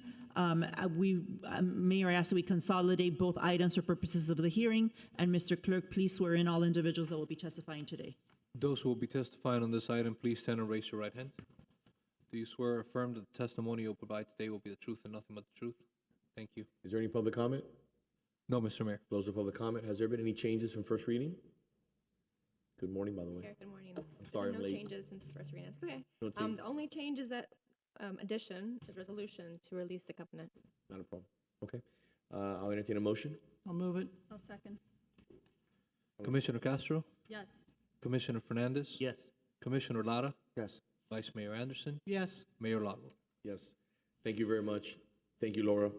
F1 is my item. I dropped the ball. I have to apologize to the chair of the Mayor's Council who was here. He's a gentleman. I have to profusely apologize to him. He had to leave. Mr. Mayor, if you don't mind, can we take a vote on E8 as well? Oh, yes. I'll move it. I'll second. Commissioner Fernandez? Yes. Commissioner Lara? Yes. Vice Mayor Anderson? Yes. Commissioner Castro? Yes. Mayor Lago? Yes. Thank you. F1, I'm going to defer. I apologize to the chair of the Mayor's Council.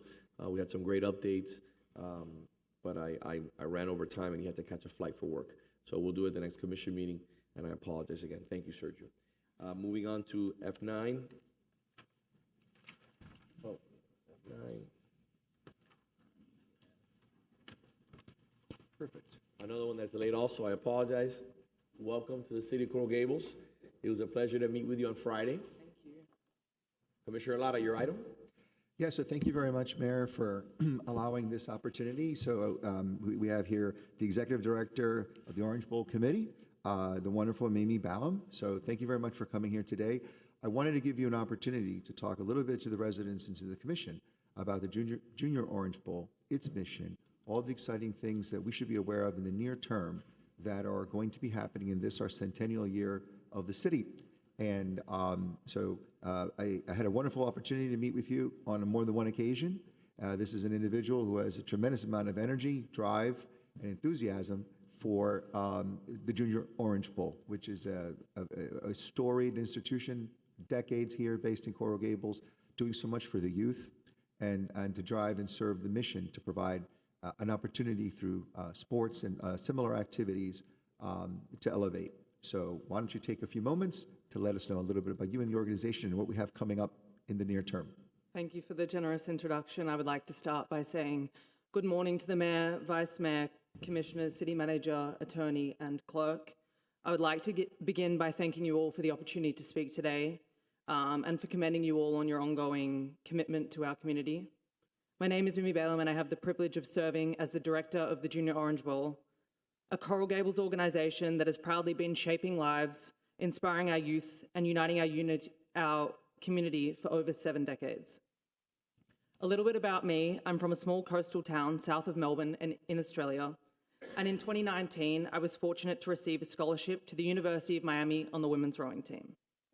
Through that experience, I came to truly understand how sport has the power to shape and change lives.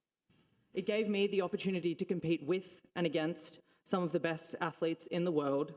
It challenged me to live 15,000 kilometres or 9,300 miles from home in Australia, and ultimately allowed me to earn 2 degrees from a distinguished university that is also celebrating its 100th year. Since our founding in 1948, the Junior Orange Bowl has been more than a series of events. It has been a launchpad for dreams, a stage for talent, and a gathering place for cultures from all over the world. We are a non-profit dedicated to empowering the youth through world-class sporting competitions, cultural events, and community celebrations. Each year, we welcome more than 7,500 participants from across South Florida and over 70 countries. Our mission is to provide young people with opportunities to grow, connect, and lead, all while showcasing the vibrant spirit and hospitality of our city. Over the years, our participants have included household names Roger Federer, Coco Gauff, Maria Sharapova, and Tiger Woods, who began their journeys on our courts and courses. But our legacy is not measured in trophies or famous alumni. It is measured in the friendships made, the lessons learnt, and the confidence built in thousands of young people who may never have turned professional, but will carry these skills and values that they learned here for life. Our impact stretches far beyond sports. Every December, we shut down the heart of Coral Gables for our holiday parade, transforming Miracle Mile into a stage for celebration. On December 14th this year, thousands will once again line the streets. Neighbours, families, and visitors from across the country to share in the joy of community and honour our local talents with participants representing the demographic diversity of South Florida. Like sports itself, the Junior Orange Bowl is a powerful tool for building character, fostering inclusion, and connecting people from every background. Our events are where young athletes, artists, and leaders not only compete, but learn discipline, independence, and resilience, life skills that echo far beyond the playing field. We are educating young writers through our creative writing program, shaping future leaders through our Youth Ambassadors program, and drawing inspiration from every participant in our Sports Abilities Games, which celebrates the talents and determination of children with cognitive disabilities through the spirit of sport. With recent changes to our arts and events funding, your continued support is more important than ever in ensuring that our young people have places to learn, to grow, and to lead outside of their normal school environment and on a global stage. The Junior Orange Bowl is more than a tradition. It is an arena for young people to showcase their talents, build confidence, and compete with the best in the world right in our backyard. This year, our holiday parade carries even greater significance as it marks the culmination of our city's centennial celebrations. It is a moment of reflection and a promise of what is to come. Your support as a commission and as a community keeps that mission alive. Every act of partnership, every moment of civic pride opens doors for our participants. It ensures that we remain not just a historic event, but a living legacy that continues to inspire the next generation, while also giving our global participants memories that will allow them to reflect fondly on their time here. So on behalf of thousands of people who have found their voice, their passion, and their confidence through the Junior Orange Bowl, thank you for being a part of our team, for believing in what we stand for, and for helping us keep this Coral Gables tradition thriving for decades to come. We are not just preserving history, we are shaping the future and empowering our youth right here in Coral Gables. Thank you for your time. Thank you. Commissioner. Well, I wanted to say thank you to Mimi for such a wonderful recounting of all the amazing things that the Junior Orange Bowl does, and for bringing it home, understanding that it's not just a reference to the past, but more a forging of what the future can be and should be for kids all around the state, and very proud to say that it's Coral Gables based. And so we're all very much looking forward to, in the months to come, the various events. Mimi, it would be helpful if you would let us know how we can find out more information, where we could refer to the upcoming events. Perhaps there's a website that we could be referred to. And if people want to get involved, and I encourage all of my colleagues on the dais, it's somewhat of a rhetorical question, because I know we have unanimous support for the Junior Orange Bowl. Please do let us know what we can do to support. Through the mayor? Yes. Yes. We had a very long and productive meeting with your team, and my offer is still there. Anything and all the ideas that my liaisons brought during our meeting, I am 100% up for it. In back of you, you have Michelle Marchante. She's part of the Miami Herald. Maybe you want to talk to her a little bit about what is happening with the Orange Bowl, especially since it's so important and special, since it is part of our centennial. It's the parade of our centennial, and I think that will portray a beautiful light in our city. Thank you. Anyone else? Okay. Just a closing comment. My kids grew up walking 3 blocks down to watch the Orange Bowl parade. I think every child enjoys coming down and watching everything that you all do. So thank you for continuing that effort. I mean, we lost the one parade, the major Orange Bowl parade, but you've carried on and not let the baton drop. So thank you. Thank you very much. Again, I appreciate all the hard work that you're doing. Incredible work. It's a beautiful cause. We're here to help in any way that we can. I look forward to this year's event. I know the community does also. Thank you for being here with us. Moving to the final item, that's time certain. E9. This one I only missed by 20 minutes. Mayor, we did have an 11:30 time certain, which is 2-2. Oh, I guess I don't have any. All right, 2-2. 11:30 time certain. So 2-2 is a resolution of the Historic Preservation Board requesting that the City Commission adopt a resolution authorizing ad valorem tax relief for the property located at 4125 Santa Maria Street, a contributing resource within the Santa Maria Street Historic District, legally described as lots 9 and 10, Block 96, Coral Gables Country Club, Section Part 5, according to the plat thereof, as recorded in Plat Book 23 at page 55 of the Public Records of Miami-Dade County, Florida. Okay.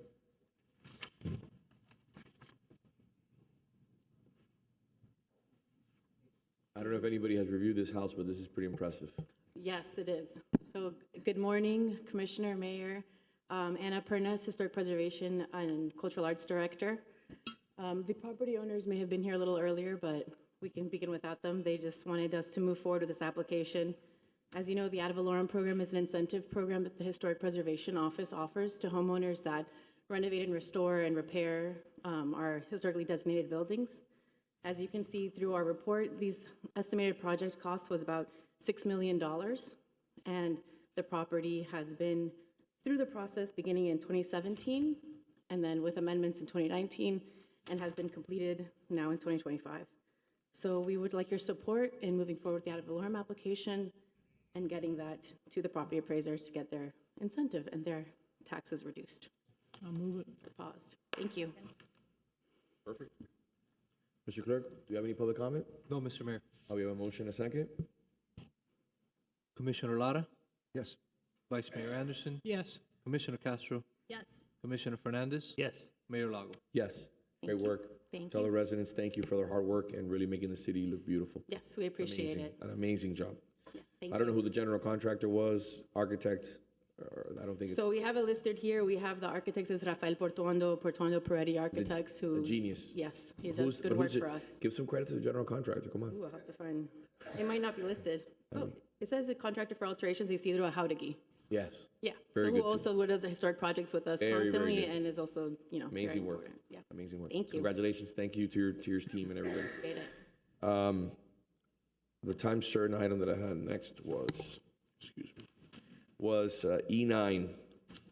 E9 is a resolution of the City Commission approving the final plat entitled Ponds Park Residence pursuant to Zoning Code Article 14, Process Section 14-210, platting subdivision, being a replat of 42,543 square feet into a single tract of land on the property legally described as lots 8 through 21, less the west half of Lot 8, Block 29, Craft Section, together with that portion of the 20-foot platted alley lying east of lots 11 and 19 of said Block 29, together with a 1,318 square foot portion of University Drive that runs north of the Malaga Avenue right-of-way and west of the Ponce de Leon Boulevard right-of-way, and dedication of 1,725 square feet.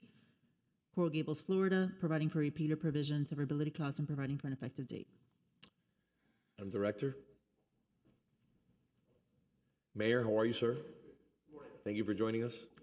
Good morning, or afternoon, I guess, almost, right? So as you know, project was approved last year, in May of last year. This is the last of that approval process. So they took your tenant plat that you approved as a commission, they went to the county, got their approval. Now they're back requesting for the final plat. This is just one of the Definitely many with standard approval? steps in the process. Exactly. Mayor, would you like to say anything? First and foremost, thank you for being here with us yesterday. I really enjoyed the meeting. Thank you for giving us 2 hours of your time. Thank you for the opportunity. It was a Talking garbage. very productive meeting on garbage. So looking forward to working with all of you on fashioning hopefully a win-win for our mutual cities. And on this item, for the record, Javier Fernandez, counsel to the owner. Let me start by saying thank you to you and your staff for getting us this far in the process. On behalf of the ownership, I'd like to say if you've not had a chance to come out to the sales center and see it firsthand, I want to invite you back. First class. We are very excited about the response in the market to the project. This is an important step to pulling permits and beginning construction, which we hope to begin in Q4 of this year. So again, thank you. And with your support this afternoon, we'll begin to make this vision a reality. Thank you. Thank you, sir. Mr. Clerk, do you have any public comment? Yes, Mr. Mayor. Okay. Mr. Matt Brody. Okay. Guess he left. Okay. Anybody else? That's it. All right, we'll close the public comment. Can I have a motion? Move it. Second. Vice Mayor Anderson, Yes. Commissioner Castro, Yes. Commissioner Fernandez, Yes. Commissioner Lara, Yes. Mayor Lago. Yes. Thank you very much. Thank you, sir. Good luck. Everything looks great, by the way. Item F17. F17 is a resolution of the City Commission directing the raising of the flag of the State of Israel at City Hall on October 7, 2025, in mourning in honor of the victims of the October 7, 2023 terrorist attack on Israel. So first and foremost, I want to thank everyone for being here, and I want to thank all the individuals in our community that sent us emails and contacted us. Probably was about 24 or a little over a dozen emails that we received as a commission. Thank you, both in support and in opposition. That's the beauty of our democracy. I think what we have here is a little bit of confusion, and I want to kind of bring emotions down a little bit. This is not about politics. I know we always want to inject politics into everything, whether you're a liberal, or you're a conservative, Republican, Democrat. Let's step away from that. Israel is the United States' #1 ally. It is the only country in the Middle East that is a Democrat state that has freedoms for women and for LGBTQ members. I want to put that on the record. It's clearly something that we forget to mention. Okay? They have their flaws, just like the United States has their flaws. I always go to my counsel as a Catholic. I speak to the rabbis because they won't judge me as much. And they always say one thing: we're far from perfect. We have our flaws. But one of the things that the reason, and I want to mention why I put this up, because I know this commission cares about the over 1,200 people that were heinously murdered on that day. Women, children, men slaughtered while they were enjoying themselves. Many of them supporters, as I've read and I've seen online, supporters of a Palestinian state. Many of them that were just having a good time, not expecting the outcome of the day. Over 250 individuals that day were also taken hostage. Women that were raped for years until they were killed or released. I've seen the photos, I've seen the videos. I hope you never have to see those videos. This is not about a statement against Hamas, which I unequivocally condemn. This is a statement in support. This is a statement of bringing people together. When people talk about flags, I wrote a piece of legislation a few years ago that I know that the manager has it on the budget this year, which is putting a 4th flagpole here in the city. That will serve the purpose, obviously, of being a flagpole that we can use to celebrate countries, or celebrating causes, for example. We celebrate autism. We raise the autism flag. I'm also the first mayor, as a Republican, to raise the LGBTQ flag here in the city. And we did not raise it for a day, we raised it for over a week here in the city in support of people in our community, in support of inclusion, a statement, a clear one, where everyone is welcome. So my point is, I want to come together on this issue, and I don't want to make it about politics. If my colleagues don't feel comfortable, we'll move in another direction. But I want to send a statement. This is 1,200 people. We sent a statement in regards to September 11th, where we now have a day off for all our employees here in the city of Coral Gables. Thousands of people, of Americans, were slaughtered that day by an extremist group that opposes who we are and what we stand for.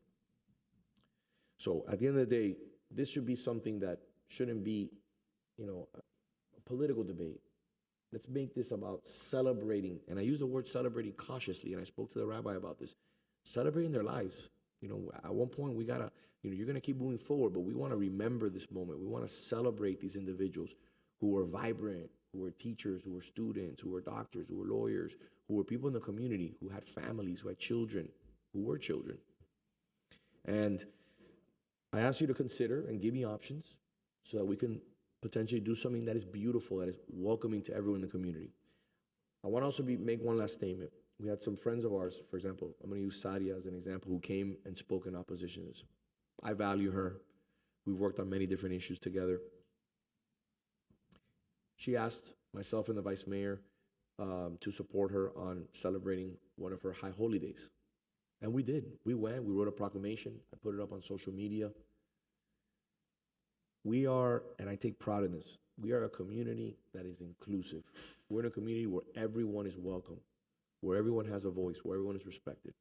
Don't make this about politics. That's all I'm saying. Mayor, you want to say something? That's a privilege. Thank you for that. Appreciate that. By the way, I'm a Catholic. I'm not even Jewish. Just so you know. And my wife, I as a father of 2 young girls, 2 years ago, I personally bought the menorah that's in front of City Hall. That was almost $5,000, and we gave it as a gift to the city to support the Jewish community here.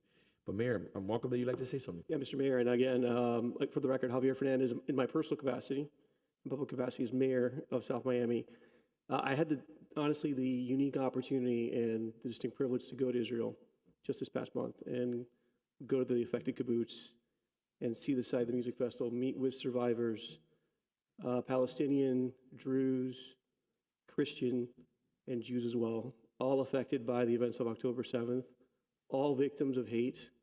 It was not just targeted at the Jewish people, it was indiscriminate violence targeted at a community.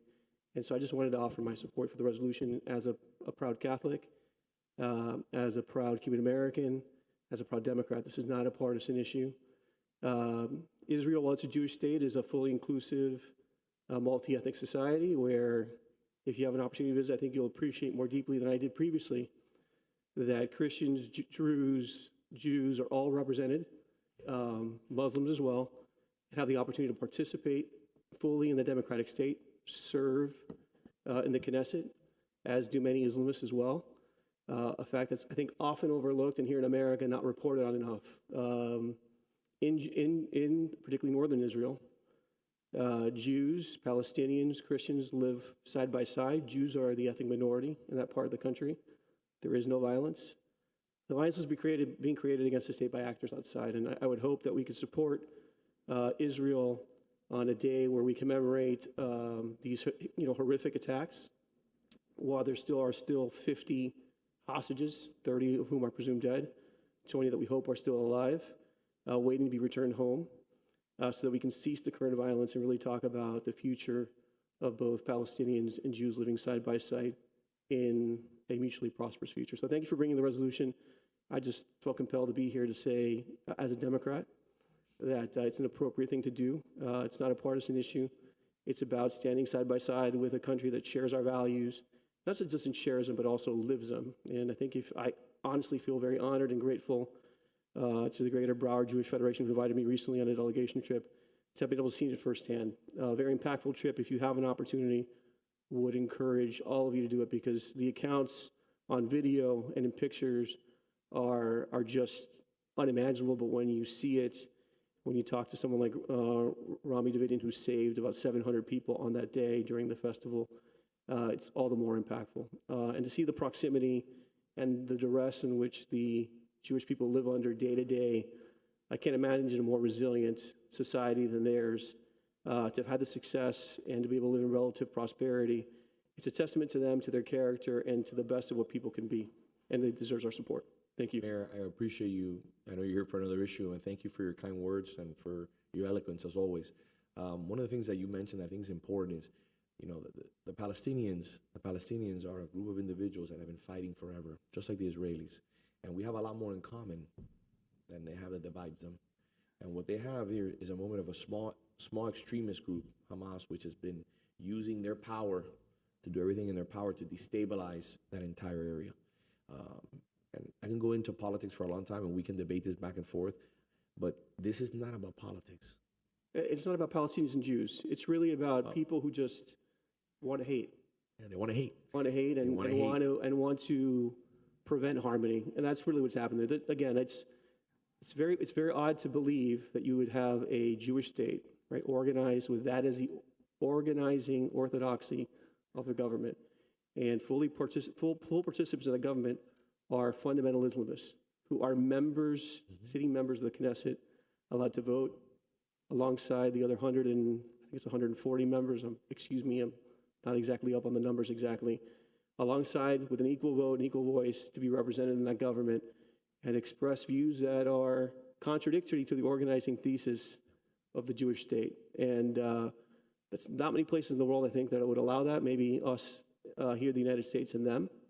But that's why it's more important than ever to support systems and countries that allow people to fully express who they are, fully participate, and where but for external violence, people live side by side of disparate beliefs, values, but with one fundamental commonality, which is that we're all human, and we all want a better future for our families and our children. And that's so why thank I you, mentioned, Mayor. when you talk about the issue of humanity, is why I mentioned the issue of Israel. Israel being the only Democrat state in the Middle East, and obviously their position on women, and their position on the LGBTQ minorities, and their involvement, how they work with Palestinians, how they work with Muslims, and they're literally working side by side, living side by side, and engaged in the same government together. That's what we need to really push forward, and that's what we really need to highlight. Not the Thank you for the division. example. I plan to follow it at my next commission meeting. Take care. Sorry for the interruption. Thank you, Mayor. Would anyone else like to say anything? I'll say a few words. We've all received the emails on both sides supporting and voicing their concerns about this going forward. We heard from the folks who were here today. But I think the events of October 7th stand alone in the grand scheme of things. I think that day, just like the mayor mentioned, September 11th, these are people who are sitting in their homes and they were attacked simply for their faith. These were martyrs. And honoring them isn't a lot to ask. Honoring their memory isn't a lot to ask. When a 2-year-old is killed just because he is Jewish, that is unacceptable. And I stand with you, Mr. Mayor, on supporting this. I don't think that there's anything political about this. This is about standing up for what is right. Everything that has come since that day links back to the incident that took place that day, to the decision that was made by these people who were trying to divide and to destroy. And we need less of that in this world. We need more of a world that's accepting, that's open to having a conversation and discussion and being fruitful. We need less of, I'm going to destroy this, I'm going to stop that, you know, I hate you because of this. We need to eliminate those words from our vocabulary. We really do. It's completely unacceptable. And the ramifications have not just been for the Jewish community or the Palestinian community. There is a large Christian community that lives in that region. Many have been forced out of their homes because of the conflict. They've had to flee to other areas. There's only about 500 and some odd Christians that remain in Gaza at this point. And it is a situation that, it's a really sad situation. And being somebody who studied Middle Eastern international relations in college, it hasn't changed, but it needs to change. And we really need leaders who will sit down and say, enough is enough. Let's find a solution and let's stop killing people, because destruction, killing people isn't going to get anywhere. Thank you. Vice Mayor?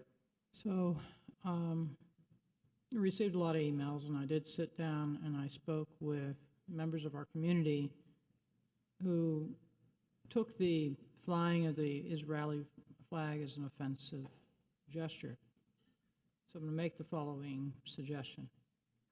Because the gesture is to recognize the pain and suffering that was started on October 7th and continues on to this day, because we still have a group of Hamas leaders perpetuating the same harms and will continue to do the same harms as they have done for over a century, that both flags, U.S. flag and Israeli flag, should be flown at half-staff. Because that sends the message that this is not about a slap in the face to a community that is concerned that they're being marginalized in our community.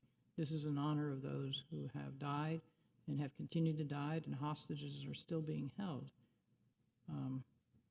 That's what this resolution is about. So. Okay. Commissioner? Yeah. So I appreciate that the mayor also spoke on his personal behalf and stated his views and all, and everybody here on the commission that's made their position clear.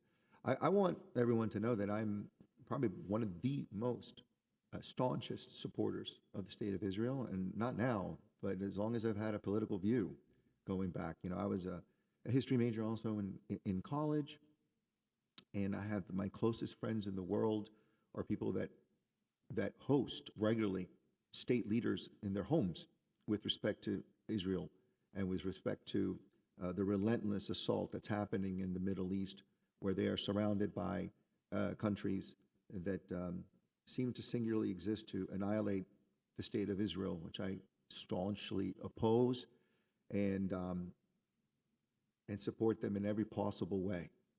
But I must say that while there are many ways, and we've already taken some to show support for the victims of what occurred on October 7, which was horrendous, heinous, unforgivable, and indefensible in every possible way, we also must remember that we sit here as the elected leaders of a community made up of all types of people with different viewpoints, different religious points, different political views, and I'm not comfortable with, and I don't want to be misunderstood. I understand, Mary, that you're resolution is directed specifically to a recognition of the tragedy of October 7.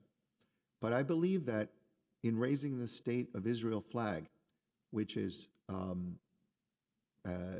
in a current conflict that's being played out really on the world stage, it would likely be viewed optically by several and vocal residents as an act of division and an act of conflict, where the municipal mission of us as the commissioners and the city of Coral Gables don't have it now. Today, we don't have this divisiveness. Today, we don't have this conflict because we're not raising a foreign state flag.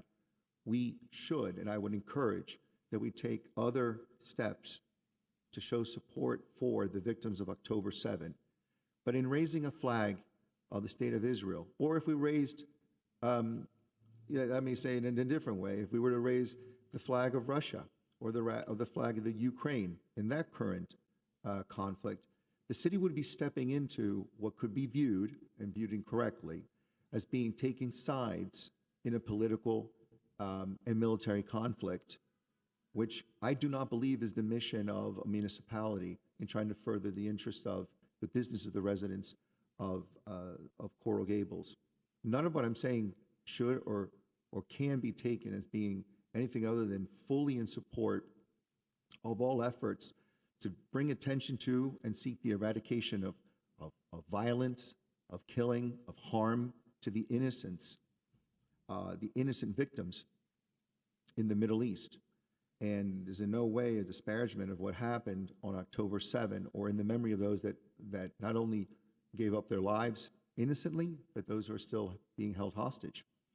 I think that I want to take the time to honor them in a way that doesn't result potentially as being divisive in our city or to create conflict. So we could take one, and I'd love to have a conversation about it. There's another way that we could show due respect and due care for what happened on October 7, short of raising a foreign state flag. I don't believe that we have precedent in the city for having done that, but we may be wading into what could be misinterpreted as a political statement, even though all of us here have said this is clearly not a political statement. But these are my concerns, and I'm open to further discussion on that, of course. Commissioner Laura, would you believe that lowering the American flag to half-staff would be inappropriate? I'm sorry? Would you believe that lowering the American flag at half-staff would be an appropriate means to honor the victims of this ongoing conflict? I think that's a wonderful suggestion, and I would be wholeheartedly in support of that, because in that way, the city is expressing with far less controversy, and I believe with no lack of clarity, that we are honoring by lowering the U.S. flag to half-staff the tragedy of October 7 without having to raise the flag of any other state embroiled in that conflict today. And with an appropriate resolution, an appropriate statement of condemnation of what occurred on October 7, because for that, there can be no opposing viewpoint from reasonable and decent people. Thinking outside the box. What if we held an ecumenical prayer service outside of City Hall on that day? Maybe the rabbi can help us in organizing that. I think that would be a fitting tribute, and it would be something that can unite the community, and people on all sides can come and pray for the souls that have perished because of this incident. So to dovetail on your point, that was something that we're working on in my office already, and I think it's a great idea. We can invite, the priest from St. Teresa. We can invite the priest from St. Augustine, Rabbi Fish, Rabbi Mendy, all the rabbis. I don't have an issue with it at all. And again, I'm more than willing to bend, but I also want to be very careful because it also sends a message that concerns me. Because Israel's our #1 ally, an ally that has always stood by America, an ally that when you look at what they stand for in the Middle East in regards to women's rights, LGBTQ rights, let us always remember 1,200 people were killed that day, and they were at a concert. They were not fighting anyone. They did not start this conflict. They were enjoying a concert. And this can go back hundreds of years, and I understand there's people on both sides of the issue. We're not going to debate that today. We could be here till the next commission meeting, and that's not the intent. The intent is to remember, pay respect, and shine a light that hate, like Commissioner Fernandez said, is something that has to come to an end. Has to come to an end. People need to come to their senses. So if my colleagues on the commission, because I don't want this to be 3-2, 4-1, to me, it's not gonna, we can be 3-2 all day. I don't have a problem with that. It's fine with me. But on issues like this is, come on, it doesn't make sense. You know, it doesn't make sense. I do have a question, though, on protocol. My understanding is we would not be able to lower the flag to half staff. That can only be ordered by the president or the governor, correct? Correct. Yeah. Yeah, I was gonna add, Yeah. I was gonna add that. correct. 'Cause, So look, let's do this. I have the ear over here. Somebody- So let's do this. I have an idea. When is our next commission meeting? September 25th? Okay, so we have time. Let's defer this for September 25th. We've already debated it. Work with the manager. I want to have a conversation with the rabbis. I want to have them all in a room. I want to have Mendy and Fish and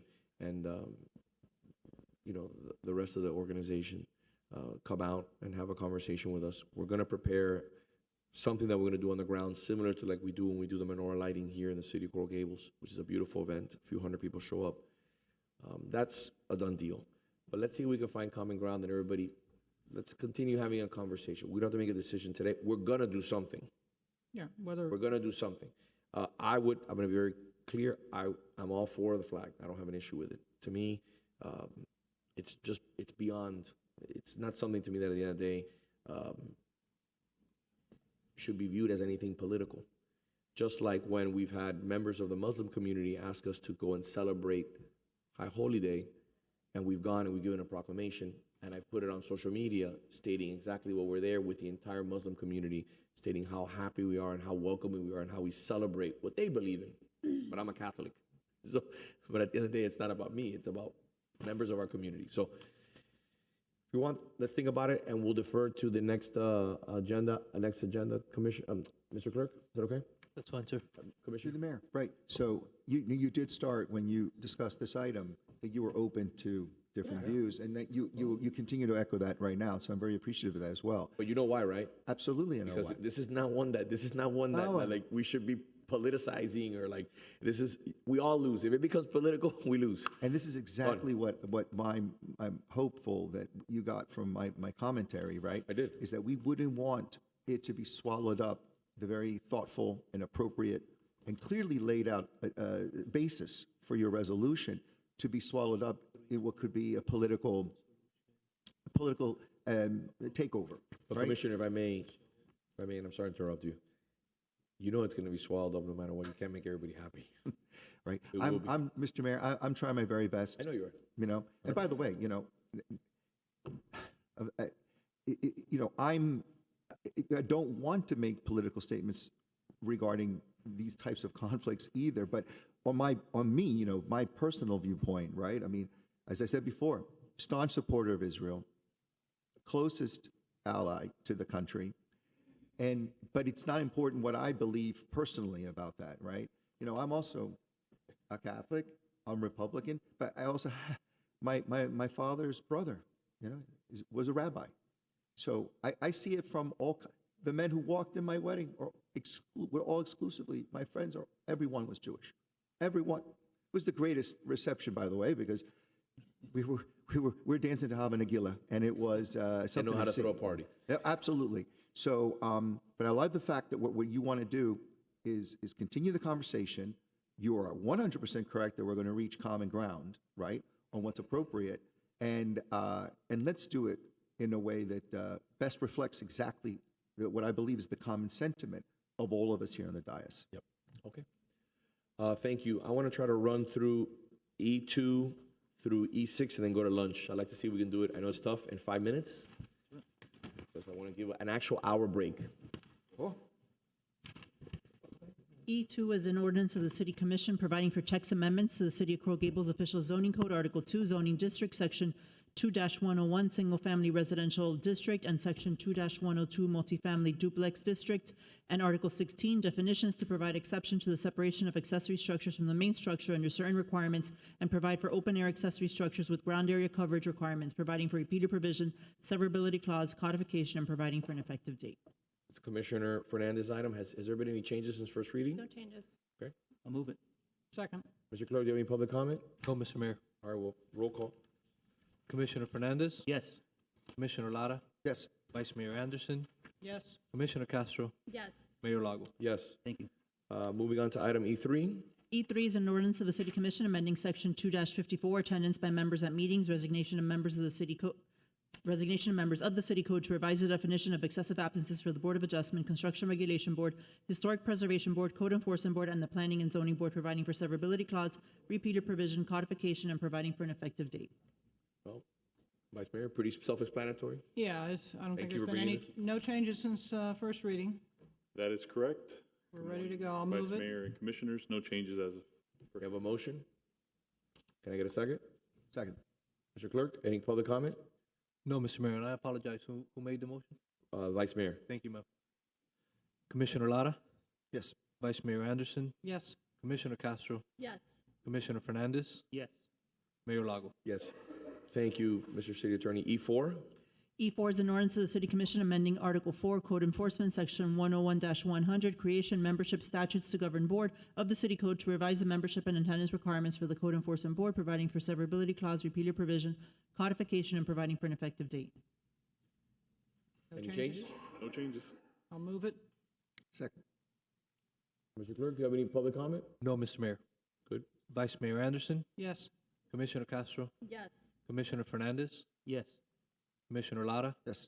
Mayor Lago? Yes. E5. E5 is an ordinance of the City Commission providing for a text amendment to the City of Coral Gables Official Zoning Code, amending Article 14 process to revise the attendance requirements for the Planning and Zoning Board, Board of Adjustment, Historic Preservation Board, and Code Enforcement Board, providing for a repeater provision, severability clause, codification, and providing for an effective date. Do we have any changes from first reading? It was my item. Yeah. Anyway, I'll move it. No, just wanted to make sure. Yeah. It just didn't print. We have any public comment? No, Mr. Mayor. We have a motion and a second. Yes, sir. Commissioner Castro? Yes. Commissioner Fernandez? Yes. Commissioner Lara? Yes. Vice Mayor Anderson? Yes. Mayor Lago? Yes. E6. E6 is an ordinance of the City Commission amending Chapter 86 of the City Code entitled Waterways, creating Section 86-62 entitled Coral Gables Overnight Anchoring Limitation Area and providing for repeater provisions, severability clause, codification, and providing for an effective date. Do we have any comments, any changes from the first reading? Just the Waterway Advisory Board, I believe, reviewed it. Vice They Mayor? reviewed it. I spoke to the chair of the Waterway Advisory Board. He understood afterwards that this is really a law enforcement item in order to prevent people from, hanging out in the back of their house. So, and it was an ordinance that was done by the city of Miami Beach to stop anchoring, limit, people from anchoring overnight for extensive periods of times and loitering. And I plagiarized it. So I'll move it. A second. Mr. Mayor, Clerk, do you have any public comment? Okay. Yes, madam. sorry, Mr. Mayor, just the Waterway Advisory Board hasn't reviewed it yet. They will, though, a presentation will be made to them by Marine Patrol, I believe, at their next meeting. Correct. Mr. Clerk, do you have any public comment? No, Mr. Mayor. All right. Commissioner Fernandez? Yes. Commissioner Lara? Yes. Vice Mayor Anderson? Yes. Commissioner Castro? Yes. Mayor Lago? Yes. Thank you. We'll see you at 1:40, back from lunch. Thank you.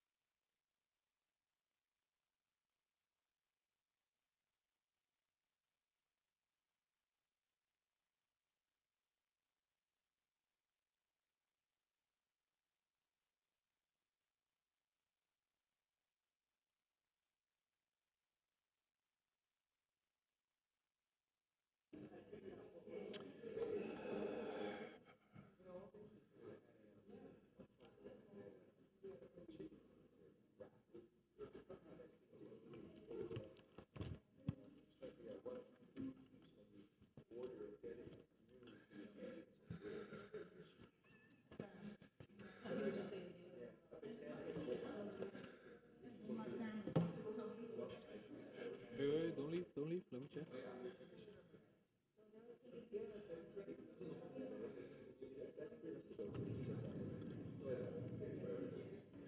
You ready?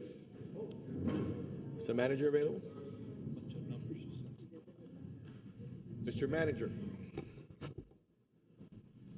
Let's go. Mr. Clerk, we back? Yes, Mr. Mayor. All right, moving on to item E7, ordinances on first reading. E7 is an ordinance of the City Commission repealing ordinance number 2025-08, which moved the date of the city's elections from April of odd-numbered years to November of even-numbered years, providing for severability clause, repealer provision, codification, and providing for an effective date. Can you give me 2 seconds?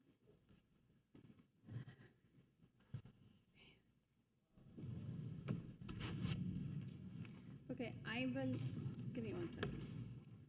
1 second.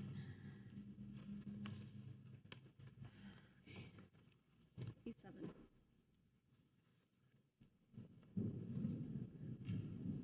Yeah, so my question, okay, so this is, I think this is very, very clear. It's unenforceable. Can somebody, hold on. Late last night, I received an email from the city attorney that also went to the whole commission, and it was a legal opinion regarding the elections. And there was a background, and I think the public doesn't have any access to it now, or do they? I'm not sure if it's been on the website yet, but it is a public record. I know, as soon as we can, if we could go ahead and publicize that on the website where the legal opinions go.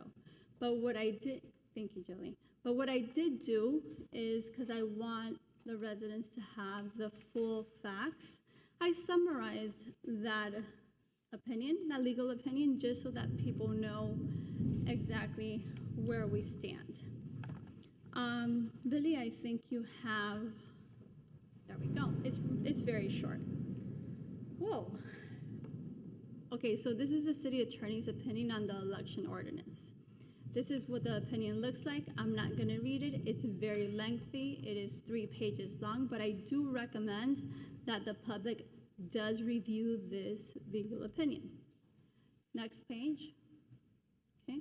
What happened? In May 2025, the Commission passed an Ordinance 2025-08 to move the city elections from April 2027 to November 2026, and to line up all future elections with state and national ones.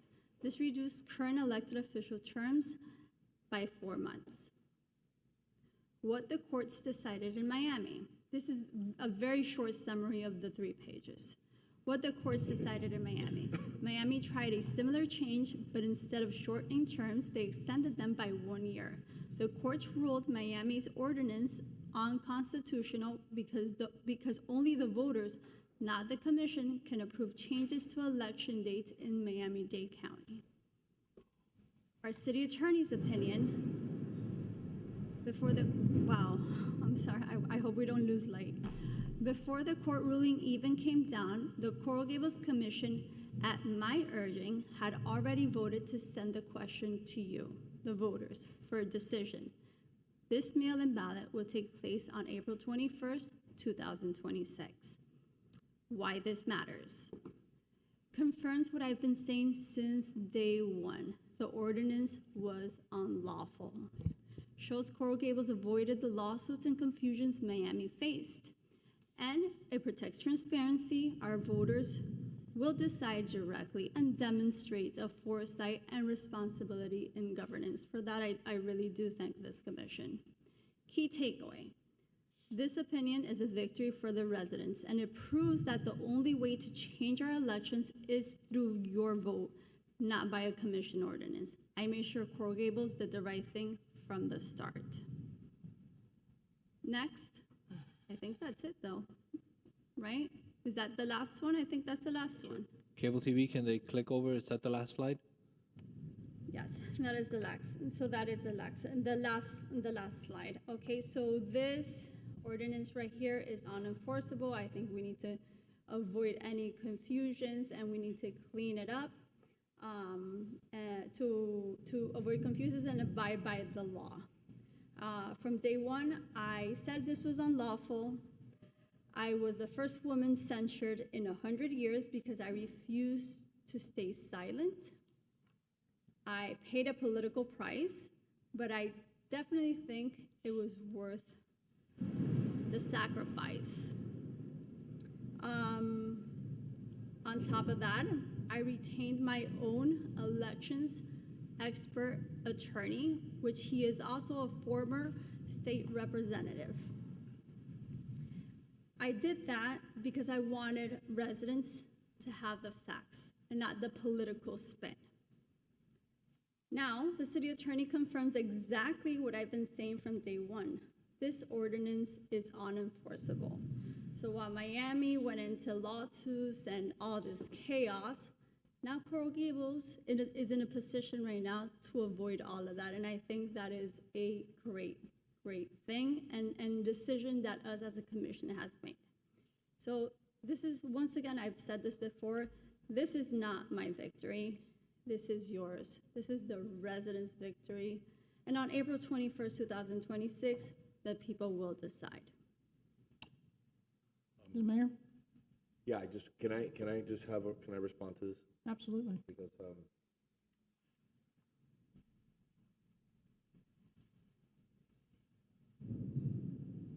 just don't even know how to respond.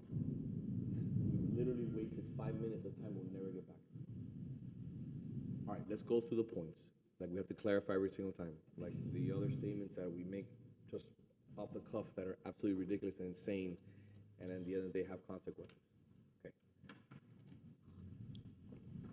Everything is a social media. Everything here is all social media blip, cut and paste, and add onto things for an agenda. It's like stroking puppies and like, ridiculous things that continuously just are used here. Madam City Attorney, please. Who recommended and stated that it was legal for the city of Coral Gables to move forward with changing the elections via the commission? Mayor, I approve the ordinance as to form and legal sufficiency. Okay. Yes. Once that was found to be not correct, as per what transpired in the courts, who was the sponsor of the legislation to have an election in April of 2026 to put forward 8 ballot initiatives, including an inspector general, which Commissioner Castro opposed, salaries, which Commissioner Castro raised, and elections, which you did not want to move to November, and now you're jumping the bandwagon, which I welcome that, and you want the people to vote. The person who brought forward the legislation to have an election in April was who? You were the sponsor of that item. We have to put these things on the record because you use all these little sound bites and clicks and the social media and the blogs to mislead people here in this community. Like what you said about it's too rich for my blood, and he voted against police and fire contracts. No, I voted against firefighter contracts. And like staff said here on the commission floor, it was too rich for our blood. So at the end of the day, you were censured because you went against the will of the commission. Very simple. Over and over. We're saying it again, it's not going to change. You can keep using the martyrdom approach, but it's not going to work. At the end of the day, the residents will have an election in April, and the residents will vote on 8 items. They're very clear. If you raise your salary like you did by 101%, the residents should decide if we get a salary raise. You said that there's corruption, but you wouldn't support an inspector general. Now they will have the right to have an inspector general. I sponsored that legislation. I sponsored the salaries. I sponsored the election in April and moving elections to November. Okay? So you're 100% correct. The courts made a decision which is contrary to what our city attorney stated was allowed. We will have now elections in April. And those decisions will deliver whether the residents want to have elections in November. It's that simple. It's not that difficult to understand, and you don't need to confuse people in an effort to try to take credit for things. Madam Vice Mayor. So I'm going to go back a couple of years, May and June of 2023, when the item was first brought to move the elections to a November ballot. And at that point, you did not raise an issue that it was illegal. None of us believed it was illegal for us to move the elections. You voted against it because you just didn't want to move the elections. So to say that you're here to save the day because you hired a lawyer when you didn't need to hire a lawyer, when you have the availability of a lawyer that you could have consulted, you have an entire team here you could have consulted with, instead of spending money to, for the obvious purpose of creating a soundbite. It was clear from this commission's actions that, one, we didn't spend a penny on litigation because we chose not to do so. We waited for the court's opinion, and we respect the court's opinion, and no one has tried to set an election, not this clerk and not this commission, at a time that was contrary to the Third District Courts of Appeals opinion. This rescission you're asking for, if you were dealing with a court of law, would be denied as moot. It's dead. It's not effectual. The city attorney's opinion here makes it clear. It's an instruction to the clerk that the other legislation that was passed is nullified. There's no need to even consider it. Denied as moot. That's typically what happens in the courtroom because there's zero need to address it. It's over with. So we have very good lawyers in our city attorney's office who you did not consult before you did on your own send a letter to the Attorney General, which quite frankly was not necessary and contained mistakes in it. There was no need to ask the Attorney General because the facts don't matter. It was a legal issue. It was a pure legal issue.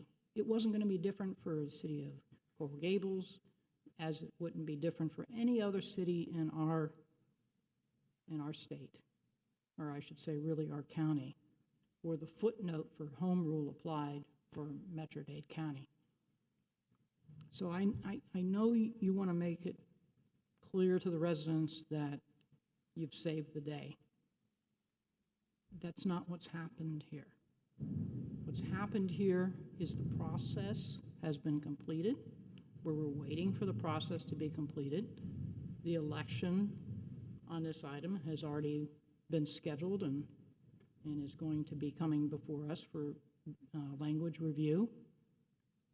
And what you're looking to rescind is not effective.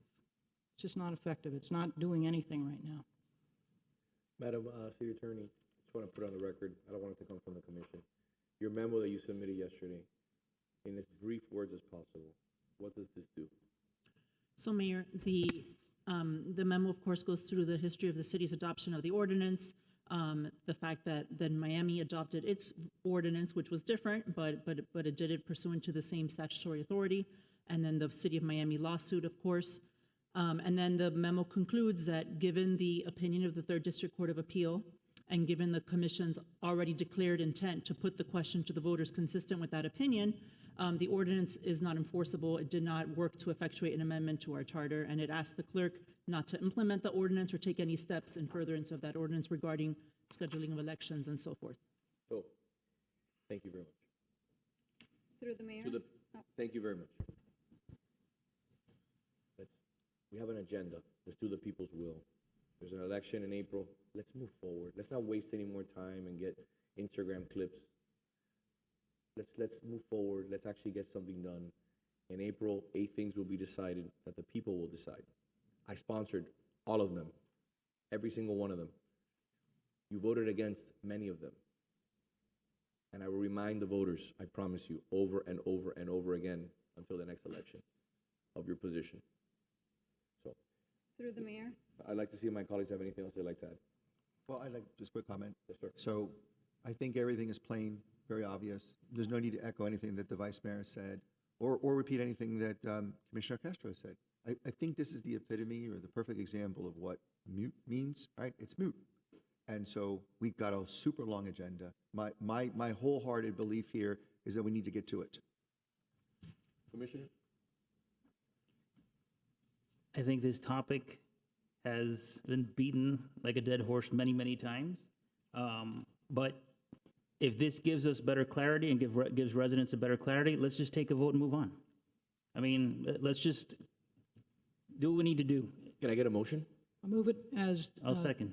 I'll move it as denied, as moot. Okay, so through the mayor, I want a point of clarification because when we went back to the charter was amended. So I don't want the charter to be saying something different that is in conflict with state law. And this is exactly why I'm asking to rescind this.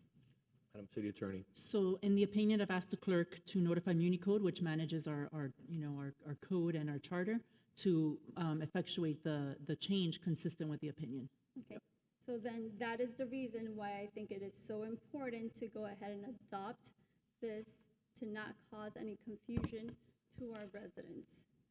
Commissioner, I think you understand what the city attorney said. I'm going to have her repeat it one more time so it doesn't come from me, and I'm not mansplaining. Madam City Attorney, will you please explain what you meant, please? So I've asked, in the opinion, I've asked the clerk to notify MuniCode. MuniCode can make the necessary changes consistent with the opinion to the charter provisions. Yes, but the ordinance still exists. The ordinance The still ordinance exists. still exists, therefore we need to rescind it. No, that's not the case. I understand. Madam City Attorney, the ordinance still exists. We have an election in April. The election in April will decide whether we have an election in November, permanent election in November. Your memo is clear. It's moot. There's no need to rescind. We've already taken steps to cure the issue, correct? That is what the opinion does, sir. It's basically states in my communication with the clerk that we're not going to enforce it, we're not going to take any steps to implement the ordinance, and asking the clerk also to append a copy of the opinion to the signed ordinance on Legistar, and again, that it's not enforceable. Right, but the ordinance is still on the record. We need to go ahead and rescind it. I understand the back work is being done, but this ordinance is still on the record and it has to be rescinded. Commissioner, would you like to make a motion? Mr. Mayor, really quick. So, Commissioner, in the 20 years from now, if somebody was to pull up this ordinance, it would be on the books. When they pull up this ordinance, at the end, we will make sure that the attorney's opinion is attached to the ordinance. So that if in the future, if anyone ever pulls this ordinance, they know that this ordinance was found not to be valid in some way. So there is a pending motion to deny it as moot. Do I have a second? Second. Mr. Clerk? We had a motion. She had a motion, I seconded. Exactly.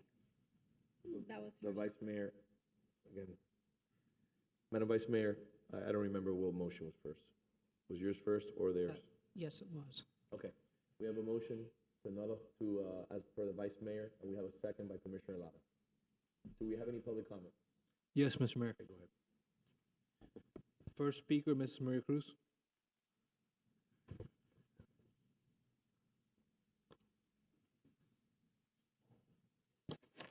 Mrs. Maria Cruz, 1447 Miller Road. I am not an attorney, but I know that the change to the ordinance to have the referendum in April was, there was a discussion, then there were items added, and when I questioned that, I was told that that will be brought again. You only have had one reading of it, so this is not finalized, it's not written in stone. Who knows what could happen between now and then? You've only had one reading, one hearing. Why are we talking about the elections will be in April? The elections will be in April. If you pass it the second time, yes, and you get it approved, yes, they'll be in April, but it hasn't been finalized. I'm not an attorney. Mr. Clerk? Do you have one more public comment? Yes, sir. Okay, Jackson. Before we do that, Madam City Attorney, our in-house heckler/attorney says that she's not an attorney, but she says that the law that was passed to have an April election along with the other 8 pieces of legislation are not in the books yet. Can you clarify that, please? It's might ask the Deputy City It's the Attorney to continued clarify. misinformation, misinformation. Thank you, Mayor. Deputy City Attorney Stephanie Throckmorton. As we mentioned at the last meeting, we call for special elections via resolution. So those only require one reading, not two. Okay, so We I want called- to stop. I want to stop that right there. Okay, stop right there. What you heard the individual say, is that factually correct? Yes or no? No, we adopt a special election via resolution, which requires one vote, not two. But we will be returning, as we mentioned, to, there was discussion about bringing those other 7 questions to that April 21st mail ballot. And in accordance with some county timelines, we will be bringing back those questions and setting those questions for mail ballot at a later date, probably in early 2026, consistent with those county requirements. So the election for April 21st has been set by resolution. I would like for you to repeat that again. That we set special elections via resolution, which require one vote, not two. Okay, thank you very much for that. I appreciate that. Thank you. So now moving on. Mr. Mayor, less, more truth, less misleading information. I know that we got to do gotcha moments for our friends over there at the Gazette, but we need to do better. We need to do better. You can't say those things on the record. I sponsor that legislation. I work with our attorneys. We're going to do better. We're going to continue. Just because it didn't go your way, you cannot continue to conduct yourself like that. Mr. Clerk. Mr. Mayor, I have one more speaker. I don't see him in the room, but Mr. Jackson Holmes also had requested to speak on the item. All right, well, he's not here, and we'll get back to him. All right, so we have a motion and a second to deny. Commissioner Lara? Yes. Vice Mayor Anderson? Yes. Commissioner Castro? No. Commissioner Fernandez? No. Mayor Lago? Yes. The charade is over. The sound bites are ready to go for Instagram for tomorrow and for the Gazette and for Political Cortadito. So at the end of the day, please don't bring this up again. We got a long agenda. Let's move on. So I'm just going to, The election is in April. We hope our residents vote and vote often, please. and Mayor, just, if I may just Yes. clarify. Of course. The item that renders the prior resolution moot is this memo. Okay? This memo from the city attorney. Thank you. Moving on. Item F2, Live Local. Madam Vice Mayor. It's a presentation by staff. Is staff available? Yes. Superwoman comes through the door. Madam Director, good to see you. Afternoon. Have the PowerPoint, please. It's very brief, just a few slides. Yeah, no, we appreciate you doing it because there's much confusion out there. Yes. This won't really dive into it. It's more of a summary of the Live Local Act. So as you know, Live Local Act was originally enacted in July 1st, so 2023, so 2 years ago, give or take some months. There's a glitch bill that was approved last year, and that was in effect May of 2024. And then they amended it again this year, which is in effect of July 1st of this year, 2025. So as you know, it is a preemptive bill. It's restricting and controlling local laws for not just any city within the state of Florida, but also any county in the state of Florida. So throughout the whole bill, you can see that municipality must do this, must authorize this, must consider this. And there's 3 aspects that this preemptive bill overrides. The first and probably the most important one is height, building height. So the project qualifies to be a Live Local application, as in it requires 40% of the 40% of the total residential units are considered affordable, as in 120% AMI or below. They qualify to be Live Local application. So they could have the highest height within 1 mile of that property. It also preempts density to allow for the highest density on any land in the city, as well as it allows for additional floor area ratio, or FAR, to be 150% of the highest allowed. It also preempts the use. So these would be mixed-use projects that are in our mixed-use zoning, industrial land uses as well as commercial land uses. And then it restricts that we cannot require more than 10%, 10% maximum of non-residential uses, that ground floor commercial space. And then it allows for parking reductions of 15%, if it's within a quarter mile of a transit stop or within a half a mile of a transportation hub, i.e. the Metro Rail station, as well as available parking on street or off street within 600 feet of that property. So City of Coral Gables has a website that we have all its information on. We have links to each of those three Senate bills, as well as the city manager's implementation order that kind of explains how it's going to be applied and what the process will be for City of Coral Gables, as well as the resolution from the commission as well. So as of today, we have one application that has come forward or to be reviewed by staff on each street, but none of them have been fully reviewed. We don't have any approved local buildings. We don't have any approved or built applications as well. There is one that's nearby in the city of Miami. There's a Sears property that's on Douglas Road and Coral Way. We think it's kind of stalled for right now. We haven't got a response from City of Miami as far as the current status of that project. That's it. Thank you. Thank you very much. All right, thank Madam you. Vice Mayor? I thought this would be helpful, not only to the commission, but for residents to understand the fact that preemption does exist and what it means, and the fact that these projects can come forward. Okay. Commissioner? Thank you for putting this on here. I think it might be a good idea for our communications team to prepare a short little video explaining it with some visuals. I think that'll give residents a better understanding of it. I think you were very concise. Maybe try to shorten it to about a minute and a half and put it out there. I think that would be very helpful for residents to understand it. And I think on the RTZ as well. I think both of them have come to the table now. I think it would be good to give residents that information so they understand this commission has its hands tied by the county and by the state on projects that come before us. So I think it's important for folks to know. I think that's a great idea. And I'll tell you why, because it saves staff a lot of time. Not that we don't want to spend time, not that staff doesn't want to spend time with residents. They do for as long as it takes. But imagine if you can give them something and say, look, just so you know, this is RTZ in 30 seconds, but watch this video. It'll give you a 10-minute presentation. You can hand that over and over and over besides sending it to everybody. Listen, this is where we stand on RTZ. Now, I don't want to cast blame on anybody, on the county. I don't want to cast blame. I just want to say, look, this is where it came from. Our hands are tied on this issue. This came from the state, and I think that's a great idea by the commission.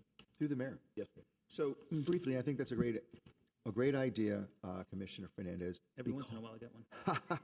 And in particular, right now, it's timely because the last several meetings and going back over at least a couple of years, one of the most contentious points that have been raised over and over and over by the residents is the term overdevelopment.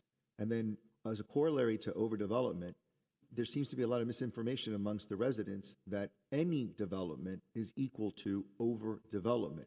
And then that has a slippery slope effect that we on the commission have to combat. The optics when you have not only our own zoning and our own legislation that affects Coral Gables, but when you have to see it against the overlay of a statewide piece of legislation, like the RTZ or like Live Local.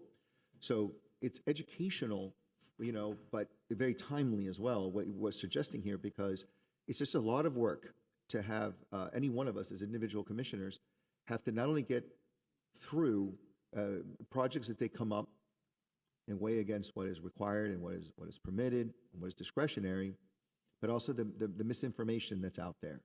And when residents understand a little bit better what you sponsored, Vice Mayor, this presentation, then they can see it more accurately, clearer, and understand that there's a real nuanced and measured approach that we have to take to development in general to ensure smart and responsible development.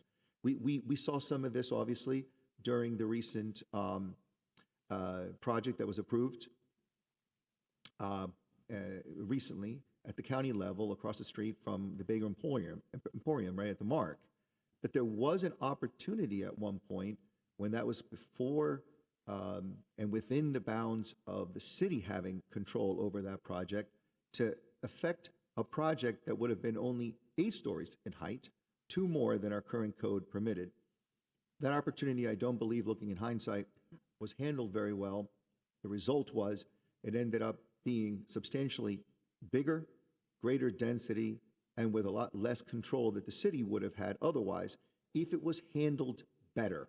I don't believe that those who stand for the restraint or the halt of true overdevelopment can look back on the way that that was handled and said it was done in a prudent and smart way, because we ended up with something that's decidedly different and far more impactful to the residents in and around that location on US 1. So I think it's important to have this conversation because knowing more means that we're all as a community better informed to making the right decision concerning development. So Mayor, I'm going to follow up there. One of the reasons I felt it was necessary to bring this is week after week after week, I talk to residents, just like the rest of you, and they don't believe. They do not believe a Live Local project is going to impact their area. They do not believe an RTZ project is going to impact their area. But the more there is a pushback for no development, and that's essentially what a lot of this is, no development, whether for this reason or that reason or another reason, the more we're going to be preempted, the more things are going to expand, the more types of properties, including multifamily, is going to get open to Live Local because there's an unreasonable block to development. And it's happening time and time again. I just had a conversation with another resident last night, does not believe that on a large parcel of property that it can be developed, it should be developed, it should be a park, etc. But we can't make people sell property to the city, nor do we have $20, $30 million to be shelling out, adding more parcels for green space. We need to do thoughtful development where we can incorporate it as part of the development, such as we did on some others, such as the public site where we got a 20,000 square foot park as part of that. It's just one of the many examples. Codina's project added 10,000 square feet, well over and above what the code required. But this is what happens when this commission can do its work and work within our code as opposed to having some other body, whether it be the state or the county, override us. And then there's the financial impact to our city. Live Local, we lose tax base. On RTZ, we lose impact fees, we lose permitting fees. We're talking impacts of millions, with a big S, of dollars. Less for our parks, less for our projects that we need to do for our residents, from sidewalks on so forth. And I think we can have a better control over development. That's what happened with the first MARC project, because there was a push for no development. You had an 8-story building on a major highway, and we lost the opportunity to have that provide the benefits to the neighborhood that we could have had it provide the benefits to the neighborhood. It's gone. There's no bringing that one back. So I appreciate, your willingness. Let's work on this together and help educate the residents. And I don't know if a minute and a half is going to do it, but maybe one on Live Local and one RTZ, just to explain really what preemption means. Preemption does mean we lose control, and there's too many residents that do not think that that's a reality. And I think that we saw that with the Almeria project. I think once residents understood what the Almeria project could be if they went Live Local, which they were considering, oh yeah, it was a major mind changer, and we really didn't have anybody oppose it. We were still able to scale them back on the project. We got a park out of it. Yep. It was a huge win for the city, is what we were able to get. But until residents understood what Live Local was and that it could rear its ugly head all of a sudden, and we had no control over it, that's when we started finding common ground to be able to move forward. So I think getting the information out there to residents, RTZ and Live Local, will be a huge benefit to our residents to understand what we're facing. Perfect. Thank you. Thank you. Moving on to item F3, discussions regarding permitting fees. Vice Mayor? Hey, this is something I asked the city manager to put together because we have been reached out to by individuals, asking questions about our permitting fees and comparing them to other municipalities. And thank you very much, Mr. Ramirez, for coming forward and doing this presentation and explanation, because it's always educational every time we get into another department to learn something new. My pleasure, Vice Mayor. Doug Ramirez, Acting Development Service Director. Thank you for bringing this item. I think it's very timely, and we did take the time to do some research on neighboring jurisdictions and similar-sized jurisdictions so that we could see just exactly where Coral Gables is with relation to other cities nearby. So I'll leave the numbers up there for a moment so you can digest them. We tried to think of types of permits where this is the most relevant to have the conversation about. We decided that new construction, interior remodels, and roofing in particular were probably something that most people would be interested in knowing. So as you can see from the numbers, the Coral Gables, we rank pretty well as far as the scoring and giving the lower price for permit fees. In new construction, we were second place, only after South Miami. For interior remodel, we actually did really well in residential. We did first place there, and for roofing, we came in second place. For the purpose of this exercise, because different cities create their fees differently, some people base it on construction costs and a percentage of that. Some people base certain permits on square footage. We wanted to be able to compare apples to apples, so we had to do some conversions there so that you could see apples to apples. Here we converted to square footage. Okay. As you can see, we didn't do too badly in residential. It's a short presentation here. In commercial, the commercial rates tend to be a little bit higher, so we came in third place for new construction, but we still came in first place for interior remodels, and we were tied with everybody else for second place on that one. South Miami being an outlier, it looks like they haven't updated their roofing permit fees in quite some time. It's a short presentation, but if you have any questions, or if you would like to further discuss, I'm here. No, I appreciate you doing that. And, is this attached to the agenda now? So that if we do get questions from residents or contractors that think that we charge too much, I think this was very helpful. Thank you. You're very welcome. Thank you very much. Thank you for putting this on, Vice Mayor. You're welcome. F5, very brief. We, just so you're aware and people are aware at home, originally there was 500 Whiteway lights under George Merrick's vision. We're down to a lot less, but we've been restoring them, and we've also been finding them all over the state of Florida. And right now there's two opportunities that I sent over to the DCM. Thank you to Carela Carbonell. We found another one in a little town. She found another one in a little town. And we're gonna be contacting the individual so that we can rescue it and bring it home.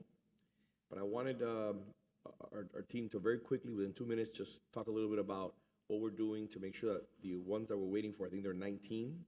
There's 19 upstate Florida. Approximately. Approximately 19, that we make sure that we don't lose out on those, that we have them under contract. So I think our historical department has been in constant contact with the property owner. They're not ready to let them go. They still need to use the lights. They have some sort of projects on the way. That whole project, that whole area is going to be redeveloped. At some point, yes. Right? That has been the conversation for the last few years. But they don't want to be, I mean, those lights are actually functioning. They're out there right now. So they don't want to get them away until they're ready to go forward with the job. So, but those conversations are continuing. I think Anna has been in regular conversations with them. So I just want to make sure that we have them on their contract, Madam City Attorney. I don't know that we have a contract. I don't believe we do, no. Okay, can we work on that?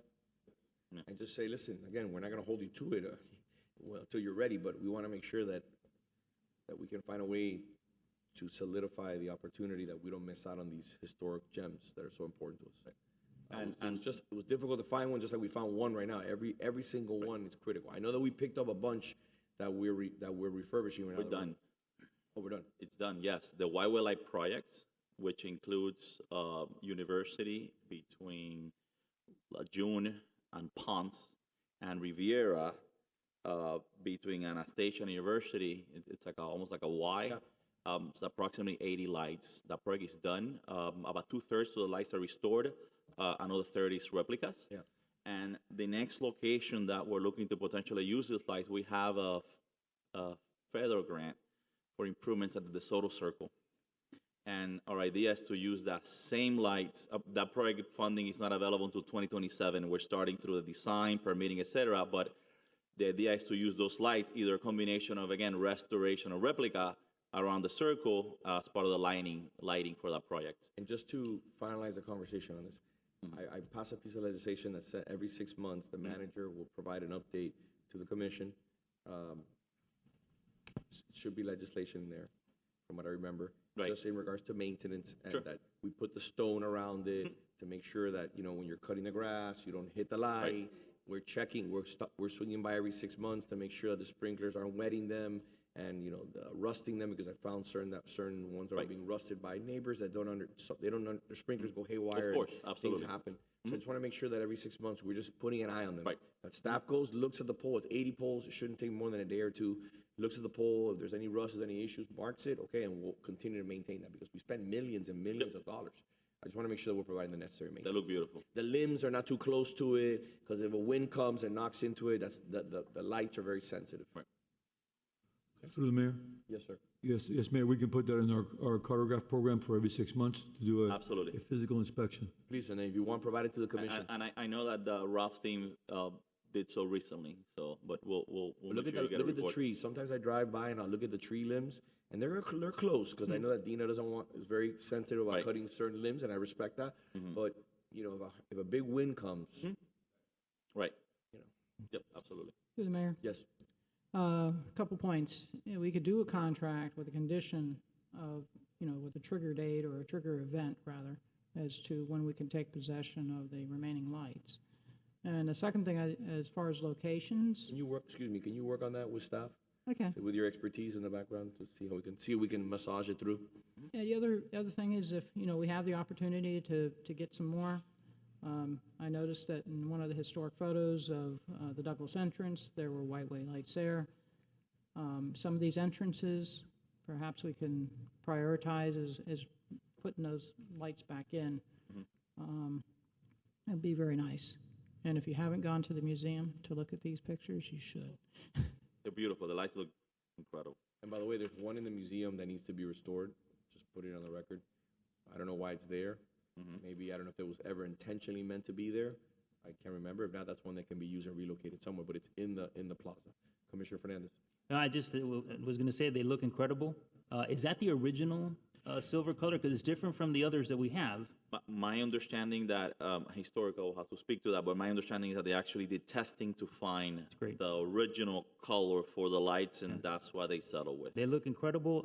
It's definitely livened up the neighborhood. Some of them were in really bad shape. Right. And it's definitely changed the look. When you drive towards the youth center, it's a really nice look to have those They're those like lights silvery back. green. They're Yeah. stunning. Very, They're stunning. But I'm a little colorblind, but they're 100%. stunning. No, but it kind of looks translucent at times. Beautiful. especially when they're lit up. I mean, Yeah, exactly. But I agree with the mayor and the vice mayor on the tree limbs as well, because just with these storms, you see the tree limbs are shaking just on a regular weekday storm here in the summer. I think we definitely need to make sure we protect them, even if it requires maybe moving them a bit to protect the tree but we've invested, like the mayor said, a lot of money on these. We need to make sure that we have them for an extended period of time. absolutely. Through the mayor? Yes, sir. Real quick question, Ernie. So the OCDME is coming out, and as I'm driving down Granada between Coralway and, let's say, all the way to 8th Street, going south. So between Coralway and heading towards like Bird, right, past the Soto Fountain and heading that way, there's a difference in the what do you call it? The the color of the Luminaire. light, right? Right. Some of them are like white, and some of them are sort of like a golden, warm color, and it drives me kind of crazy. It's not consistent. But maybe there's some kind of technical engineering reason why it's different, or maybe we can get them the same color. It's the Kelvin rating. That's it. That's the word that I had on the tip of my tongue. So I will have to double check. I believe, and I could be wrong, so I want to make sure, but I believe those are FPL lights, and I think as they break, the old lights are high pressure sodium. The newer lights are LEDs, so you're never gonna get them exactly that same yellow. But we'll double check and we'll check on that. Okay. We've been going through replacing LED lights throughout the city, so that is ongoing. But we'll double check to make sure. And also, do we have Whiteway lights also by the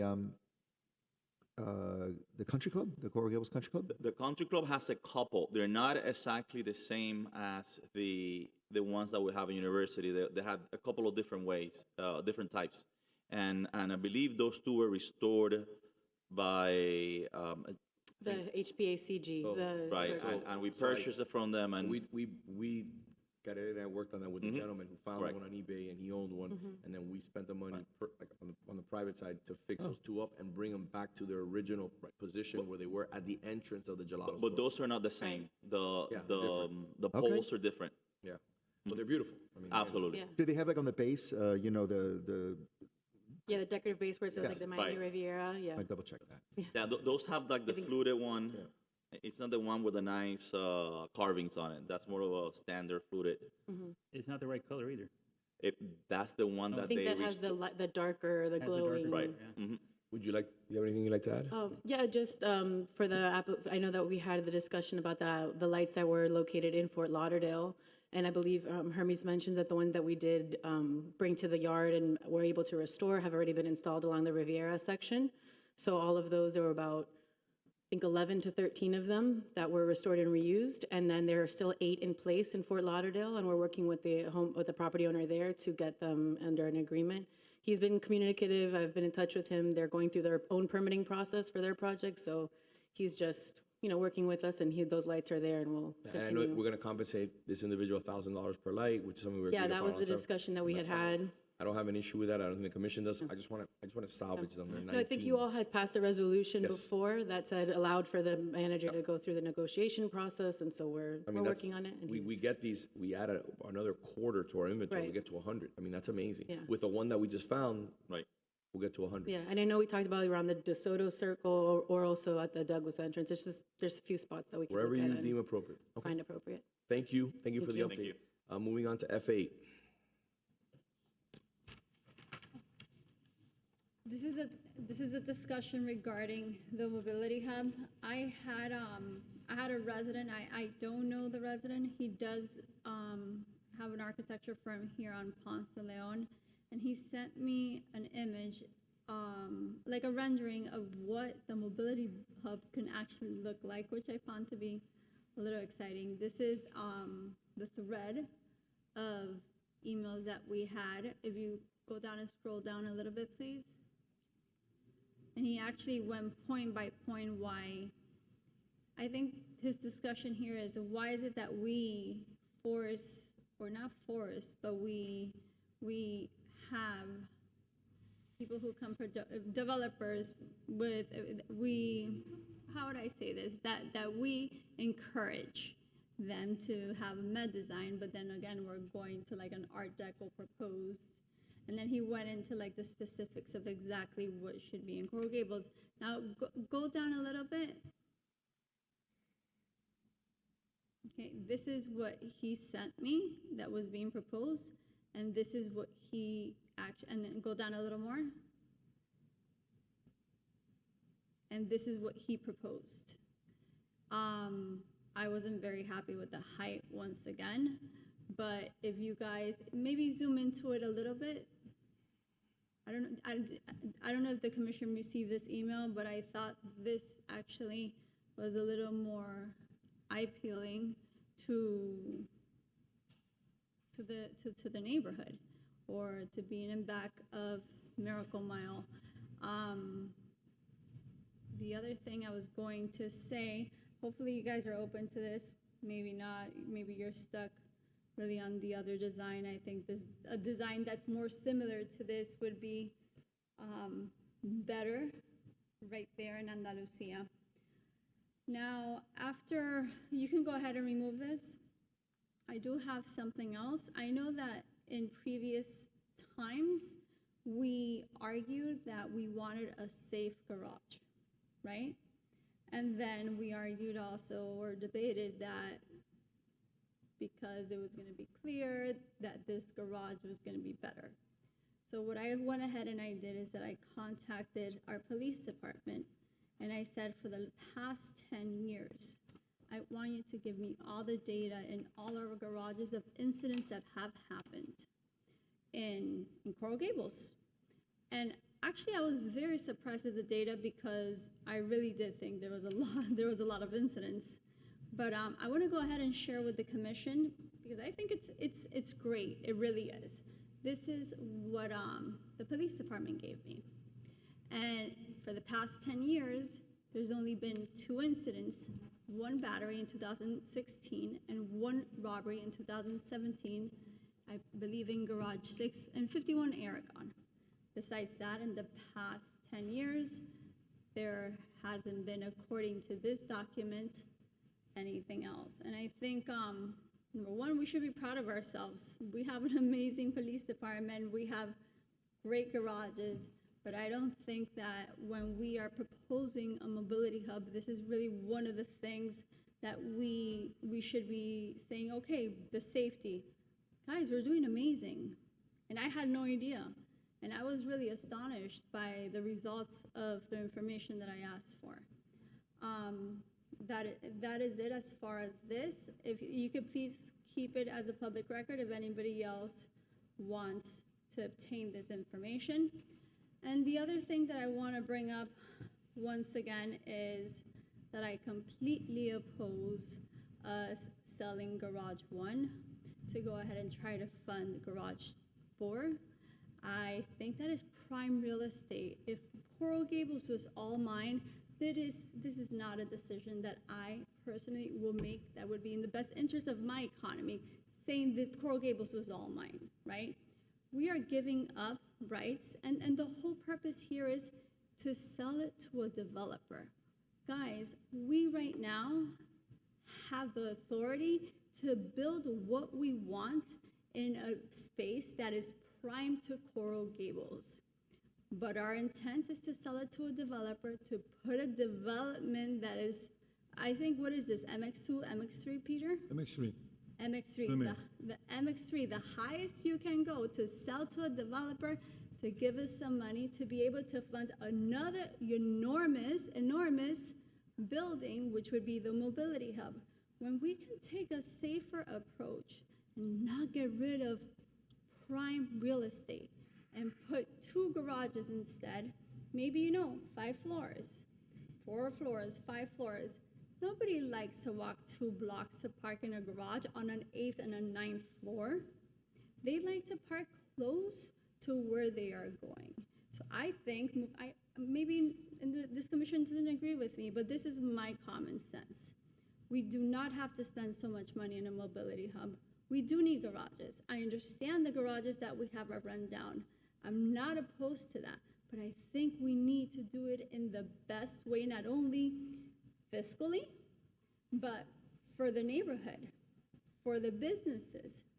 Nobody likes to walk 2-3 blocks to park in a garage and then go circle up all the way to the 8th or 9th floor for 626 parking lots. So I need to go ahead and share that I'm definitely opposing this, and I think that there is a better way to go ahead and look how we can move forward.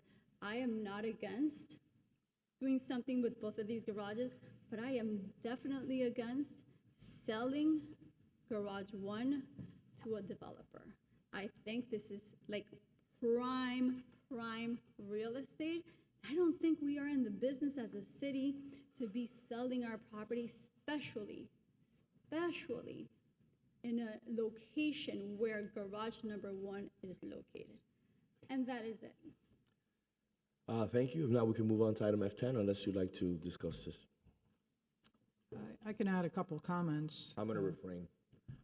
So, Go ahead. and these are really questions for the city manager when he's ready. but I'm not.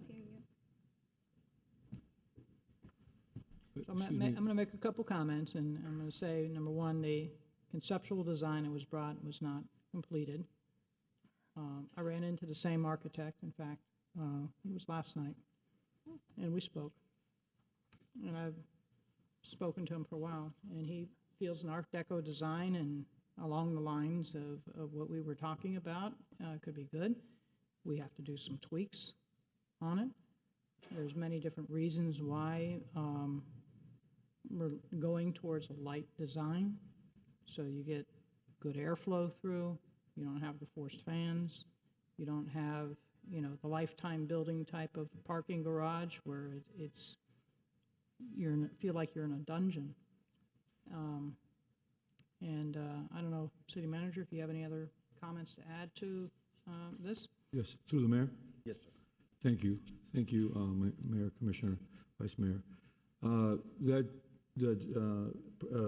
rendering does not work because the site is too tight. In order to do a design like that, you'd have to have a much bigger site. It just does not fit. As a matter of fact, we're slightly overhanging in the front, slightly overhanging over the alley. So the articulation that you see there does not fit. Second, that would be a forced ventilation garage because there's very little openings. So it wouldn't be an airy garage, it wouldn't be a light garage. That's one of the key reasons that you can't force a design on a type of use. So that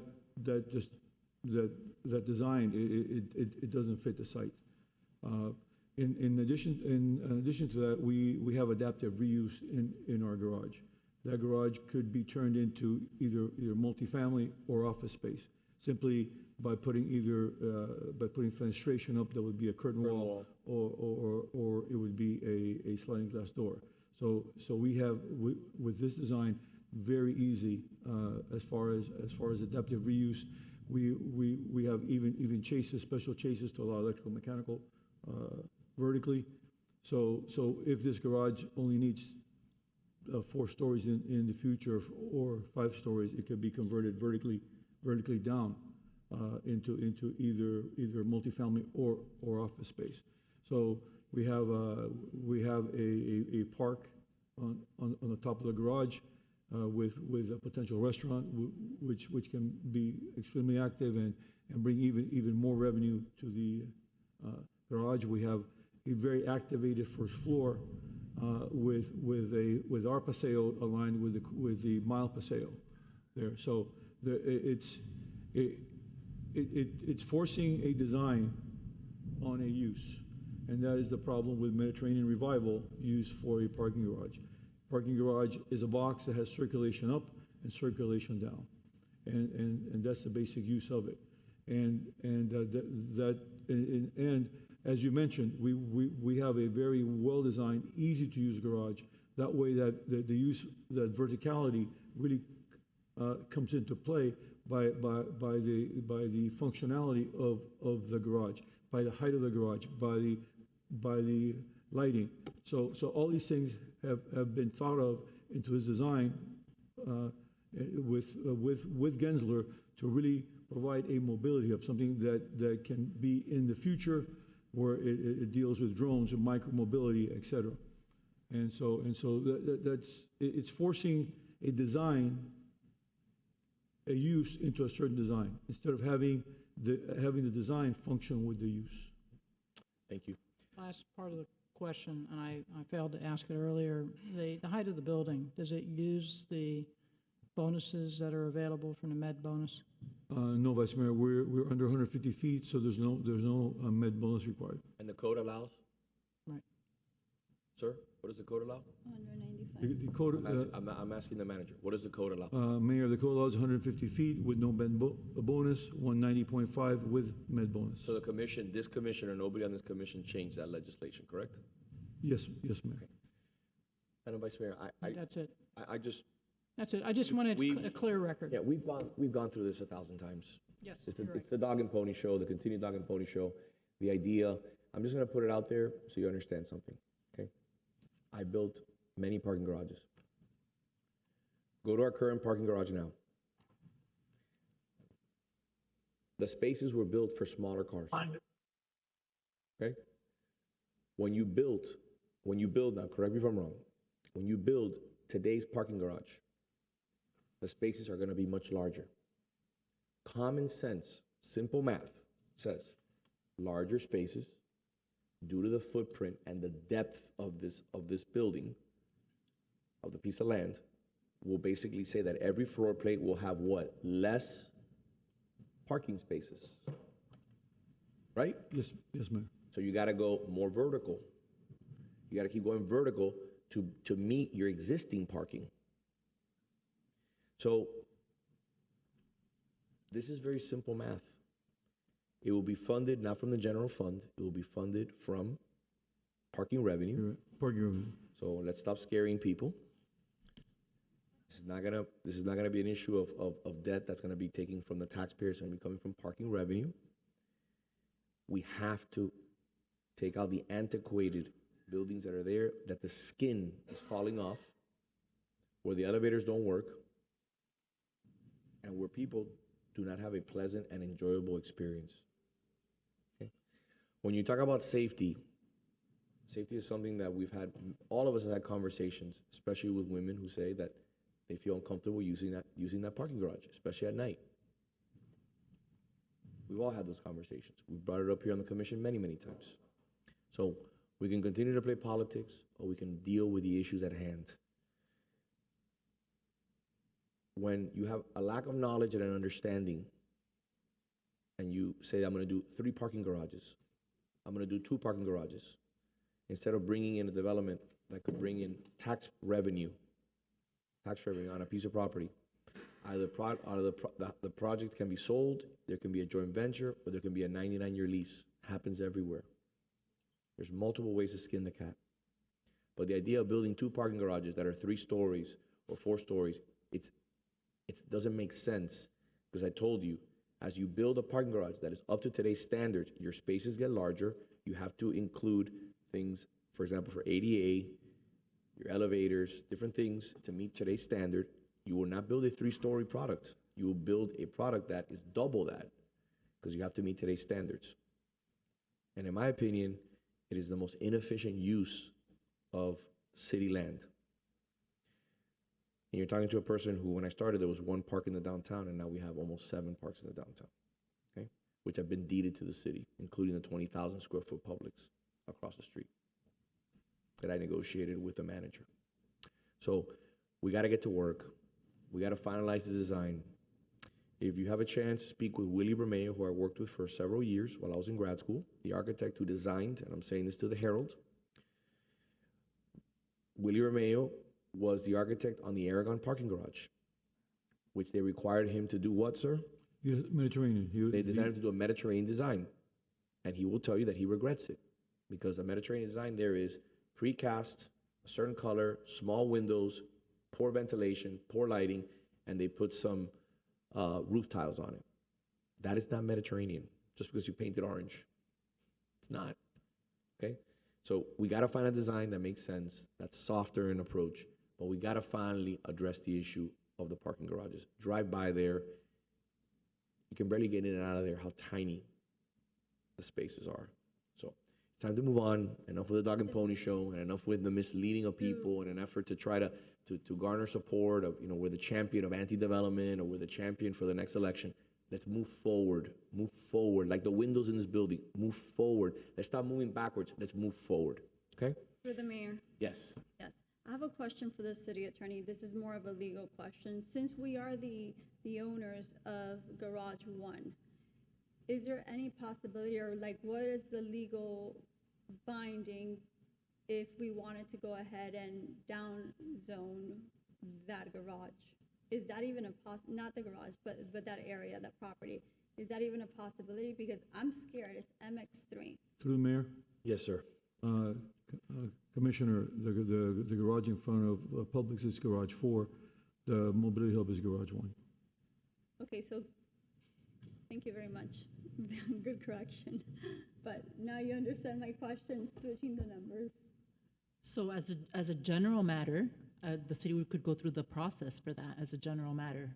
I don't know that there would be a reason to do that, but generally, yes, there would be a process for that. So if I may, Commissioner, I just want to get this on the record because I've heard of some pretty insane things, but this takes it to a new level. You're talking about downzoning a city property that was zoned what it is today before anyone was on this board, which is a city asset that the taxpayers own. You'd like to downzone that, which would again compromise the value of the property. Is that what you're saying? Yes, but that would be to protect, if we're gonna go ahead and sell this to a developer, that would be to protect that block for it not to go 190. Commissioner, do you understand that the only way you monetize a property for its best value is to make sure that it has the most appropriate zoning? And it has a zoning, if you downzone it, you will get less money for the property. Or in a joint venture scenario, like a P3 or a 99-year lease, you will get less value for the property. You're only hurting the city. Through the mayor, I don't know if you understand that a big problem here is development. Okay, and sometimes we need to find a balanced approach when it comes to money and offering the best quality of life, especially when it's such a famous and notorious, iconic street that we're gonna go ahead and build something or give permission to a developer to develop a building that tall. I don't know if you're hearing the same people that I am hearing. People are sick and tired of irresponsible and big buildings. I am trying to find a compromise so that that does not happen.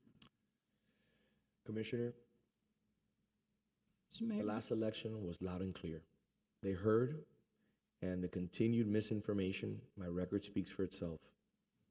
I voted against the Gables station. I voted against the plaza. I voted against the previous garages, and I voted against the upzoning of Miracle Mile. My record speaks for itself. You have voted for projects that are outside of the zoning code because they have made sense in regards to the setbacks, the open spaces, and some of the benefits that were given. We have to stop with this dog whistle of constant anti-development, smart growth. It's not going to win an election. It doesn't work. It doesn't work. People want responsible governance. People want responsible governance, but they also want to be able to go to the downtown and enjoy the downtown in a parking garage that makes sense. You also want to have people stop driving for 30 minutes in circles, congesting our downtown even more when they can just go to our destination of a parking garage. We can debate this till the cows come home, but I promise you, the anti-development rhetoric is not going to get you anywhere. Madam Vice Mayor? So, there have been times where we've had on the comp plan a higher height, and with covenants limited to height. The best approach is to deal with it if and when a project comes to us, as opposed to trying to place limitations on something that doesn't exist right now. So, wholeheartedly agree with you. I was on the Planning and Zoning Board at a time when I voted against a project on the mile that wanted to go above, the height limitations, that wanted exemptions, et cetera.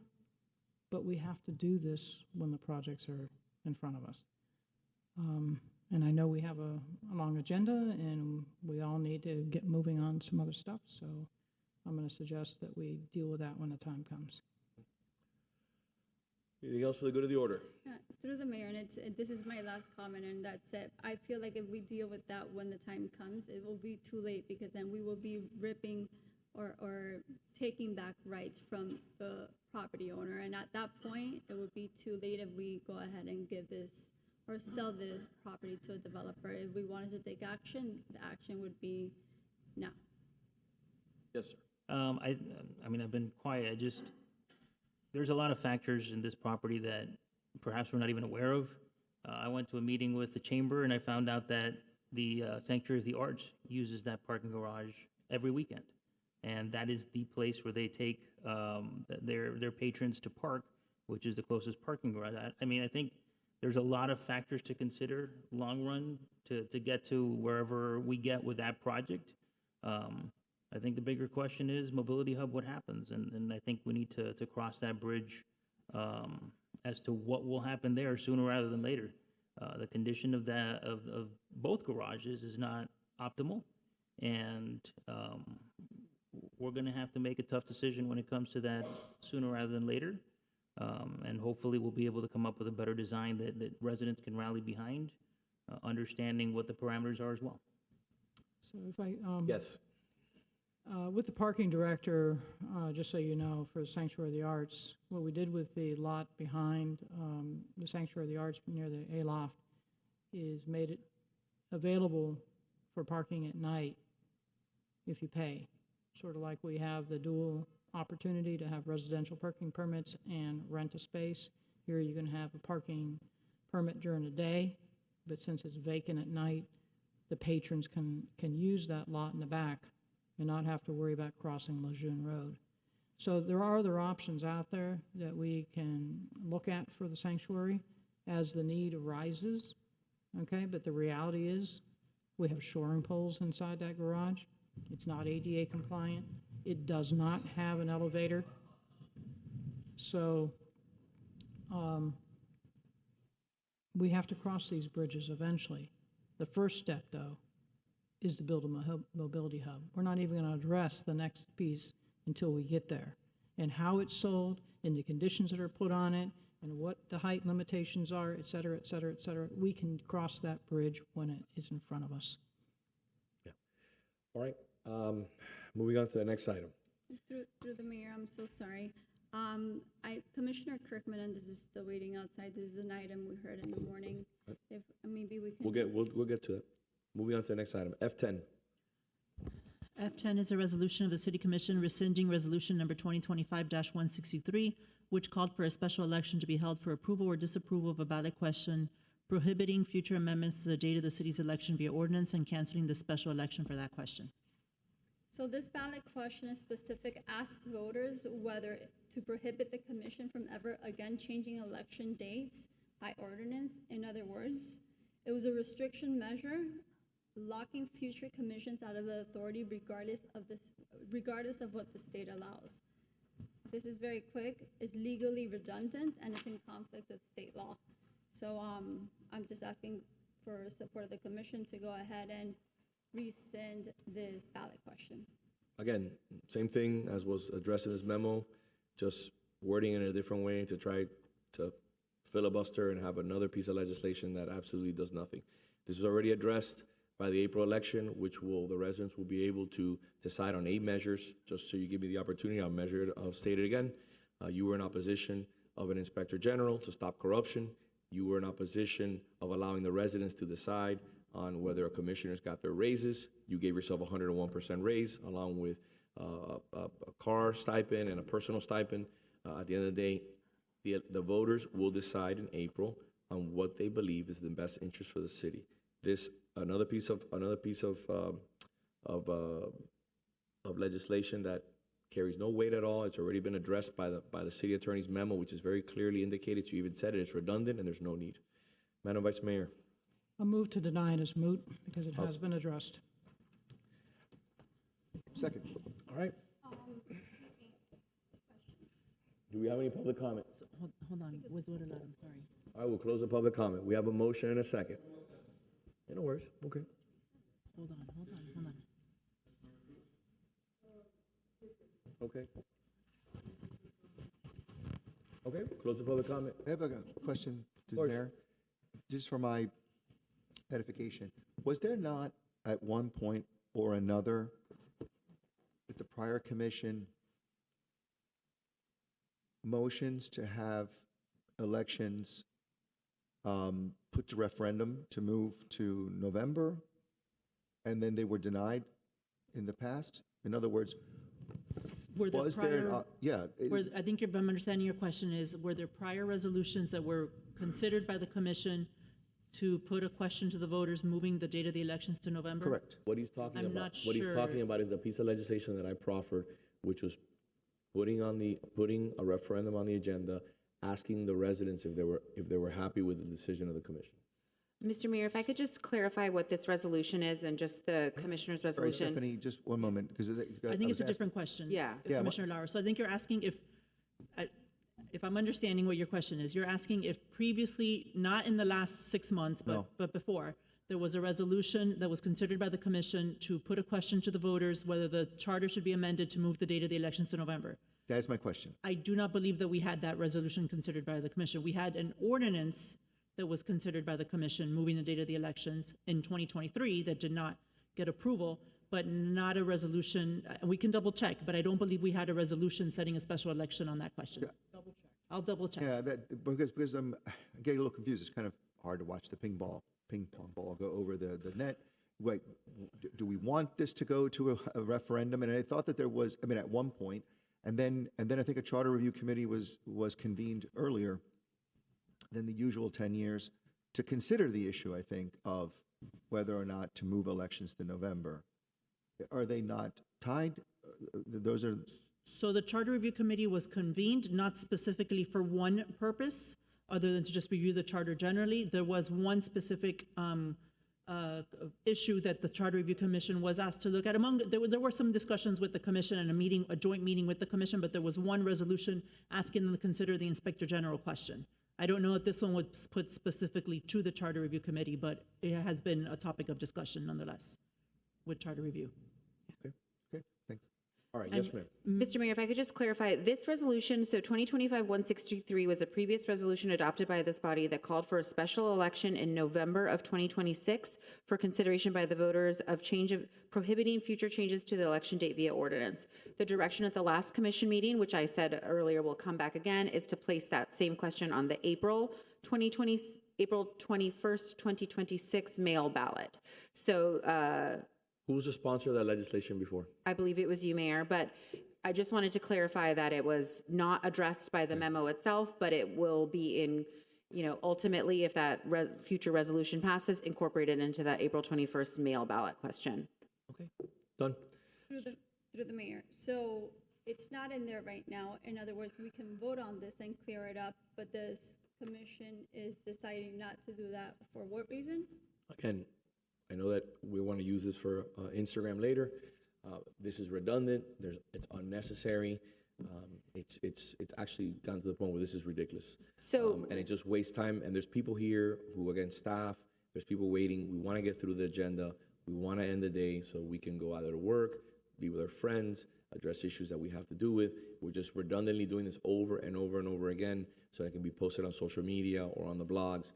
And again, there's actually no substantive changes here. It's going to be addressed already in April in a ballot that residents will receive, and they'll be able to make decisions on 8 referendums, which, by the way, you opposed many of those referendums. You opposed a litany of referendums that are in a transparent fashion are in benefit of the residents, starting with an Inspector General, because you said it will cost too much, but you gave yourself a 101% raise. So keep bringing that up. I'm going to keep hammering you on that issue because it's just a simple thing over and over again. And trust me, that is the best thing that polls when you poll people in regards to what they believe is wrong with the city. That anybody that will raise their salary to themselves 101%, in my opinion, is probably the most corrupt thing that you could do. Yes, Mr. Commissioner. Has there been a motion to Yes, there is. deny as moot? There's a motion and a second, and we already went through public comment. Would you like to bring it in for a landing, or we can keep arguing about the issue? Through the mayor. Yes. Stephanie, is this your recommendation, or should this be cleared up now since this is already not included in the memo? I don't have a recommendation either way. My understanding from the direction at the last commission was that this question will ultimately be placed on the April 21 ballot. So ultimately, when that resolution comes back before you, it will do a similar item, but it won't cancel that question. It will just place it on a different agenda. So at the same ultimately, whenever it comes back, the question will be determined by you all whether or not to double confirm that should be placed on the April 21st. We've received direction, but we haven't put forward the exact resolution. So I don't know that it's needed now, but it's not illegal to adopt it. So we have a motion to deny in a second. Mr. Clerk, can we get a vote? Vice Mayor Anderson? Yes. Commissioner Castro? No. Commissioner Fernandez?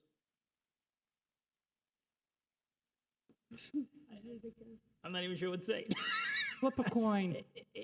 Just for clarification, last commission meeting, the decision was to bring this back, this same the resolution that was passed with the amended date change.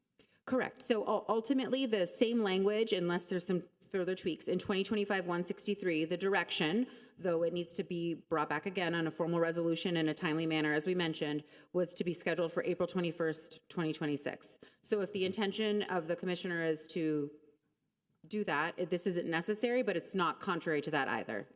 So either way. I mean, I have to vote yes then.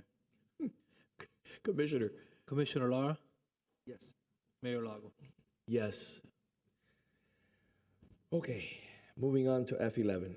I feel like that movie, that scene in Happy Gilmore. I just feel like that. You know, I just feel dumber right now. My God. Mr. Clerk, F11. F11 is a resolution of the City Commission directing city staff to prepare a 0.25% reduction to the tentative millage rate adopted in Resolution Number 2025-265 and directing staff to prepare the city's 2025 to 2026 fiscal year budget to reflect that reduced millage rate, and further directing city staff to plan for additional 0.25% reductions to the millage rate in the following 3 fiscal years through the 2028-29 fiscal year budget. Okay. This is my this is my item, and I would ask, well, F11, right? Yeah. This is my item. Yeah, you're Yes. the sponsor. Oh, no, It says your name on it, Commissioner Castro. Billy was looking at me like weird. No, I want to know if I could go ahead and give this time to Commissioner Menendez. He's been waiting for a long time. I know the mayor said before lunch that he could continue to wait, that it's not an issue.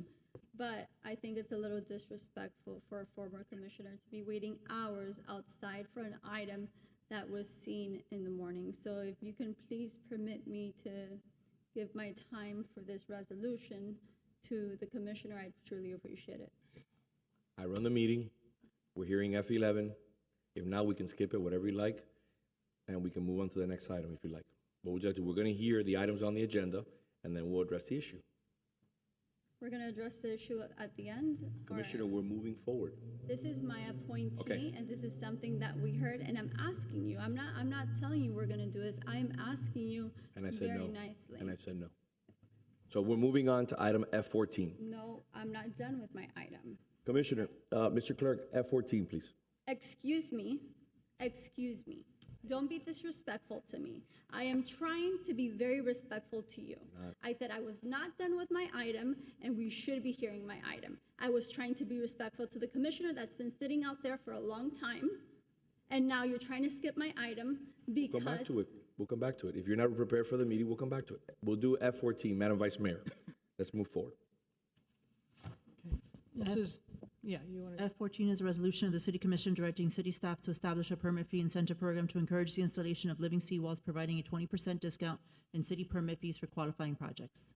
okay, City Clerk, are you ready with the video? Does Cable TV have a video ready for this?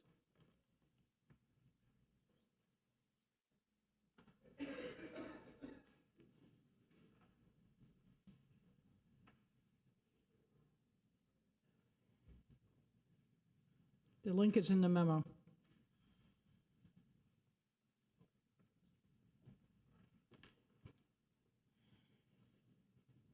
Ma'am, they're saying they don't have a video on this one.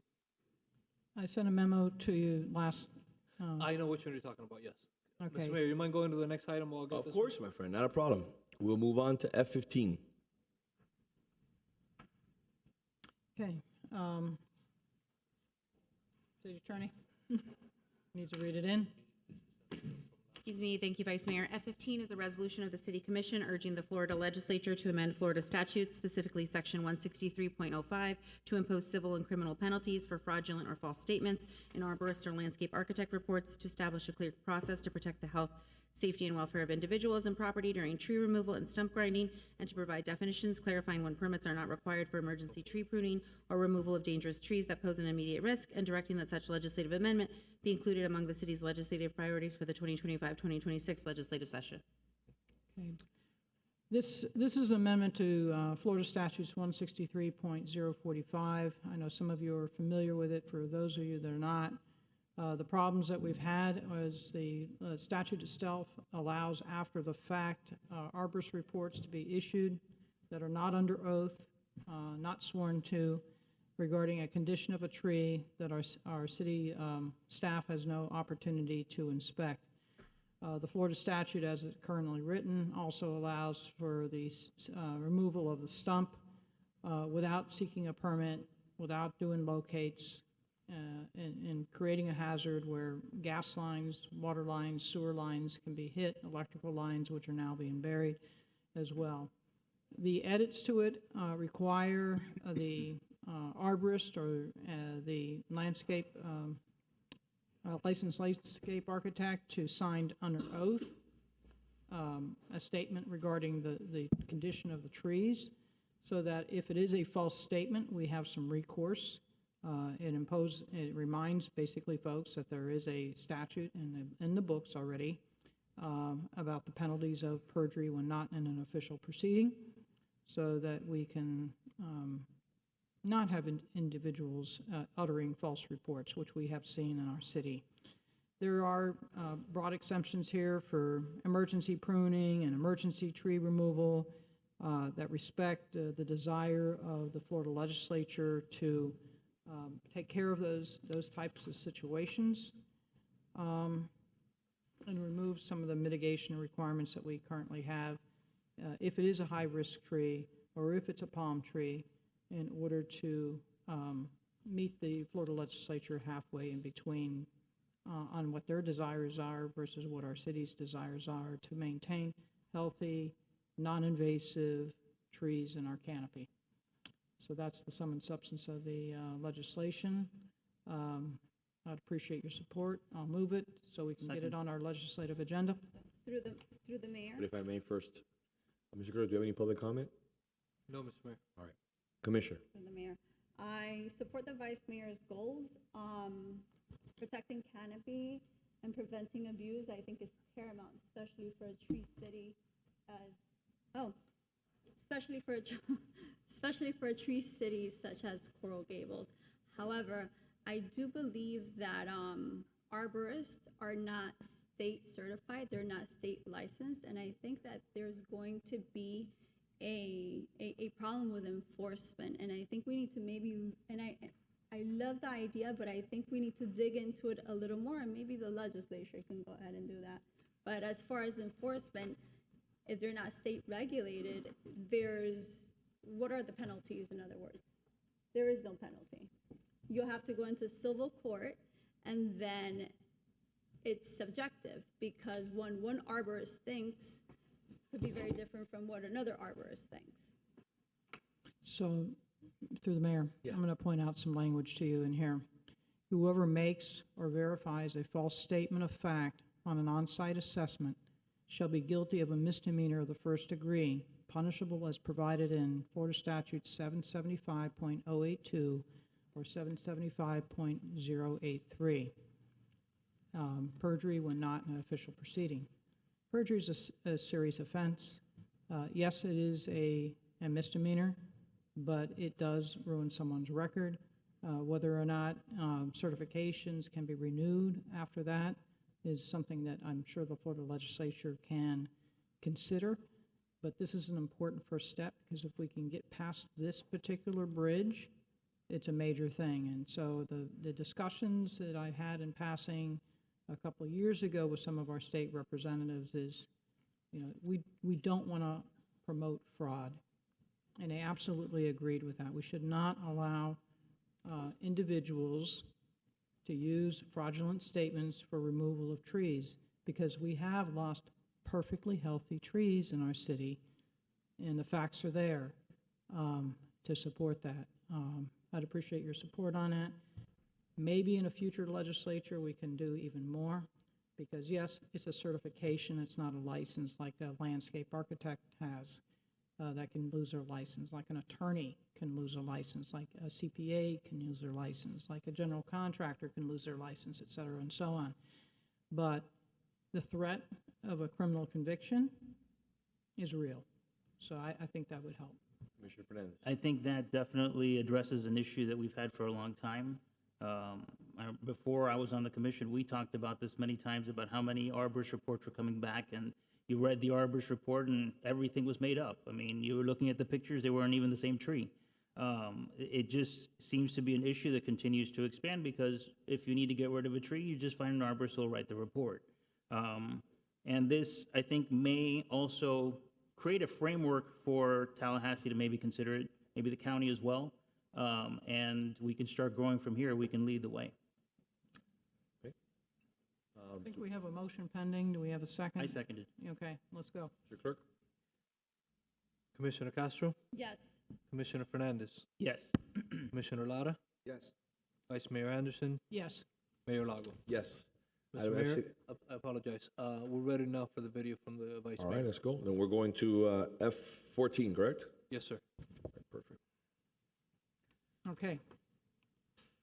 Let's, you've read it into the record, I think? Yes, I Living did. seawalls? I did, yes. Okay. F14. Not getting sound. Well, let's try again then. We'll take something else while IT figures this one out. It's a nice presentation. Okay. It tells the story, saves a lot of, All right, then we'll move on to F16, talk. which is an item that I sponsored. It's a resolution, City Commission adopting a civility code for all city board and committee meetings. Pretty self-explanatory. Madam City Attorney? Yes, Mayor. So as you know, the commission has adopted a civility code for the commission and also for employees. And as we spoke about earlier today, there's a civility code for the conduct of the public at public meetings. And so this would adopt the civility code that's very similar to the elected officials civility code for our committee and board members. Do we have a motion? From those devastating wildfires out west. second. Mr. Clerk, any public comment? No, Mr. Mayor. All right, we have a motion. Actually, yes, we do, Mr. Mayor. Mr. Mayor Cruz. Okay. We have a motion and a second. Yes. Commissioner Fernandez, Yes. Commissioner Lara, Yes. Vice Mayor Anderson, Yes. Commissioner Castro, Yes. Mayor Lago. Yes, thank you. Moving on to item F13. No, excuse me, F14. Back to F14. We ready for the video? I heard it, so it's. I heard something. Of climate change are being felt worldwide, from those devastating wildfires out west right now to the more powerful hurricanes we saw ravage the Gulf Coast over the summer. But right here at home, a local tech startup has launched a powerful new weapon to help us become a little bit more resilient. An innovation that promises to not only protect our coastlines, but also help restore our fragile marine habitats. Living seawalls is tonight's Don't Trash Our Treasure. Off the waters of Biscayne Bay, along the shoreline of a Miami Beach island, a brand new seawall is being installed. Go up a little bit and then back down. Thank you. But these are no ordinary concrete slabs. This is the future. I think it's a radical change. I think this method of manufacturing makes much more sense for seawalls. 3, 2, 1. This is Kind Designs, a brand new tech startup making waves with their groundbreaking innovation. So this is one of our walls. You can see the mangrove roots that start at the top and come all the way down. They're called living seawalls, made out of pH-neutral sustainable concrete, produced way faster than traditional slabs using state-of-the-art 3D printing robots. We print in 1 hour. We used to take a day in precast. And the best part is, they not only strengthen resiliency and protect property, but they're also designed to be kind to the environment. So you get a greater amount of biodiversity that can live on and around this wall because of the design of the walls. The walls are textured using biomimicry to create features that imitate what would naturally appear in the marine ecosystem, like this one designed with mangrove roots, providing habitat for marine life. If marine organism can grip onto this, it protects them from wave action and predators as well. And then you get these deep caves, so you can almost fit your entire arm in here. So we've seen juvenile fish species hiding in there. The layers look really good. It's the brainchild of Anya Freeman, a Ukrainian-born University of Miami Law School grad turned innovator after witnessing climate change impact her adopted home of Miami Beach. I've been here 15 years, and there's a very big difference from the day I arrived to today in the frequency of flooding, the amount of flooding. And that's why cities are passing code to keep requiring higher and higher seawalls to protect the coast. Traditionally, seawalls are typically made of concrete. They're built parallel to the shore to protect against coastal erosion. They're very expensive to produce and usually only last 30 to 40 years before they biodegrade, leaching toxins like chloride into the water that are very harmful to the marine environment. Black holes. That's where Freeman saw opportunity, researching a new, more eco-friendly and economical way to make the next generation of seawalls a living one. By utilizing 3D printing technology, we can make seawalls more affordable and incorporate a biomimicry design. So instead of a flat wall that's leaching chemicals, destroying marine habitats, the living seawall becomes in itself a marine habitat. Using investor seed money within the year Freeman had acquired warehouse space, 3 robots, and a team of 20 employees, they deployed their first seawall at a waterfront property on Pine Tree Drive 9 months ago. Already, there are signs of life. Like at this prototype wall installed at Ocean Reef in Key Largo over the summer. Right now, we're seeing oyster larvae, tube worms, barnacles, and this grazing algae is essential for manatees that are coming through, and they love to feed on the grazing algae. It's doing amazing. We're seeing filter feeders and a lot of fish and a lot of activity in the area, so it's been extremely successful. The walls are built to code and priced competitively against traditional concrete seawalls. Freeman calls it a win-win.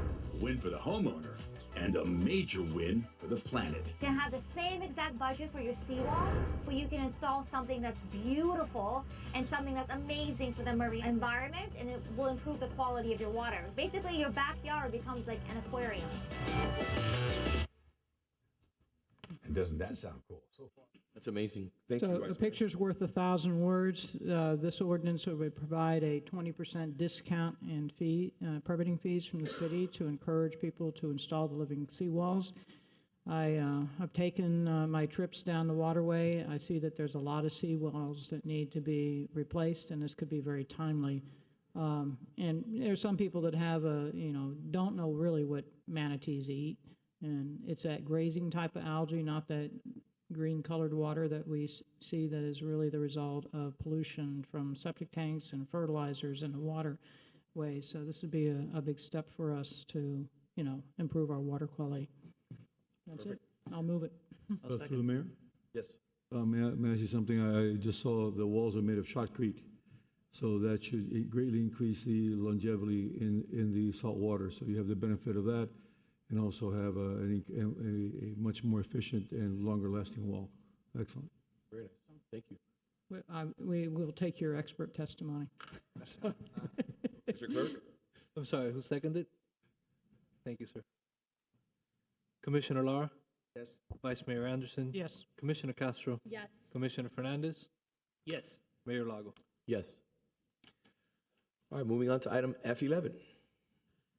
F11, I previously read it into the record. It's a resolution of the City Commission directing city staff to prepare a 0.25% reduction to the tentative millage rate adopted in Resolution 2025-265, directing city staff to prepare the city's 25 to 26 fiscal year budget to reflect that reduced millage rate, and further directing staff to plan for additional 0.25% reductions to the millage rate in the following 3 fiscal years through the 28 to 29 fiscal year budget.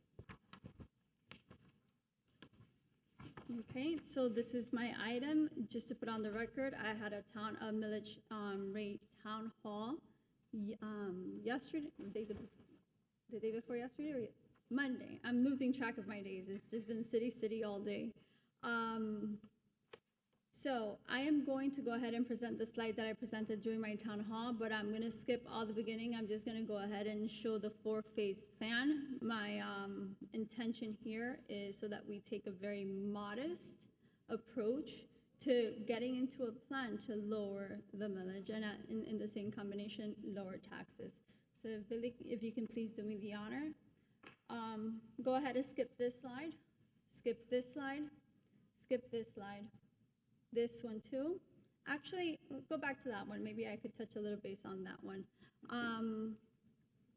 This is for fiscal year 2024 versus fiscal year 2025.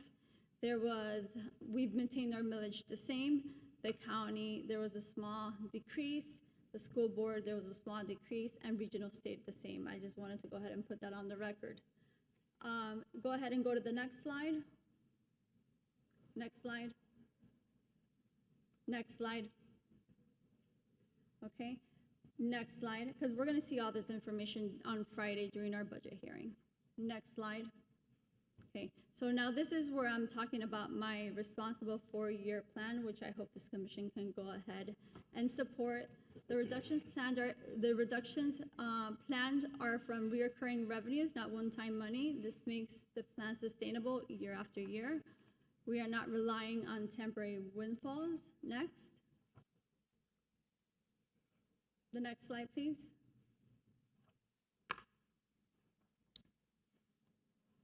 Whenever you're ready for the next slide.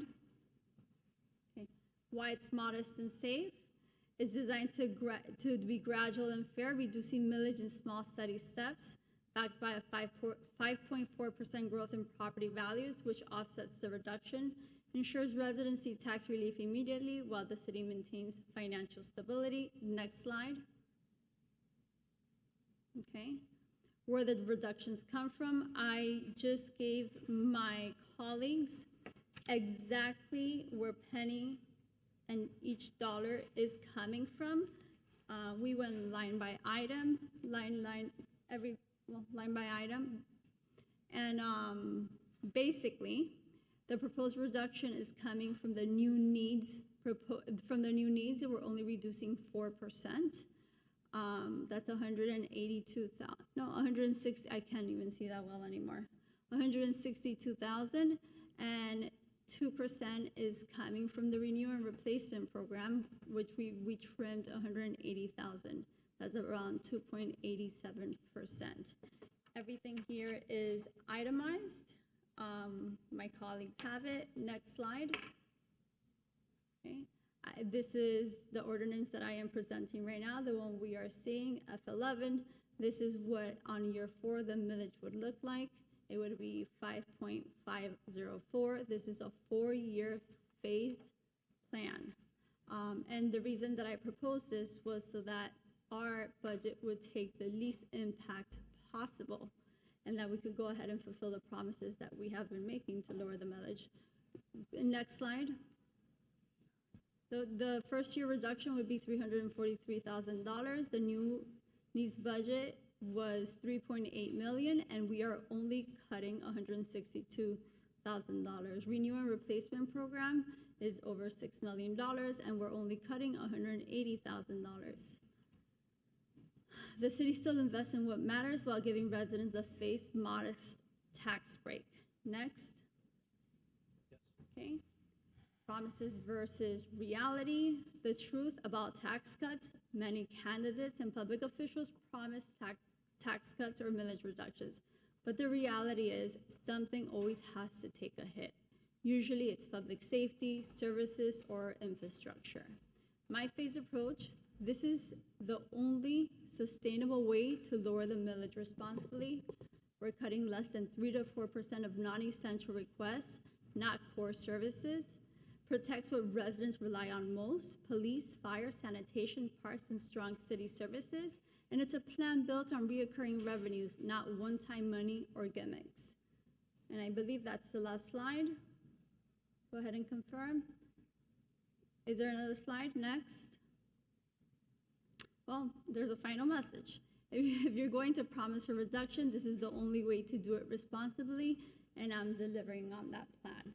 Now, during the last election, some elected officials sitting on this dais promised residents that they would lower the millage and cut taxes. I have to confess that I personally did not make that promise, but I tried to deliver on it. During the last commission meeting, when I addressed Commissioner Lara about reducing, that was one of his campaign promises, he said that really what he was referring to was cutting waste. But by cutting waste, it is a wonderful thing, and it's a wonderful thing to cut waste because sometimes we could invest our money to maybe better services or to offer more things. But at the end of the day, cutting waste is not going to cut the millage, or it's not going to reduce taxes. So I think there was a little misunderstanding on the message that he was giving out there, because I went ahead and I brought the mailers of what he was promising taxpayers. And I have it right here. This one right here in particular was paid by the commissioner's campaign, where it says, "Will cut taxes and lower the millage rate to ease the burden on homeowners." Now, I am giving you the perfect plan to go ahead and do that. We are not affecting core services. I also, by the way, they're beautiful mailers. Your family is beautiful. Thank you. Okay. The other one is actually, and I'm gonna go ahead and teach residents a little more about mailers. For a mailer, you always have to say, who paid this political advertisement? And this mailer in specific goes ahead, no, and it says the same thing, cutting taxes and lowering the millage rate to ease the burden on homeowners. Okay, so when we look down here, I want to go ahead and teach that, when we come to like election season, I want you to always go ahead and look in the bottom and see who is funding all these mailers that are getting to your house. So let's read who this was. Paid for by Coral Gables First. Who is Coral Gables First? The mayor's raising his hand very nicely. That is the mayor's PAC. Therefore, he is enforcing that we're going to lower the millage. Now, I've heard him write things in community newspaper, trying to find excuses to why he does not want to fulfill this promise. But I'm going to tell you the truth. And the reality is that everything that he has said, that there's, you know, the COLA and the union contracts and fiscal responsibility, all those things that he have said have already been before he offered this. So either he was lying to the residents or he was trying to fool you, because nothing has changed the facts, okay? Our financial stability has been the same before he promised he was gonna lower taxes. Now I am offering you the most responsible plan moving forward, and this was not something that I promised at all. But you know what? I am delivering it. I'm delivering on it for you guys. And I actually think this is the best way through. So once again, I brought the receipts here. I'm not gonna the only way, guys, the only way to lower the millage, okay, is if we control a depression or a winter is coming and property values come down. We all know that is not in our jurisdiction or in our capabilities of doing it. And the only way this commission can lower taxes is by lowering the millage. We could say we're gonna cut waste, the salaries, the, not hiring employees in the commission office. All of that is not gonna give residents a discount. And it's not gonna give residents some relief. This is the only way you are going to get relief.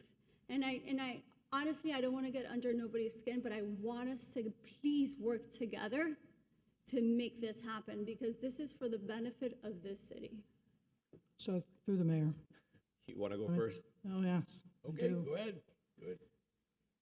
Because last budget season, I had brought an item to try to dissuade you from adding excessive positions so we wouldn't lose the money in the budget and could put it more towards the things that people wanted. Now, I know that that wasn't crystal clear to you at the time that I brought it. The last commission meeting, I brought you a bottoms up. Let's help the folks that need it the most rather than the top down. Because the top down approach is what you've proposed. Anytime you do an overall cut in millage rate, who benefits the most? The people with the highest values properties. The bottom up approach is by increasing homestead exemption. So instead of a $13.58 reduction, which this proposal would give somebody, while we cut services on police, public works, No, we're not IT, cutting services. capital improvements. No, this is not capital improvement. Have your It's comments capital, through the mayor. Okay, just, yeah, okay, I could go item by item. Capital matrices. Capital matrices. the rifle program, refurbishment of entrances, the citywide elevator replacement. Instead of cutting all these things that people want repaired and dealt with, okay? All right? That's what, excuse me. Oh, I'm so sorry. Okay, can I finish without you interrupting? I thought you were finished. I'm sorry. No, don't assume anything, and you go through the mayor.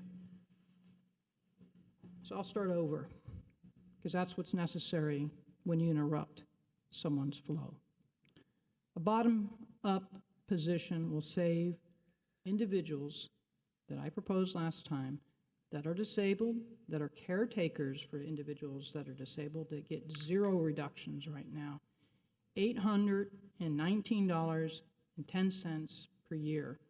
Because by raising the homestead exemption, which is going to happen in one form or another in our state this coming time around, because I have taken time to speak to our state representatives, I'm suggesting to them to focus on those who need it the most, who are struggling to survive, whose doors I knocked and I said, please, please, please lower my taxes. It doesn't have to happen through a millage rate reduction, because that is not the most effective way to help those who need it the most. Those who need it the most need an increase in homestead exemption. So if we can deliver an $819.10 reduction by merely increasing or providing them a $50,000 homestead exemption that they currently don't have, we have delivered on the folks that cannot afford to pay the taxes, as opposed to giving them a measly $13.58 that can maybe get a carton of eggs and maybe a half a gallon of milk. So I see that some of the positions that I suggested not to be filled before, or not, that were so necessary before, are on this list. We can reshift the sign shop. The sign shop was one that I suggested not be filled. And I had asked staff when doing my analysis, have you compared outsourcing it versus having an employee with all the accoutrements that come with having an employee do it? Being in private practice, I do this practice every single time. Is it more beneficial for my bottom line to outsource a job or bring in a full-time employee? So my suggestion to you is support the homestead exemption increase. That's the way we help the people that need it the most. Support the garbage fee decrease that we had before. We did $200 reduction last year. This year we did $250. That helps everybody out equally and doesn't give those with the highest valued properties the greatest discount.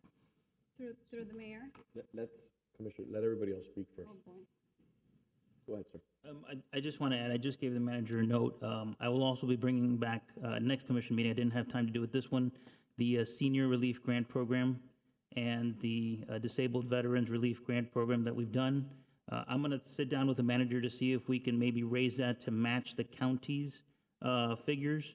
So I'll work on those numbers between now and next commission meeting to bring that back up next commission meeting, because those are the people that really could use the help as well. Yes. May- 1 second. Commissioner Lara. Yeah, so Commissioner Castro, thank you for your comments. I guess the re-election campaign is in full swing, is all I can say about what you just took the time to explain. I attended your town hall meeting during the campaign season in 2020.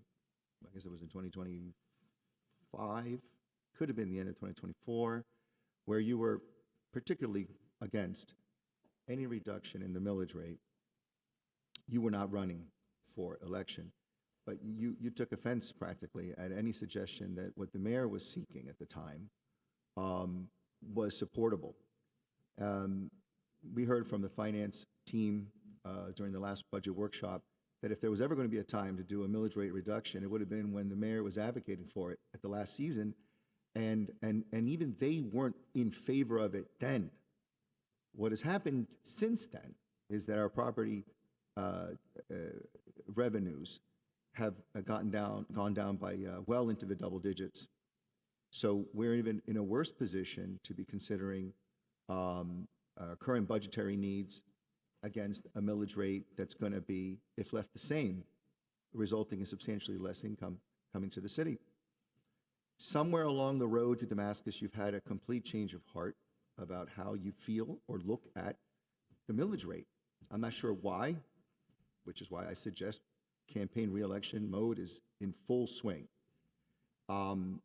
So with respect to fiscal responsibility, fiscal accountability, that is absolutely one of the strongest tenets during my campaign to be elected, something that resonated with the residents and which I hear from the residents often is grateful thank yous for, in fact, the very first vote I may have ever made on this commission was to undo the doubling of your salary that you awarded yourself. The awarding of a nearly $9,000 car allowance to drive ultimately that Lamborghini that you got parked out there. With respect to the increases that needed to be reversed because they weren't intelligent, they weren't for the people, and I think that that's one way fiscal responsibility takes shape, is by looking at what is not clearly defensible in terms of expenses, because every dollar collected is a tax. Every dollar spent is a tax on the people. So fiscal responsibility requires us to look at what our current financial condition is. I asked you at the last meeting, pick out some individual items that you think needed to be reduced. Right, and well, thank you for bringing this to me a few minutes ago. You know, that you've taken aim, no pun intended, at reducing the police's, rifle replacement program. Surprising. With respect to their radio system, you want to take a shot at that too. Their ability to exercise, because you want to take a shot at their gym equipment. Clearly, you know, I hope you're not picking out the police in particular, because that seems to be quite a lot of the light items that you have there. But I'm just cursory review what you have down here right now. But that's what the budget meeting is for. If you've got a strong sense about how something should be done differently, wonderful. But as the vice mayor just said, as our finance team has said, they are against a reduction in the millage rate because they are dealing in what I like to call the world of reality. And the world of reality is that we have less money coming in and costs continue to go up. So I'm all in favor of looking more closely at what your line item selections are, but I'm not in support under the current financial condition that we're in the reduction of the millage rate. I know that wasn't a promise you made, but I'm assuming that's a promise you're making now since it's re-election season for you. So if I may. I'm going to respond, please. So this is for the Miami Herald and for the residents.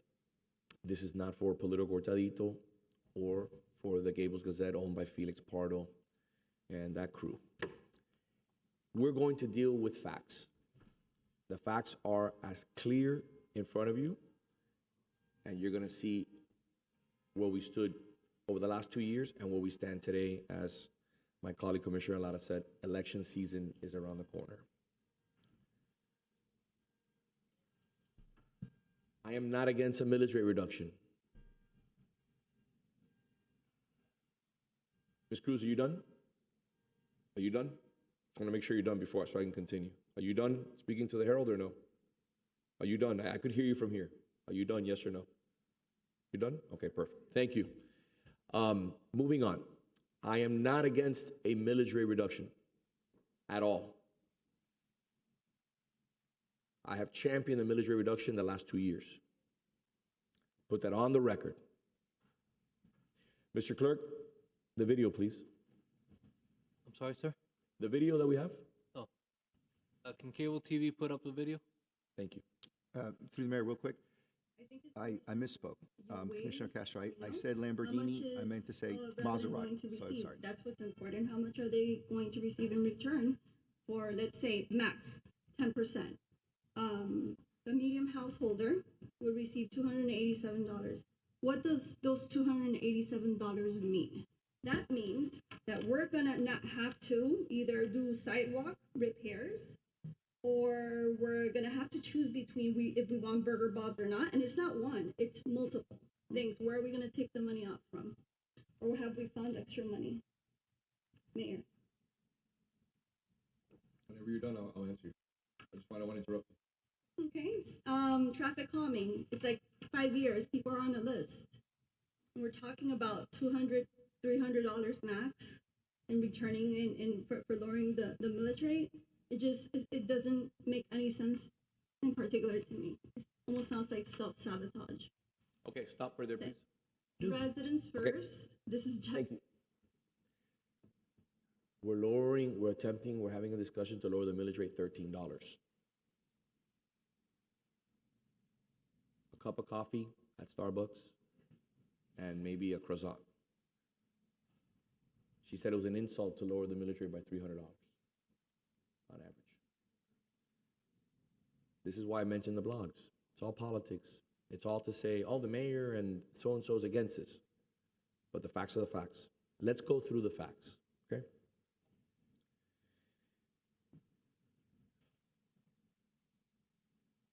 I'm going to give you, again, a memo that took my office 3 weeks to put together. 3 weeks to put together. This memo explains very clearly the costs and the ramifications as a result of decisions made by Commissioner Castro. I handed this to the Miami Herald also. They have a copy of it.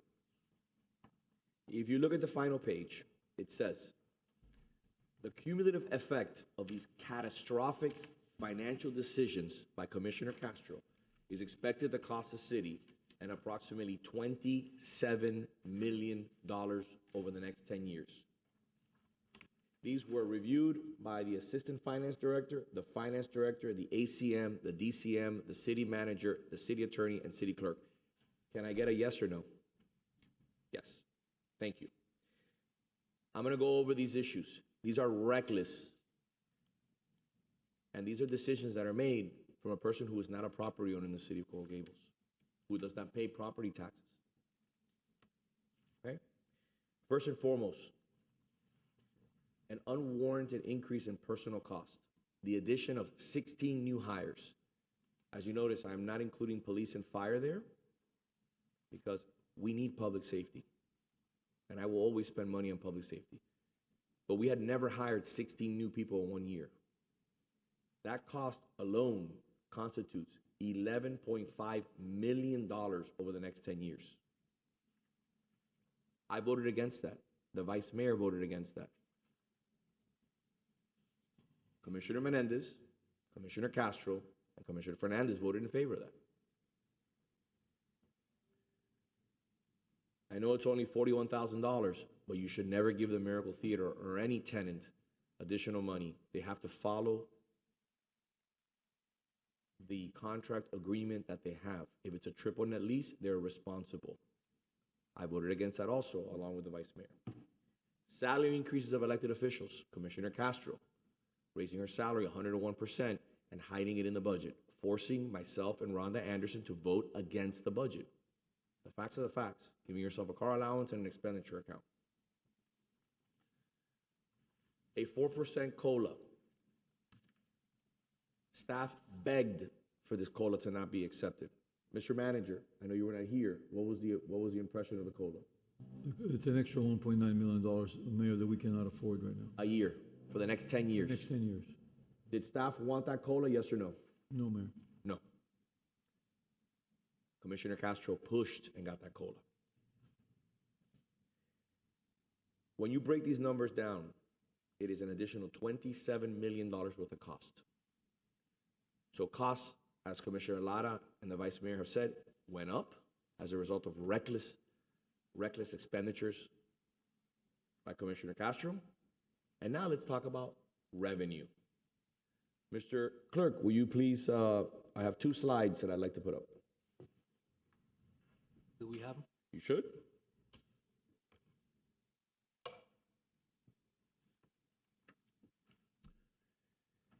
As you continue, when I first tried to lower the millage rate in 2022, our property values, in 2023, this is a clear indication. I want media to pay close attention, because this will not be on the blogs, because I'm not willing to pay them their monthly retainer. Got to remember them always. That's why, we're going to chip away at that. We got rid of the Gables Insider. We're going to get rid of the Gazette too. If you look at the 2022, there was a 10.9% increase in property values. That's when I recommended a reduction in the millage rate. The following year, in 2023, there was an increase of 12.65% in property values. I said again, brought it to the commission. Melissa Castro, for a second year in a row, said, under no circumstances will I lower the millage rate. Remember, everything that's detailed in this memo, none of those expenditures were active yet. She said, I will not lower the millage rate. 8.52. Look at the amount of property values. Look at the percentage of increase in property values. Now you see we're seeing a steady decline. Now we're at 5.85%. So let's go over this. Can we go to the next slide, please? I want to show the way it works. Simple finances, as I mentioned in this memo. You're either reckless and incompetent, or you're trying to hurt the city. Because when you spend $27 million and encumber the city for $27 million over the next 10 years, and then you look at a chart like this and he says, I won't lower tax, I won't lower the millage rate when property values are going up, but I want to lower the millage rate when property values are going down so significantly. That to me shows a real understanding on how a budget works, how finances work, and will hurt the city and eventually could scuttle the city. This is the time, and I hate to say this because I want to lower the millage rate. You said it very clearly. $300 is peanuts. It's an embarrassment. It's an insult. So $13 is a cup of coffee and a croissant at Starbucks. I don't know what you would call that. I think Commissioner Lara put it best. It's campaign and election season. So let's talk about some other things, Mr. Clerk. One of the things that we did, which, by the way, I want to put it on the record, which will not come out on the blogs, under no circumstances. Commissioner Castro, who's proposing a $13 millage rate reduction, Mr. Clerk, you can remove this off the list, voted against the garbage reduction, which was, again, an opportunity to truly incentivize and give some relief to the residents. Mr. Manager, how much did we cut? It was $3.6 million. But how much did we cut from each homeowner? I believe it was 775 to 550. From 775 to 550. Okay. So that's a significant amount of money in people's pockets. They see it in their bill. $13 is not. Okay? It's an insult, like you said, when you said it was $300. I also went to your town hall. I was there. I wanted to make sure that I witnessed the town hall. There was 5 people in attendance outside of staff. And they were all obviously supporters of Commissioner Castro, which I expect. The 3 people that spoke were Tom Wells, who was in opposition to millage rate reduction, Debbie Register, who was on the Zoom call, who was in opposition of a millage rate reduction, and Felix Pardo, which didn't really give an inclining in where he stood. He asked questions in regards to the budget and the fact that it was 400 pages. A significantly less amount of people were in attendance. Oh, and Nicholas Cabrera was there, who also spoke. Yes, sir. Thank you very much. Were you in favor of the millage rate reduction? So there was 4 people that spoke. Oh, and Rip Holmes spoke too. You were there too, my friend. I'm sorry. And you were in favor. So you had 4 people in favor and 1. Sir,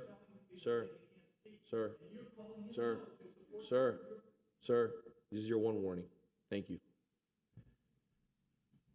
4 people were in opposition. 1 person was in favor, Mr. Holmes, and Mr. Pardo Just wanted some information. My point is simple.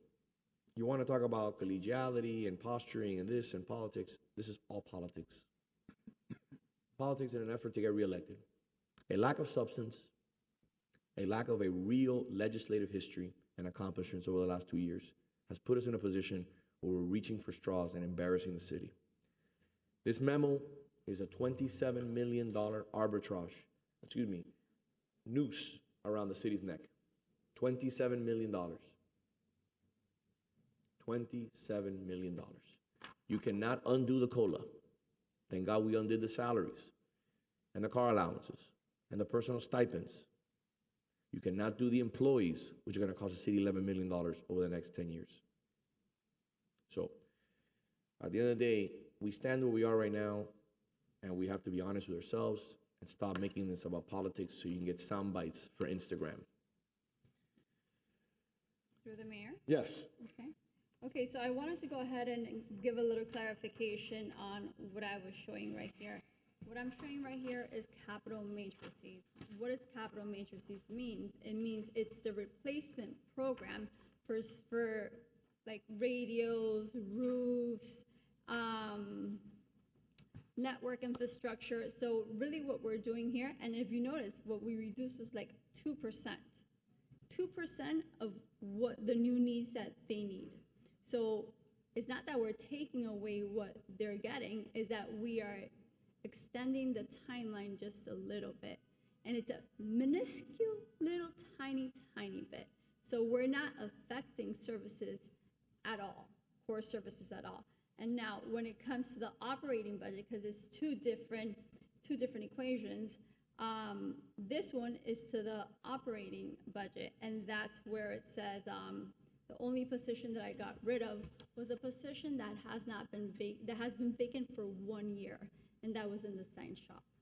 I figured if it was vacant for 1 year, the probability of us needing it is a lot less. I can only choose items that are reoccurring expenses.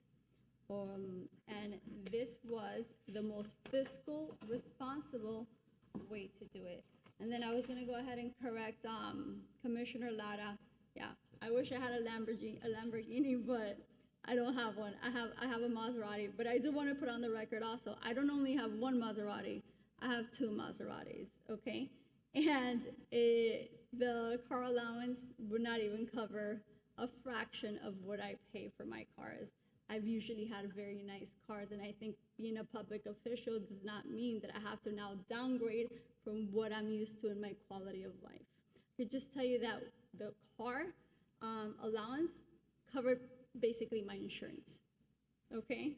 So to say that I got a Maserati on the people is a little bit of a wrong statement, basically. The other thing is, last year we had 26 positions. I think the mayor went ahead and corrected that to 14 or 15 because he was taking out the police, right? Last year we added positions. Now this year we're adding 27 positions, 27 positions more. And I know that you're gonna come back and you're gonna say, oh, because this is from not from the general fund, it's coming from the permitting fund. It is still positions that we need to account for if, how the mayor says, winter is coming, and if winter does get here, this is gonna be a big issue when that comes around. Now I wanna go ahead and I wanna address the video that he put up there. And I think the big difference here with my approach and what he was proposing last year was that he was trying to reduce automatically more than $2 million. I don't know the exact amount. And when they showed me how you were reducing these $2 million, we were practically going to have to cut services. So when I came up with this, I said, what are the important aspects of trying to fulfill the promises that most of these commissioners did give in their campaigns and out of their campaigns when he was already in office? And I said, I need to come up with a way that we are going to lower the millage, and we're not going to cut services, and we're not going to fire people. And this is the only way to do it. This is exactly the only way to do it. And it's to do it in a phased approach, and it is to tell the people, residents, we are serious. When we say we want to cut your millage and we want to cut taxes, we are serious about that. Because if I say I'm going to do something, oh, believe me, I will bring earth and move everything around. I will do it. And that's why I haven't promised it. But I'm trying to deliver on that promise that you guys did.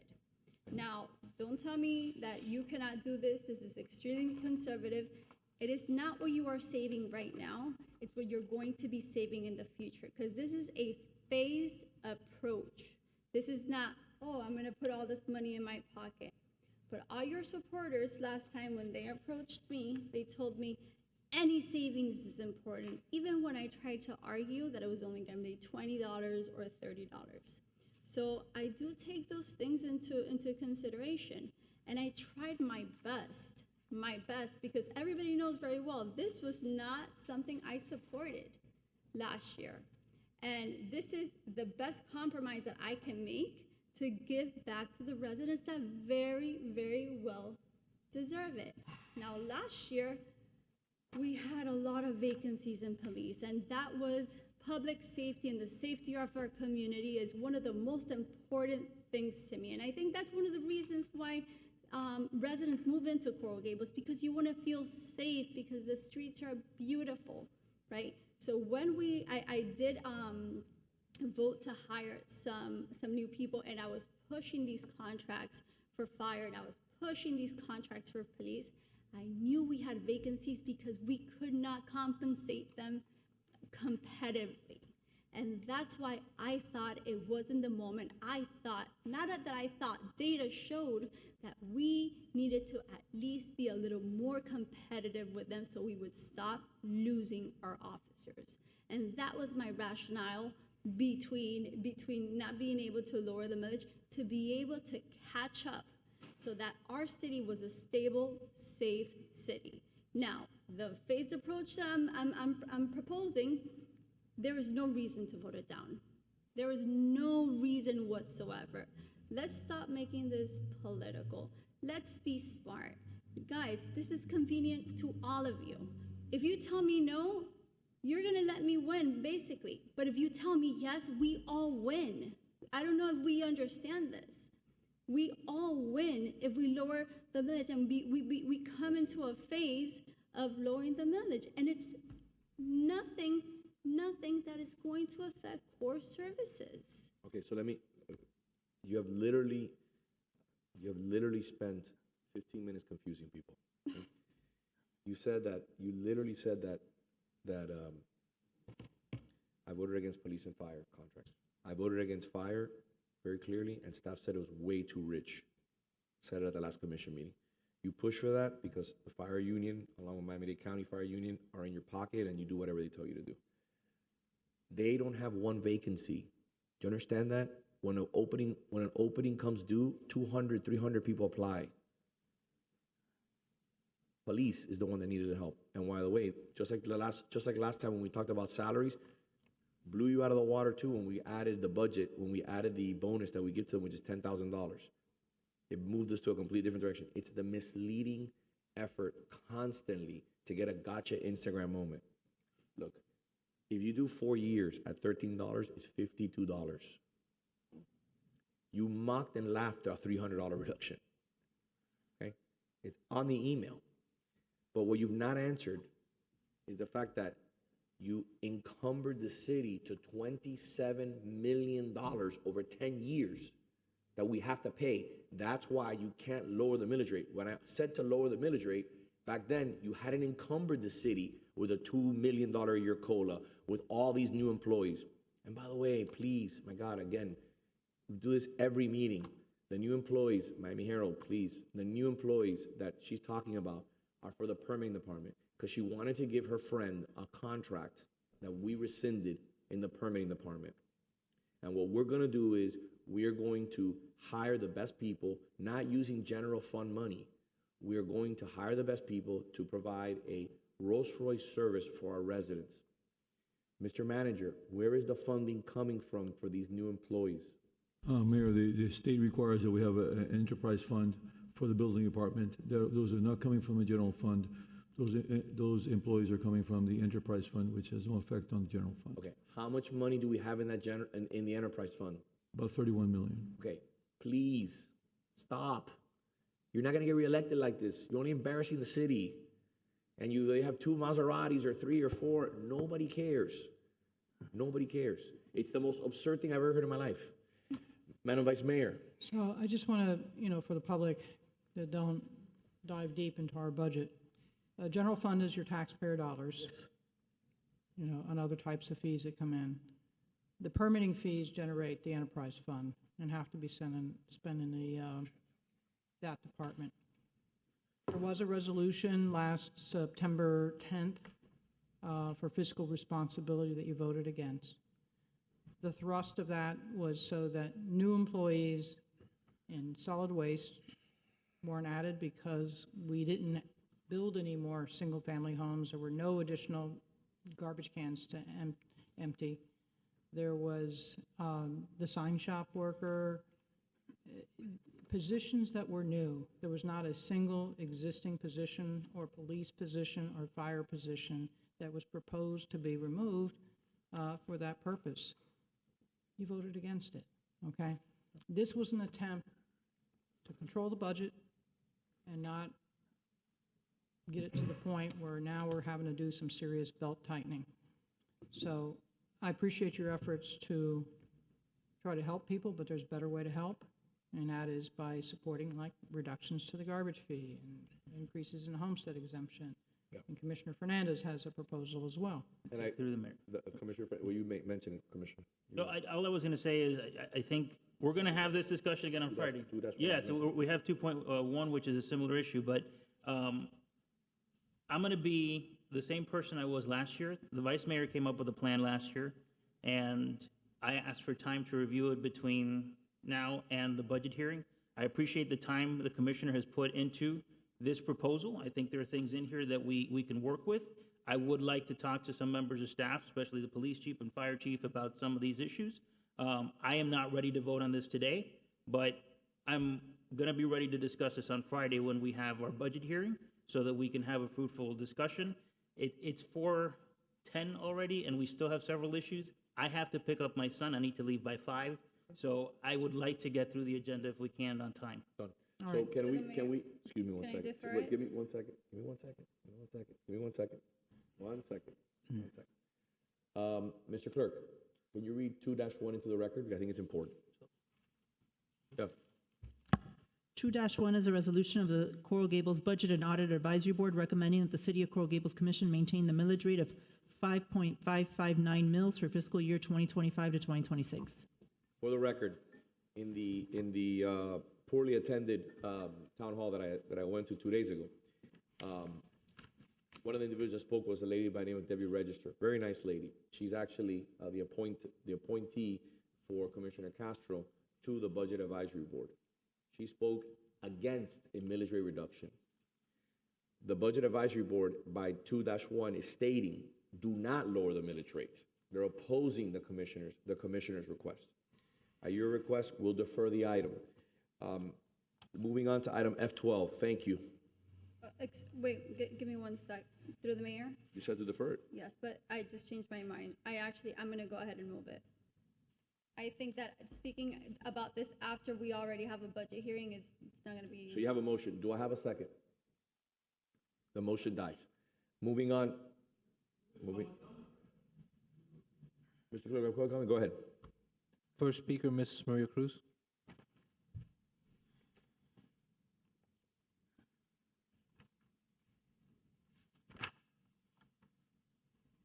And it is Mrs. Maria Cruz. Miss Maria Cruz, married for 55 years plus, and a happy marriage, no issues, nobody playing around or having affairs. Several things have been said that, frankly, some people do not understand how the real life works. When the statement was made that somebody doesn't pay property taxes, obviously they do not understand that people that lease or rent pay property taxes because the owners do not eat the property taxes.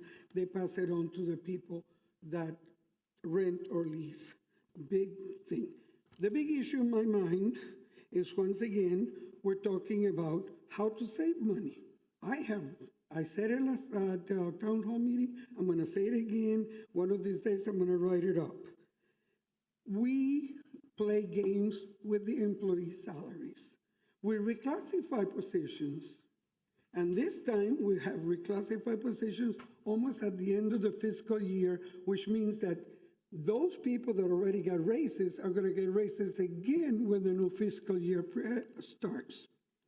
I love it that staff did not go along with COLA. Oh, but staff doesn't mind getting 500, and I'm exaggerating, of course, but this many extra benefits on top of their big salary already.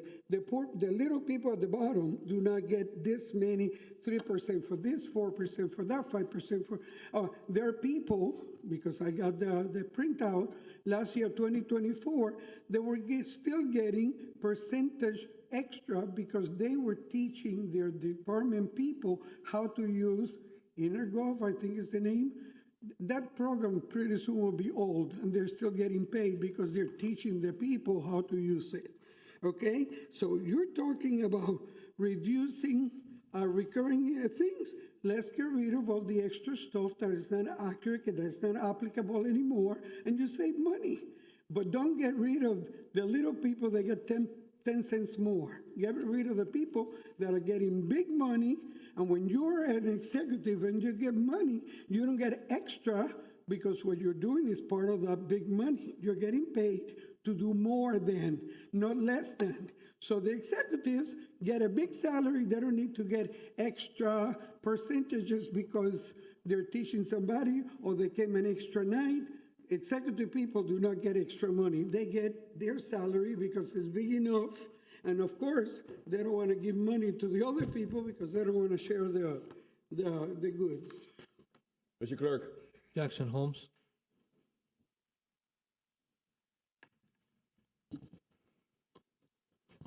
Greetings. Jackson Holmes, 35 Sidonia, Coral Gables.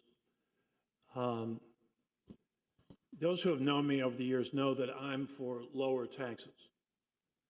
In my business, I have to pay $30,000 a year in property taxes, which is the biggest item, and I've made a study of the tax situation, even helped get Marco Rubio get something passed by the Florida legislature. The taxes go up every year, and that's because the property values go up every year. So we're not losing money. We're getting more money this year than we did last year, and we do that every year as long as the property values go up. We're not losing money. This is a minimal remedial thing, trying to be fair to people. Well, you said don't address individuals, so I'll avoid that. But anyways, the point is that trying to reduce the millage rate, this is a very small thing, okay? The taxes are going to go up no matter what. They're going up. 5 point whatever percent it is, right? So if we reduce the millage rate, we're just reducing the tax increase. And this will be a campaign issue.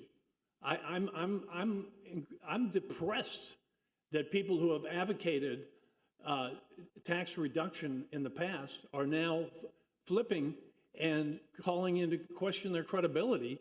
This will be an election issue. Thank you. Thank you, sir. All right, Mr. Clerk.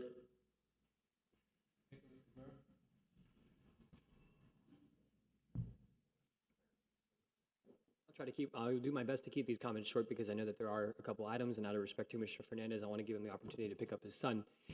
I did, in fact, speak at the town hall on Monday in opposition to the proposed millage rate reduction. What I think is really important here is understanding that this is, in fact, more performative than it is comprehensive or required for that matter. The city's no longer in the situation, the city no longer possesses the flexibility that it did a year ago in order to reduce the millage rate. At the time, the millage rate reduction that was proposed was reasonable based off of the increased property values and thus the increased amount of taxes that we brought in last year. But because of the frivolous spending that has taken place over the last 2 years, we're just no longer in a position to reduce the millage rate. Now, Commissioner, I believe you had asked me at the meeting how I would better describe what I said is not really a reduction. I think it's misleading to say that that by lowering the millage rate, we're reducing the budget by $343,000. That's not the case. What we're actually seeing is a difference. And by that I mean we have one budget based off of one millage rate, and we have what your budget would be based off of your proposed millage rate. The difference between the two is the $343,000. That's not a reduction, because that $343,000 does not currently exist in our budget. No matter what, we see an increase in our operating budget each year because property values go up. I don't know what the specific numbers are. I apologize, I didn't get the opportunity to do the research beforehand, but our operating budget is going to go up this year by a very specific number. Last year it went up by about $10 million, would have been around $12.9 million, or was $12.9 million, would have been about $10 million with the reduced millage rate. But regardless, that's what I mean by it's misleading to say that it's a reduction. It's a difference between one proposed budget and the second proposed budget, no matter what the budget goes up each year. That's why it was misleading to say that services were going to be cut, because departments were going to have higher budgets either way. It's a very difficult concept to understand. It's taken me a lot of time to study it. I appreciate all of you for trying to make it very transparent for the public so that they understand how our budget works each year. But this is definitely much more performative than it is comprehensive, and it is not something that we should do. And I'm going to finish in just a second here because I want to give you guys all your time back. What's most important to understand is we can't look at this for 4 years. This is something that needs to be looked at each year based off of the circumstances that are presented to us. By trying to do something over a 4-year phase, we don't know what's going to happen next year. We don't know what's going to happen the 3rd year. We don't know what's going to happen the 4th year. We're not in a position to try to reduce the millage rate with a phased plan like this. It needs to be looked at as a zero-based budget every year, and that's it, final. Thank you all. That was well said, by the way, and also the point about discussing it every year. You can't encumber a city for 4 years, not knowing where your millage rate, where your property values are going. They're going down, as you saw, so our revenues are going down. And another thing, if you want to throw into the mix, the rollback rate. That's a completely different conversation all in itself. Mr. Clerk. That's it, Mr. Mayor. All right, we close that. We have a motion on the floor. Do we have a second? All right, moving on. There's no second. I thought we were in 2-1. There's no motion yet. This was on F11. This was on F11. So the motion dies. Okay, on 2-1, do we need a motion? I'll move it. I need a second. Second. Mr. Clerk. Vice Mayor Anderson, Yes. Commissioner Castro, Can you display, there we go. 2-1. Yeah. Your board members. I'm going to say no. essentially you're voting here to adopt the minutes of that board Yes. meeting. That's it. Okay. I know.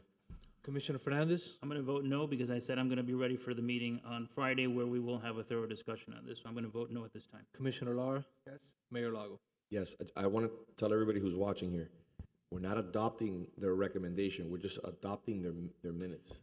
Well, I think what this was is I understood the commission's motion right now to be accepting the recommendation. We're just accepting their documentation. Yeah. That's it. All right, we're going to make the decision as a commission. All right, Yes, it's not the final action on this, on setting the millage. I think that's what you meant, sir. Yes. Moving on to item F12.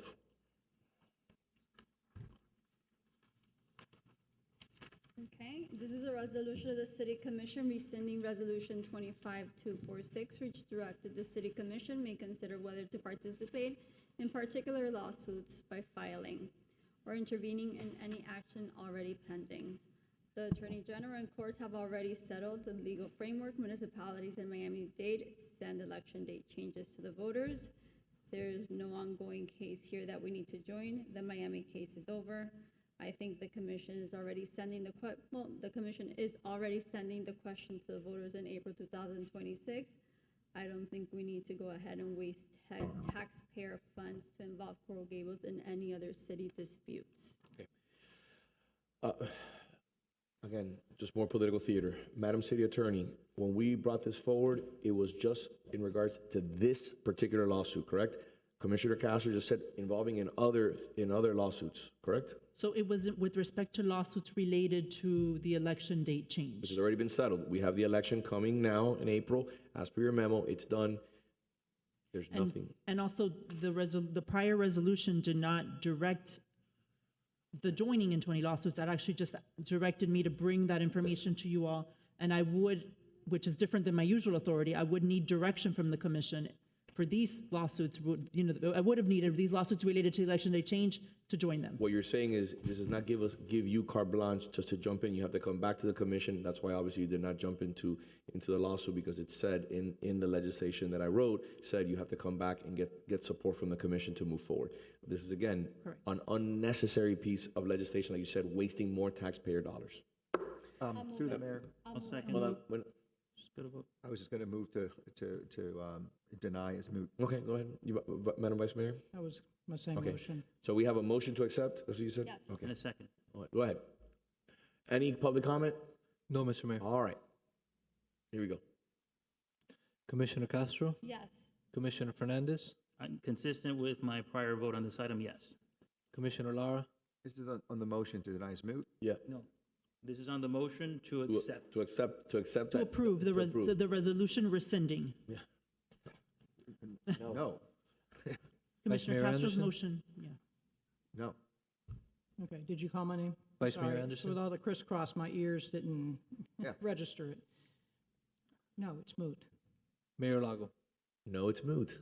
Election is in April, along with 8 other items. One of them, which will be making sure that any increases to salaries, like the one that Commissioner Castro did for 101%, go before the voters. Also, an inspector general. And a litany of other amazing pieces of legislation that our residents are going to have the final say on, which will bring transparency and good governance to the city of Coral Gables. Thank you very much. F13. F13 is a resolution of the City Commission calling a special election on the proposed ballot question and city charter amendment. I'm going to defer this one. Okay, perfect. Moving on to H1, Mr. Manager.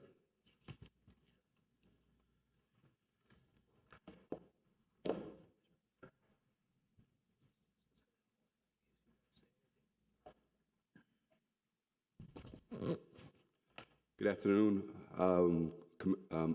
Mayor Lago, Vice Mayor Anderson, Commissioners, Joe Gomez, Deputy City Manager. I'd like to give an update on the current relocation plans for the City Commission. Mr. Clerk, if you would please put up the presentation.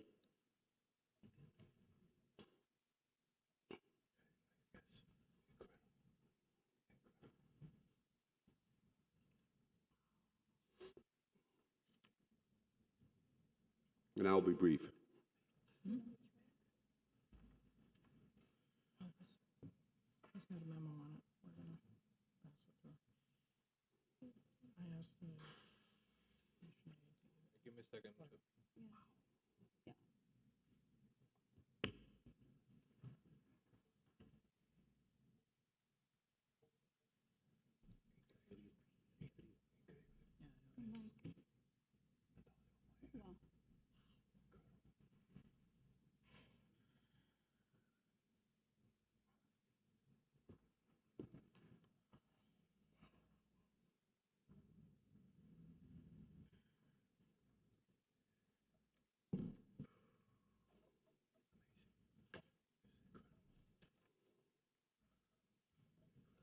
Sorry, it's just opening really, really slow right now, so if you guys want to move on to the next item. Okay.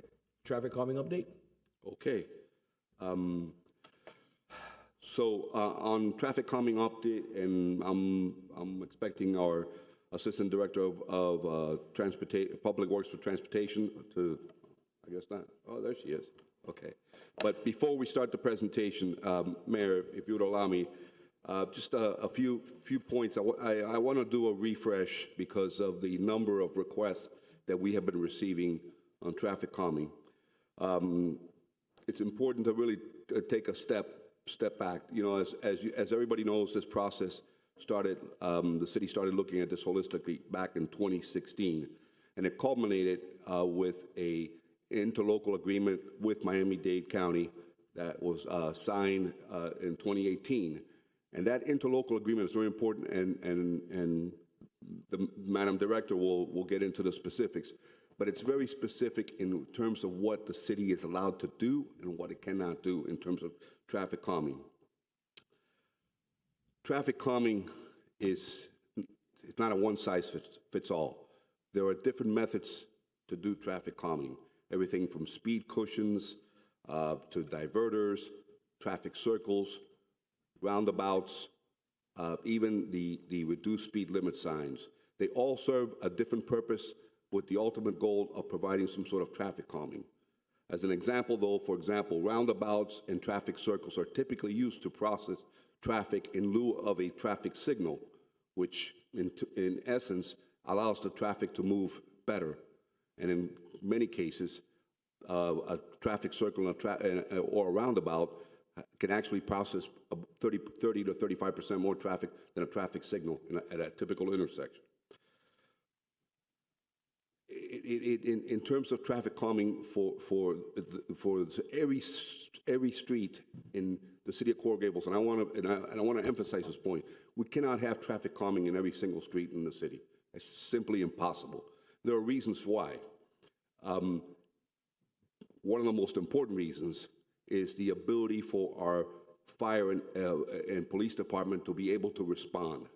If every street has traffic calming, that in essence has a domino effect, which will limit the ability for fire and rescue to be able to properly attend to our residents. The street network is supposed to be able to process traffic through. So in essence, people have a right to be able to drive through public streets. Having said that, we go through a very methodical process. We'll get to that in a minute. But just a couple of data points that I do want to emphasize. Since the program started, I think originally we had about 171 requests originally, and since that time, we've added over 230 additional requests. This year alone, we've had 72 requests, and we've installed 30 speed cushions throughout the city. Also very important, this year, since March of this year, when we started actually keeping track of it, we've installed over 400 25-mile-per-hour speed limit reduction signs. Those, in essence, do help. And we've seen in some cases where we collect the data that the actual reduction in the local streets, and that's only in the local streets, 25 miles per hour, does help. Also very important, traffic calming our traffic calming is limited to the local residential streets. County roads, state roads, those are separate entities that have to be regulated by those agencies. Douglas Road, as an example, Coral Way, those are county roads. Lejeune Road, 8th Street, Flagler, Red Road, those are state roads. So those roads are completely different, and we simply can't. So with that, I'm not going to steal the thunder from Madam Director. Go ahead, and here we go. Billy, can we pull up the presentation? This is a quick presentation, right? Yes. Well, No pressure. well, All right. Melissa Desai, Assistant Public Works Director. Joe already went through most of the presentation, so I will be able to go through it relatively quickly. So basically, the traffic calming project, it started in 2016. We were receiving requests from residents, and they were getting logged, and most of their concerns were cut through traffic and speeding. And based on that, We have the commission office relocation project though. Oh, I don't know why that's you got to click. Yeah. No. Nope.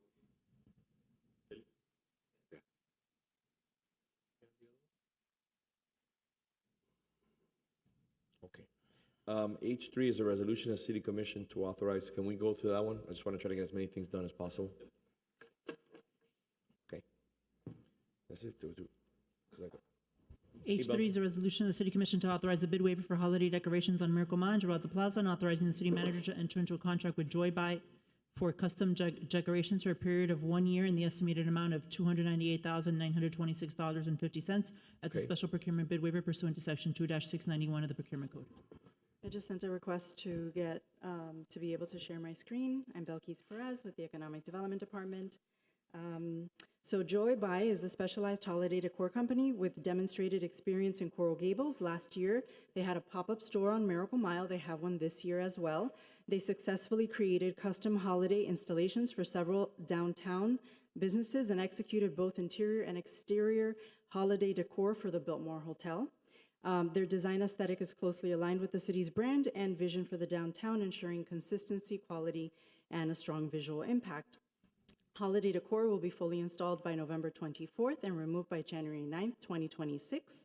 And industry-wide, holiday decor vendors are already finalizing procurement for materials and locking installation schedules. So delaying any longer to complete a bid process would risk the city missing that critical holiday window. So if you'd like to see what it looks like really quick, I am going to share my screen and take you quickly through that. Can you see it? Yeah. Okay. So I'm just going to scroll down to the part right here. Okay. So for the Lejeune fountains on Miracle Mile, we would put ornaments. All of it will be themed, and this is what we like about this presentation is that there's consistency in the theme. So ornaments on either side of those fountains. On the 37th Avenue, there's going to be very large bows. These are acrylic bows, and there's going to be lights. There's garland, as you can see, around the opening, and then the large bows on both sides of the entrance. We're going to have consistency again. These are 31-inch wide acrylic bows, gold and red, along all of the streetscape lights that are on Miracle Mile, and we're putting them on Giralda as well. And the median, although there's not a picture of this, but the median palm trees on Miracle Mile will also be lit. So there's going to be something at night to see as well. And so this is going to be on McBride Plaza. It will not have these hues. It's going to be a warm white light, and there will be different sizes of these trees, and it'll be lit beautifully at night.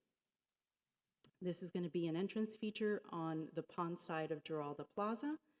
It will have some lighting to it. And this will be on the Galliano side of Giralda Plaza. We will have a sleigh there, and it'll be a really nice photo opportunity. And that's it. Looks amazing. Incredible work. Thank you. We're going to have an RFP, though, just so you know. Next year, we are going to have a formal RFP. Good. Okay. Can I get a motion?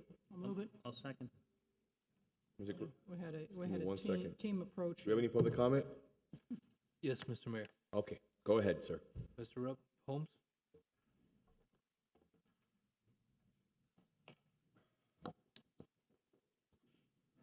Thank you very much.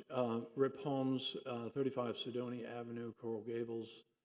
I really have a question, and I'll just get right to the heart of it.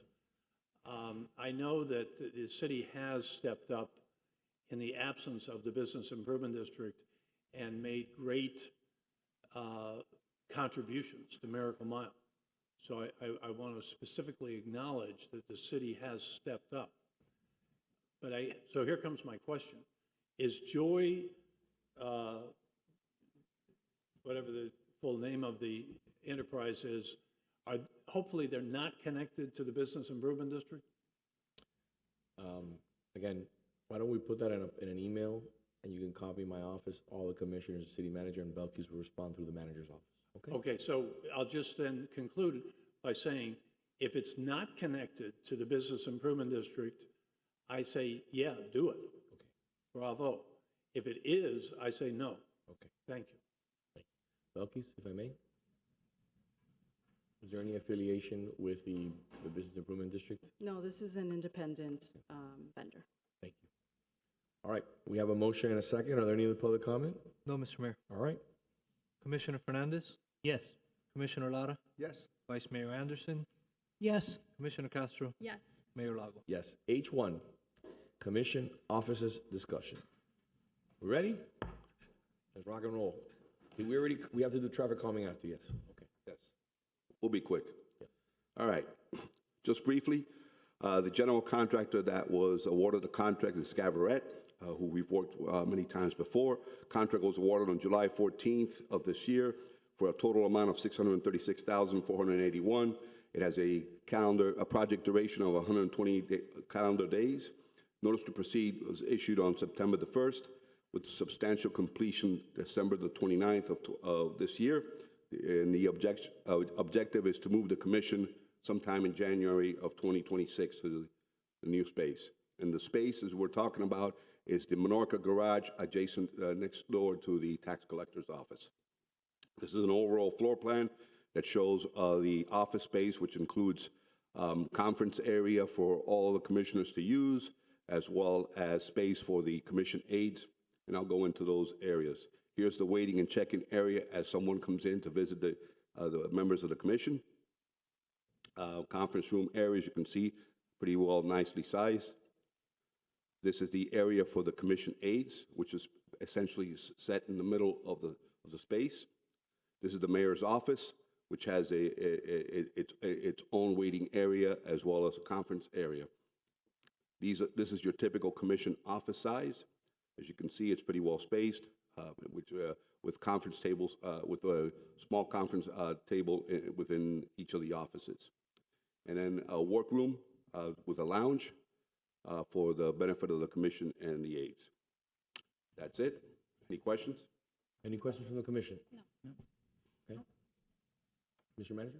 Yes, thank you, Mayor. We are planning on making the move in the middle of January. We need to do exploratory demo on this building to wrap up the construction documents. We are in the process of selecting a construction manager at risk. Should be by November, and we'd like to move forward and see if we can start construction towards the third quarter of next year. So we all plan to move. We are moving to some offices on Ponce de Leon, the city clerk, the city attorney, and the city manager. So we are all right in that area there. And so this move is planned for the middle of January. Okay. Thank you very much. Mr. Clerk, are there any public comment? We're good? All right. Commission's not taking action on this item. All right, perfect. Next item, traffic calming.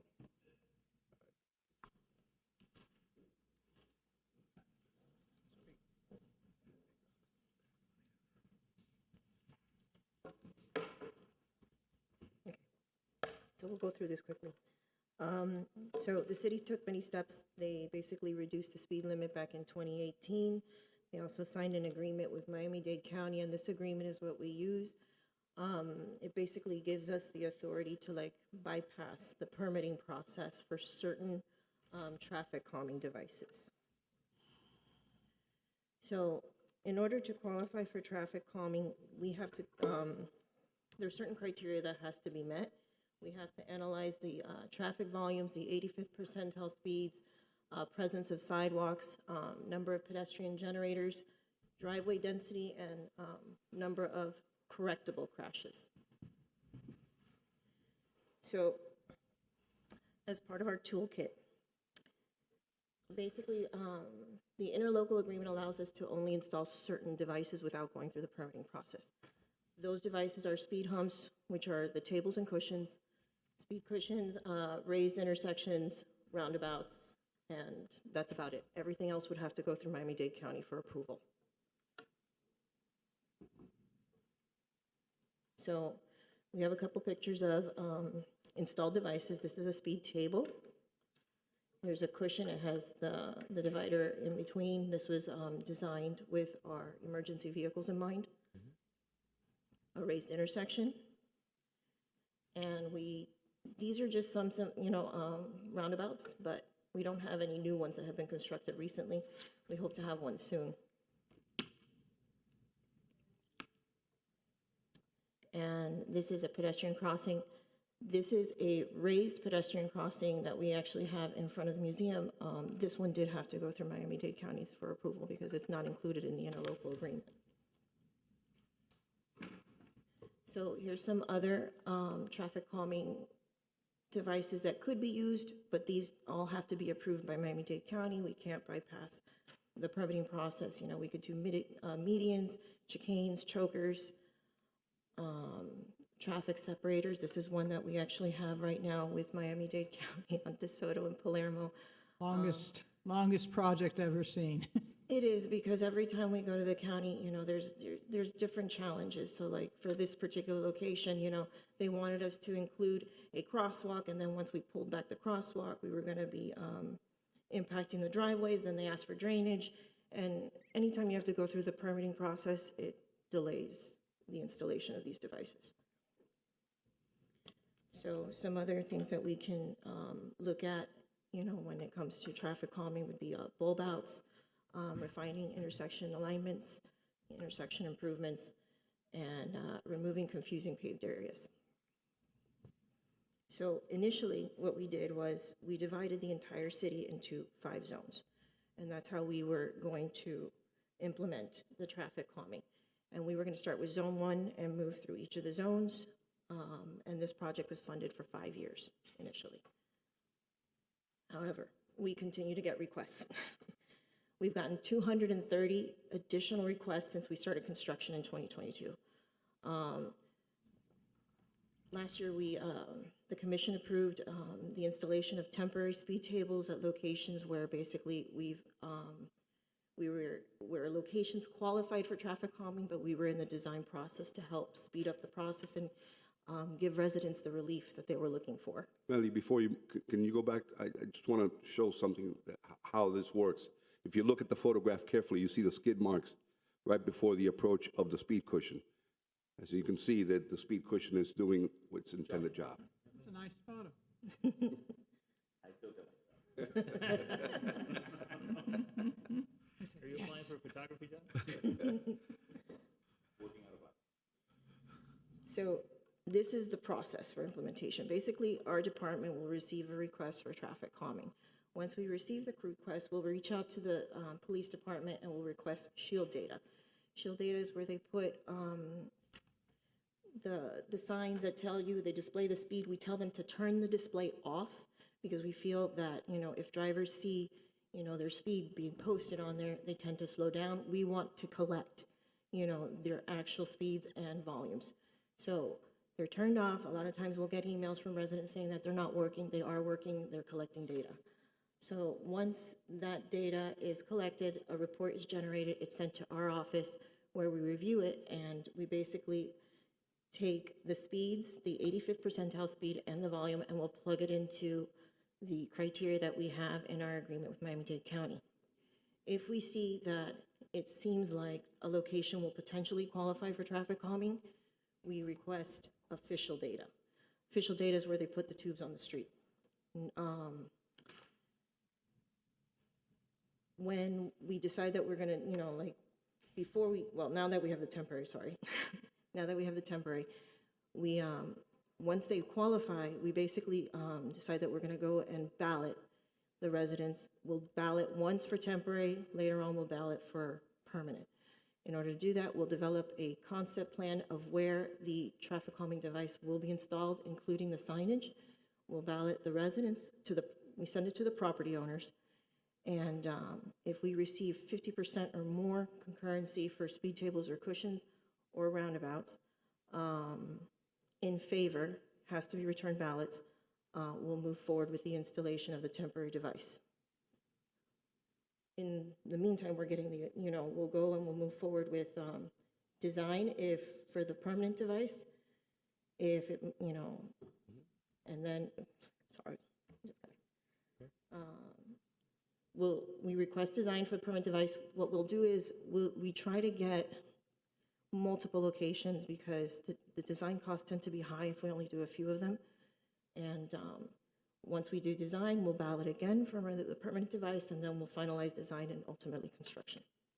And Melissa, if I may add something. The criteria that we have permitted by the county for traffic calming is very generous. So what I mean by that is that there's a little points that you could potentially get to what you need to that are not necessarily related to speeding, whether it's the missing sidewalks, volumes. if you don't qualify for traffic calming, it's because there is no measurable speeding problem in your street. And we've found in several locations that we get requests from folks about cars are flying by my street. We collect the data, you get an average speed of 15 miles per hour, an 85th percentile of 19 miles per hour. The human eye is not a good judge of speed. And sometimes we confuse the engine sound or an acceleration with speeding, and those two things are not the same. And I myself have witnessed folks call my office, a city truck rumbling down my street. We have GPS, we can look at the video, we can look, they were accelerating between 9 to 18 miles per hour. You get a big truck, you hear that broom, truck never went over 20 miles per hour, but the perception is that they were speeding because you hear that noise. So, you know, we use quantifiable engineering data for this, you know, and where you qualify, you will get it, but there's very, very many instances where we collect the data and they don't qualify, and, you know. And going back to what, you know, the director was talking about, as you can see here, the criteria is posted on this slide. If there is speeding, that is where most of the points are gained. You can receive up to 10 points for speeding if they're going 10 miles an hour or more over the speed limit. Volume is the second one that you'll receive a lot of points for. But if you don't have sidewalks, you'll get 3 points. If you do have sidewalks, you don't get anything. And basically, yeah. So, like I said before, ballots are mailed out twice, once for temporary, once for permanent. They're mailed to the property owners. A lot of times we'll get emails from residents that are renting. We mail the ballots out to property owners. We include the conceptual design with the ballot. They have 30 days to review it. And if we receive 50% or more in favor of the device, whole block face for a speed table or cushion, 4 corners of the intersection for a roundabout, we move forward. Okay. So to date, we have 145 devices that have been approved. Ballot mailings for any permanent devices will be mailed out closer to construction date. We've already had meetings for zones 1, 2, 3, and 4. Zone 5, we've already engaged with a consultant to begin with design, and we're going to have a public meeting either later this year or early next year. And that's it. Amazing. Mayor, Thank you. just a couple of final points. I want to stress again that it's critically important that we follow the data, as Melissa showed in the presentation. It has to be quantifiable data. We can't wholesale just put speed cushions anywhere. If we do that, we're in violation of the interlocal agreement, and we risk the ability to be able to do these ourselves and have to go through the county process. That's, so I want to stress that's very, very, very important. Secondly, is we get requests when we run the numbers, or the numbers don't show that there is no issue, to go back and do it again. That's time consuming. It costs money. And truthfully, once we collect the data, and if the speed doesn't show that we even get close to the 85th percentile, at that point, again, it's an issue of perception, as Hermes pointed out. It's sometimes the human eye is not a good judge of speeding. So I just want to emphasize this. It's not that we're trying to say no. We're simply following the process, and the process has to be followed in order for us to be consistent with the interlocal agreement we have with Miami-Dade County to be able to continue to do where it's actually needed. Thank you. Through the mayor, real Yes, quick. sir. So since I have you gentlemen and lady here, 2 questions. One, with respect to the mailing that's going out, the ballots for where the traffic calming device is going to be set. I've had 2 residents ask me about a ballot item right now near the Coral Gables Country Club on Greenway. I think we're in the middle of the mailing right now, the mail-in for the ballots. But if they wanted to have it moved, not removed, but rather moved, so it's not in front of a particular resident's home, I don't even know how that works. Is that something we can discuss offline, or do you have a quick answer for how that's handled? So the location is selected for a variety of reasons. The location of driveways within that street. We can't have a speed cushion next to a driveway because that presents some challenges. So we have to be very strategic of where that. Also, we want to be sure that the location provides the maximum ability to be able to reduce the traffic. So, and I'm glad you brought that up, Commissioner, because we've gotten cases where the street qualifies, we're ready to go and put the speed cushion, and then, oh, I don't want it in front of again, it's public right of way. We try to be as respectful as possible, but there comes a point where we have to make the decision. It either goes here or that's it, because we've had other driveways, so. Very good. The second thing is a resident brought to my attention that on Greenway, but what stretch I have to see, but I don't think there's any divider, like a painted divider for, Straight line, yeah. So was one going in, or we're not going to put one in? Does it need one? So generally speaking, you don't put dividers on local roads. You put those dividers in local roads as you approach the intersections, and that's something that we're working to implement. But it's not common practice for you to add a divider on a local residential street road. Okay. That is not common practice. Very good. Thanks. All right, thank Through you. the mayor, Yes. just a couple things real quick. On that location on Palermo, so you have perspective. I'm doing this for our baby commissioner because he doesn't have the scars that we do going through this. That's been a 7-year process. 7 years going through the county. Wow. And when we do things without the county's approval, they can then remove them. The other thing is there an option? There is an option for streets that don't qualify if they want to pay for a speed detection sign, the cost of which I don't know, but it's not cheap. They can have that. By the way, there's someone on Anastasia that said, has made that request. You're nodding, so I know that you're aware of it. I don't need to write you an email. The other is in our latest interlocal update, in addition to adding the speed detection signs as an option, instead of a speed hump for those people that don't want the speed hump, we had a smaller speed hump that will fit better in some of these blocks where there's so many driveway cutouts in the North Gables. That's it. That's my very good. Thanks. Just a quick point. Dovetailing on what I said earlier, let's try to prepare something that maybe Martha's team could put together, a short video when residents ask, just how to request, that we can send them, and then it simplifies things for everybody. And the limitations. Correct. Because we can't overpromise. Right. Excellent. Thank you. Thank you. Thank you very much. Commissioner, item D6 that's pending. Is that, give me 1 second, is that the Kirkman and this one? Yes? Okay. Let me go ahead, I think he's outside, give me 1 moment.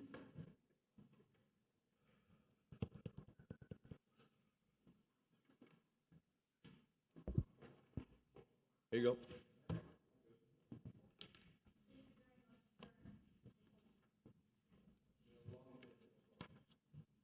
You know what that is like?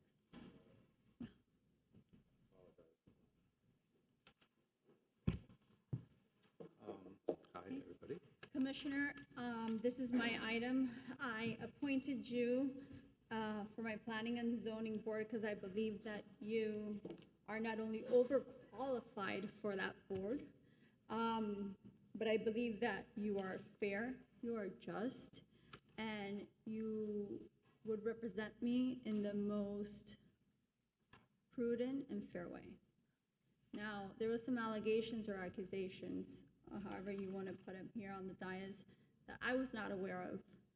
Is there, and right now, the commission was trying to, they pulled the item, and I don't know, I think you probably saw what was happening, and I think we were headed to the direction where you were not going to be appointed in the Planning and Zoning Board, when 2 months ago, unanimously, you were just appointed to the Parks and Recreations Board.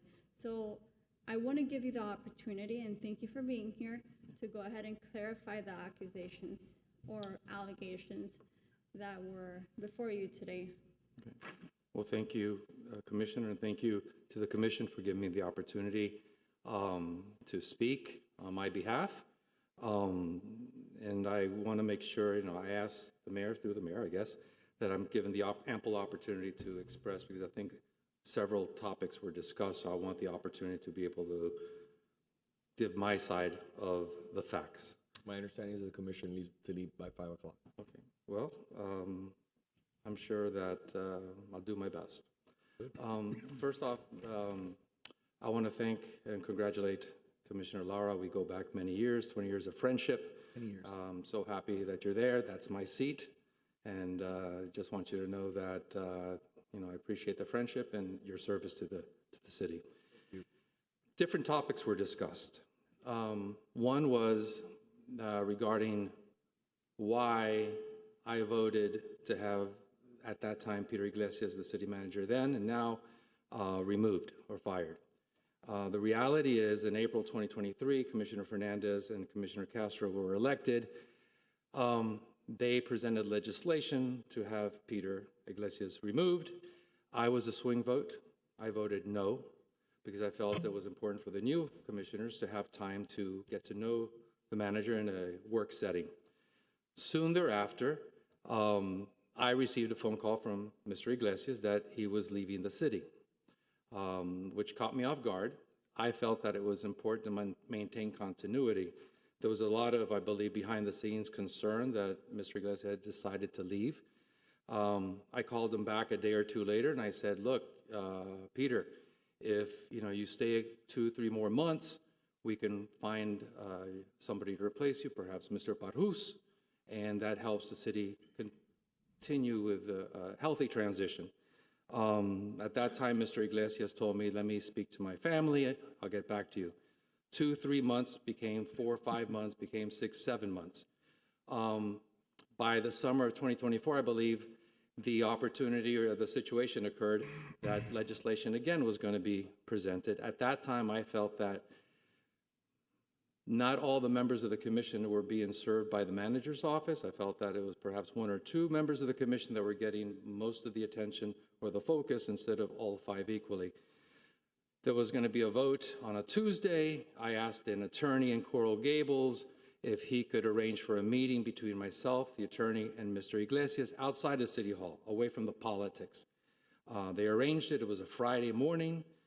We met. When I sat down with Mr. Iglesias, we'd always had a very good working relationship, even outside the City Hall. I explained to him, Peter, a year ago, you were ready to leave. And I said, 2 or 3, 4 months, we can work out an arrangement, a solution, a compromise. And at that time, he said, he was firm that he was going to stay. We met for about an hour. When we left, as we were leaving, he asked me, can I speak to you outside? So we walked outside. He parked his car in front of my car on the street. And we talked. He goes, look, Commissioner, we get along great. We worked well together. But on Tuesday, do what you have to do. But I just ask that you protect my staff.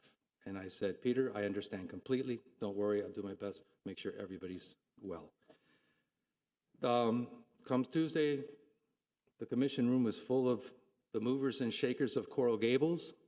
Dorothy Thompson, God bless her, she even chuckled because every time someone would come up, they'd eventually turn to me and point their finger at me, making sure that I voted to keep Peter. That's pressure from the outside, every mover and shaker. So that's what happened, the timeline with me and Peter Iglesias. I've always respected him. I think he's an amazing person, and we just had a difference of opinion, but I tried to find a solution. In terms of being influenced by outside forces, earlier we were talking about the election, moving the election from April to November. Well, around the summer or the fall of 2023, I got a member of the community reached out to me, wanting to have coffee with me the next day. I said, sure, why not? I'd have coffee, I like coffee. About 5 minutes later, I got another community member, resident, reach out to me and said, are you gonna have coffee with such and such person tomorrow? I said, yeah, I'm gonna have coffee. He goes, well, I need to give you a heads up. They're gonna offer you $100,000 to move your vote, move the election from April to November. I reached out to the other person and go, look, I'm sorry, I can't not have a coffee with you. I wish, we can talk another time. I stepped away. Again, pressure didn't move me. Also, with regards to the Alexa and Crafts project, the rezoning of the Malaga and Catalonia 300 block, when it was rezoned, I was not a commissioner. I was a resident. I'm still a resident, but I was not a member of the commission when it was rezoned. During that time, when there was a petition to have it rezoned, there was a particular homeowner on the south side of Malaga 300 block of Malaga that wanted to meet with one of the members of the commission because they wanted that member of the commission to know that they were in favor of rezoning. So I arranged that meeting at off the mile where Vicky Bakery is. And that meeting was between that homeowner, myself, and at that time, Commissioner Lago. When the Election Crafts project came before the city commission, I was a commissioner. But I went that time to the office of Miriam Ramos, the city attorney, and said, I'm going to recuse myself for this reason. So she wrote, I think, drafted some legislation. And the truth is, when we were coming to the dais, and that was going to be coming up, I guess we took a break, a member of the commission actually walked up to me and says, you don't have to recuse yourself. Don't recuse yourself. I go, I have to do what I have to do what I should do. That person was Mayor Lago. The thing is, folks, and whoever's here and watching, the concern from some is not that I'm going to be influenced by developers. The concern for some is that I'm not going to be influenced by developers. And that's the truth behind this. Unfortunately, I don't think in the history of Coral Gables that a former elected official is blocked from being appointed to a board. I don't think we've ever had someone removed, but definitely a former elected official. So a lot of allegations, what was it that was said? They're not allegations, they're facts. Well, I'm coming at you with the real facts. And those are the facts I'm laying before you. At the end of the day, I've already been watching the commission meeting for most of the day. You will vote whichever way you want to vote. You can decide whatever you want to decide. But I felt it was important for me to come here and let's least correct the record in somewhat. But I respect your decision, whichever way you go. Wait, are you done, sir? Yes. Okay, perfect. 1 second. Madam City Attorney, I'd like to immediately call the state attorney and the Commission on Ethics and have Commissioner Kirk Menendez, for a lack of responsibility and his job as a commissioner, I want to make sure that this is sent to the state attorney immediately. The transcript where $100,000 a bribe was offered to the commissioner. Immediately, tomorrow, first thing in the morning. And I want this gentleman interviewed. So again, the constant lies and the statements and you own property in Little Gables and all the stuff that's always done here, so easy to just lie on the dais and not say anything. But let's that's a dereliction of duty on behalf of Commissioner Menendez. He did not go to the state attorney. He did not go to the proper authorities, and I'll do it for him. Please send it. Just like when they voted in opposition of an inspector general, I will provide the inspector general when the voters vote for it. That's number one. Number two. And excuse me. Wait, I'm not done. No. Sir, I'm not just done let you know, I'll be more than happy to speak to anybody, especially when the two people I spoke to are your friends. I'm not done yet. Number one. Number two, Mr. Manager, would you like to clarify the record for what Kirk Menendez told you in a private setting, along with what he told employees? Mr. Mayor, Commissioners, I'm a little stunned by the comments of Commissioner Menendez. I never said I wanted to leave. I felt just the opposite. I felt I didn't do anything to be fired. I don't know where those comments came from. When we did meet, I said, it's your decision. I'm not leaving. I don't feel I should be fired. I've done nothing to be fired. I've never asked to be fired. I didn't speak to my family about resigning. I never tried to resign. That did not occur. I'm Mr. stunned. Manager, a quick question. You think that you think that you would advise Kirk Menendez, or you would advise the mayor first, that your intent is to leave the city? Mayor, I never had any intent to leave the city. Never. And Madam Vice Mayor, did he have a conversation with you about he was leaving the city? I didn't have a conversation with Peter. Did you have a conversation with Peter, say he was leaving the city? No. Okay. So that's the first thing. But I would like for you to detail the conversation between yourself when the commissioner asked you to upzone his own property through staff because his family needed the money. I was working with a former ACM, Maria Menendez, to upzone that because I wanted to take the $1.3 million from that property and provide it into Ponce River Park. The commissioner asked me that it was important for his family to upzone it. I said, please do not compromise me. I am doing it already. I do not need to be compromised. I made this public already in a video, and that is what happened. So we can play this game back and forth and throw ridiculous accusations. It's done before. You did it with Amos Rojas, a person who came in here and did not speak to me for 8 months and made a wild accusation that I assaulted him. Well, there was 4 people in the office that day that spoke to FDLE, and they corroborated my story that I was nowhere near the gentleman. So we can continue to attack my reputation, attack the members of the commission. It's absolutely ridiculous, Kirk. Everybody knows. We know you from the days of Misa in the city of Miami. We know where you stand. And again, at the end of the day, you're the one that sold your properties to developers that now, those now you have a 7-story building. So I think I have the opportunity You can make to it as wild as you want. I can respond. But listen, again, you were talking for 5 minutes. I talked for less You talked than a lot longer earlier this morning. So, And by the Commissioner, way, no, all the due attacks respect. came from Anderson, Lago, and Lara. That's the truth. And by the way, no, I have no issue with it. But you started it. I came in to express my position and the facts as they are. And now Kathy Fernandez-Rondo will deal with it.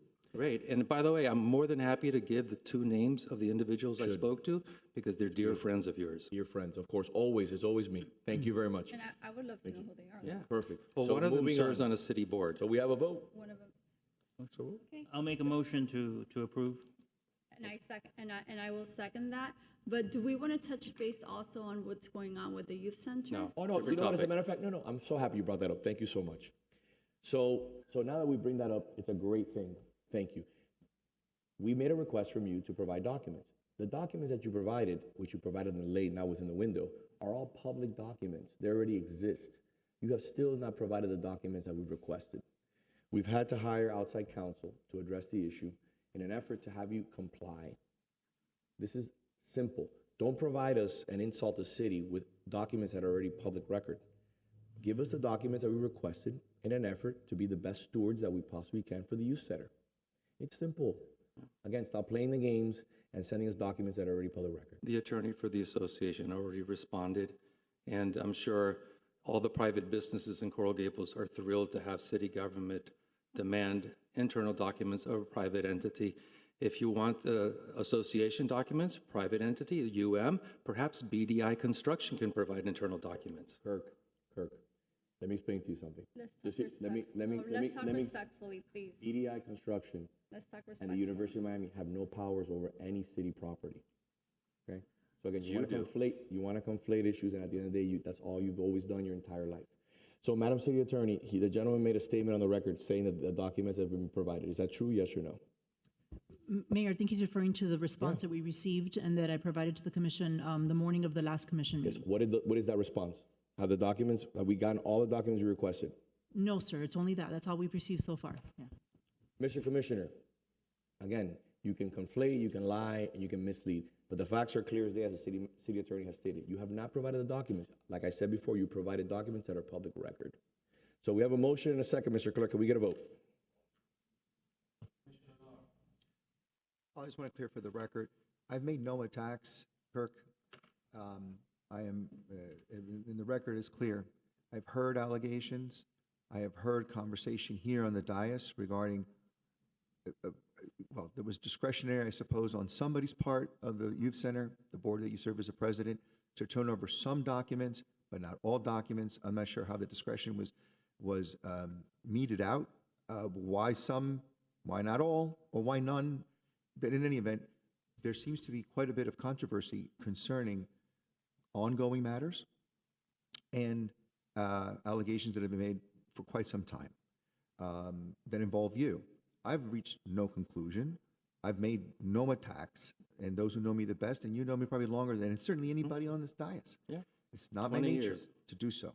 But what I am looking for is stability, tone down the temperature in the room, eliminate controversy when practical, and just be as transparent as we can for the sake of the city, which is the only reason why I ran and why I'm here today. So on the basis of that, it's no. Vice Mayor Anderson? Based upon what occurred, and this is not accusations, but from the testimony of the city manager, and what occurred regarding the upzoning of property that you currently own, my vote is no. And I was not a commissioner when it was upzoned. I was just a No, resident. no, you're completely misunderstanding and conflating and twisting the facts. I'm talking about the property that you're currently living in, not the property that you sold. The house that my mother bought when my father died, the 2-1 that I'm living in with my family, yes, I still live on that street for 48 years. Correct. That's the upzoning request I'm talking about. That side was already upzoned. No, you wanted more. You wanted more for your family. The record's clear. Commissioner Mena. And by the way, I did say I recused myself every time this came up. And by the way, I just want to, and I appreciate the vote. Mr. Clerk, we have a vote in progress, please. Vice Mayor Anderson? No. Commissioner Castro? It's really, really, really a shame that I have to bring the appointee here and this commission, not Commissioner Lara and not Vice Mayor Anderson. Thank you very much for keeping composure. But when we talk about civility and the way you are treating a former city commissioner, it's embarrassing. And it's not only embarrassing, I want to apologize completely. At this moment, they are saying everything you're saying is a lie. And you don't deserve that. I think you gave the best of your years to this city. And I can attest for myself, serving is not easy. I think you always made the right judgments. And my vote's going to be yes, because I believe in you. Because I believe that actually you would have made a better mayor than the one that's sitting to my left. That's my opinion, okay? But I'm sorry that I had to put you through this. I thought you were gonna be the best one to represent me. And apparently this commission doesn't believe the same. Mr. Clerk? Commissioner Fernandez? Yes. Mayor Lago? No. If I may, just one final thought before I leave it. If I may, Okay. we're in the middle of a I just want to commission. share a We've- final you've- thought, and you've it's real quick. Commissioner, you've had You more have than to feel sorry for anyone so consumed by hatred and anger that they lose their way down the abyss. Thought of the day. God bless you. Thank you. Madam Vice Mayor, the good of the order. For the good of the order, the Ronald McDonald House Pickleball Tournament is coming up in November. I believe it's November 10th. And I'd like to see you all out there to help this great cause. Give hope a bigger home is the theme. And without hope, we can't move forward. Commissioner Castro. We spoke about a lot of things this meeting, and I'm not going to touch base on them. I'm just going to touch base on one thing that you did not allow me to go ahead and talk after you accused me of doing something to your family and to your business or to your children. I have no idea what you're talking about, and I do want to put on the record that what you are saying, I don't know where it's coming from. So if at some point you want to clarify that to me, I would never in my life involve myself with your family, especially children or your wife. I think I've said hi to them from a distance in the past 3 years, maybe once or twice. So if you're under that impression or somebody else is telling you things, probably reconsider that. In fact, it's been the opposite. You have contacted my clients from my business, which they are afraid to attest because they think you're going to retaliate. So I'm not even going to bring that up, because if I don't have the facts and I cannot prove it, why even bring it up? But what you are blaming me of doing is what you have done to me. Commissioner Lara. Right, so for the sake of good order, right, I will continue to do what I can and call upon my colleagues to do the same, to try and just limit ourselves as much as practical to the business of the day, get through an agenda in an efficient and dare I say even collegial manner, so that we don't lose sight of why we're here, which is to do the will and the good of the residents of Coral Gables. I think I'm going to be saying that over and over, and I also challenge my colleagues to respectfully call me out when I stray, because I am not perfect, but I will do my very best. 2 items I want to bring to the attention of the residents. We have, again, an amazing event. I can't wait this Saturday. when we're going to be cutting the ribbon and opening officially Dorothy Thompson Park. And come dressed as, if you want, Scarecrow. Mr. Cabrera might already have co-opted that outfit. And enjoy a wonderful day. I have every reason to think it's just going to be memorable on so many different levels. And also on a personal note, I sit on the board of Easter Seals South Florida, and we have on September 25 at 5:30 p.m. at Jungle Island, Miami, our Festival of Chefs, which will benefit the Easter Seals South Florida Culinary Arts High School. I know the mayor has attended Easter Seal events in the past. It's a wonderful charitable event. Please do let me know if anyone is interested and needs advice or some guidance on how to attend. Thank you. Thank you. Commissioner Fernandez. I think we need to find a way to tone things down. Today we saw the assassination of somebody because of their thoughts. Charlie Kirk was assassinated today because of his thoughts. And we need to do our part to tone down the rhetoric. And I think Commissioner Laura put it out the best, focusing on the topics that are at hand. Our commission meetings could be more productive. I think we can really do the work we were elected to do, whether we were elected by a smaller number of people or a larger number of people this election or last election. We were all elected by the residents of this city to work together. And I think there has been an attempt today to do that. I think from the last time that I sat here, we have made progress. We need to do better. And you have my commitment to continuing to work towards that end, to ensure that our city has the best and most productive government that it can have. Thank you, sir. A few things. Number one, think about Blue Road Open Space. It's coming out beautiful. Congratulations to staff. What will be the name of the Blue Road Open Space? I leave that up to my colleagues. Think of something that is appropriate. Maybe. Patriot Day tomorrow. Thank you to all of those who serve, police, fire, and all our employees. Thank you. Enjoy the day off. Well deserved. And finally, I will never bend the knee. Never. No one will intimidate me. It'll never happen. Neither a blog or a colleague or an innuendo or vagueness or a lie like you just heard from Commissioner Menendez. It'll never happen. It won't. I will stand for the truth, and I will never be intimidated. Neither by Politico Cortadito or the Gazette. Never. It will never happen. I will speak the truth, protect this city, and state what I believe is correct. So we can play this game all you want, make statements up here, try to thrash my business, my family. It's obvious. Look at the last election. Look at the previous election. I've been called everything in the book. From a racist to an anti-Semite, to everything in the book. Everything. And I will not succumb to the pressure and the intimidation. At the end of the day, we have to make a decision here as elected officials. And my decision is clear, is to lead. Yes, I do allow my emotions, and I do wear my emotions on my sleeve.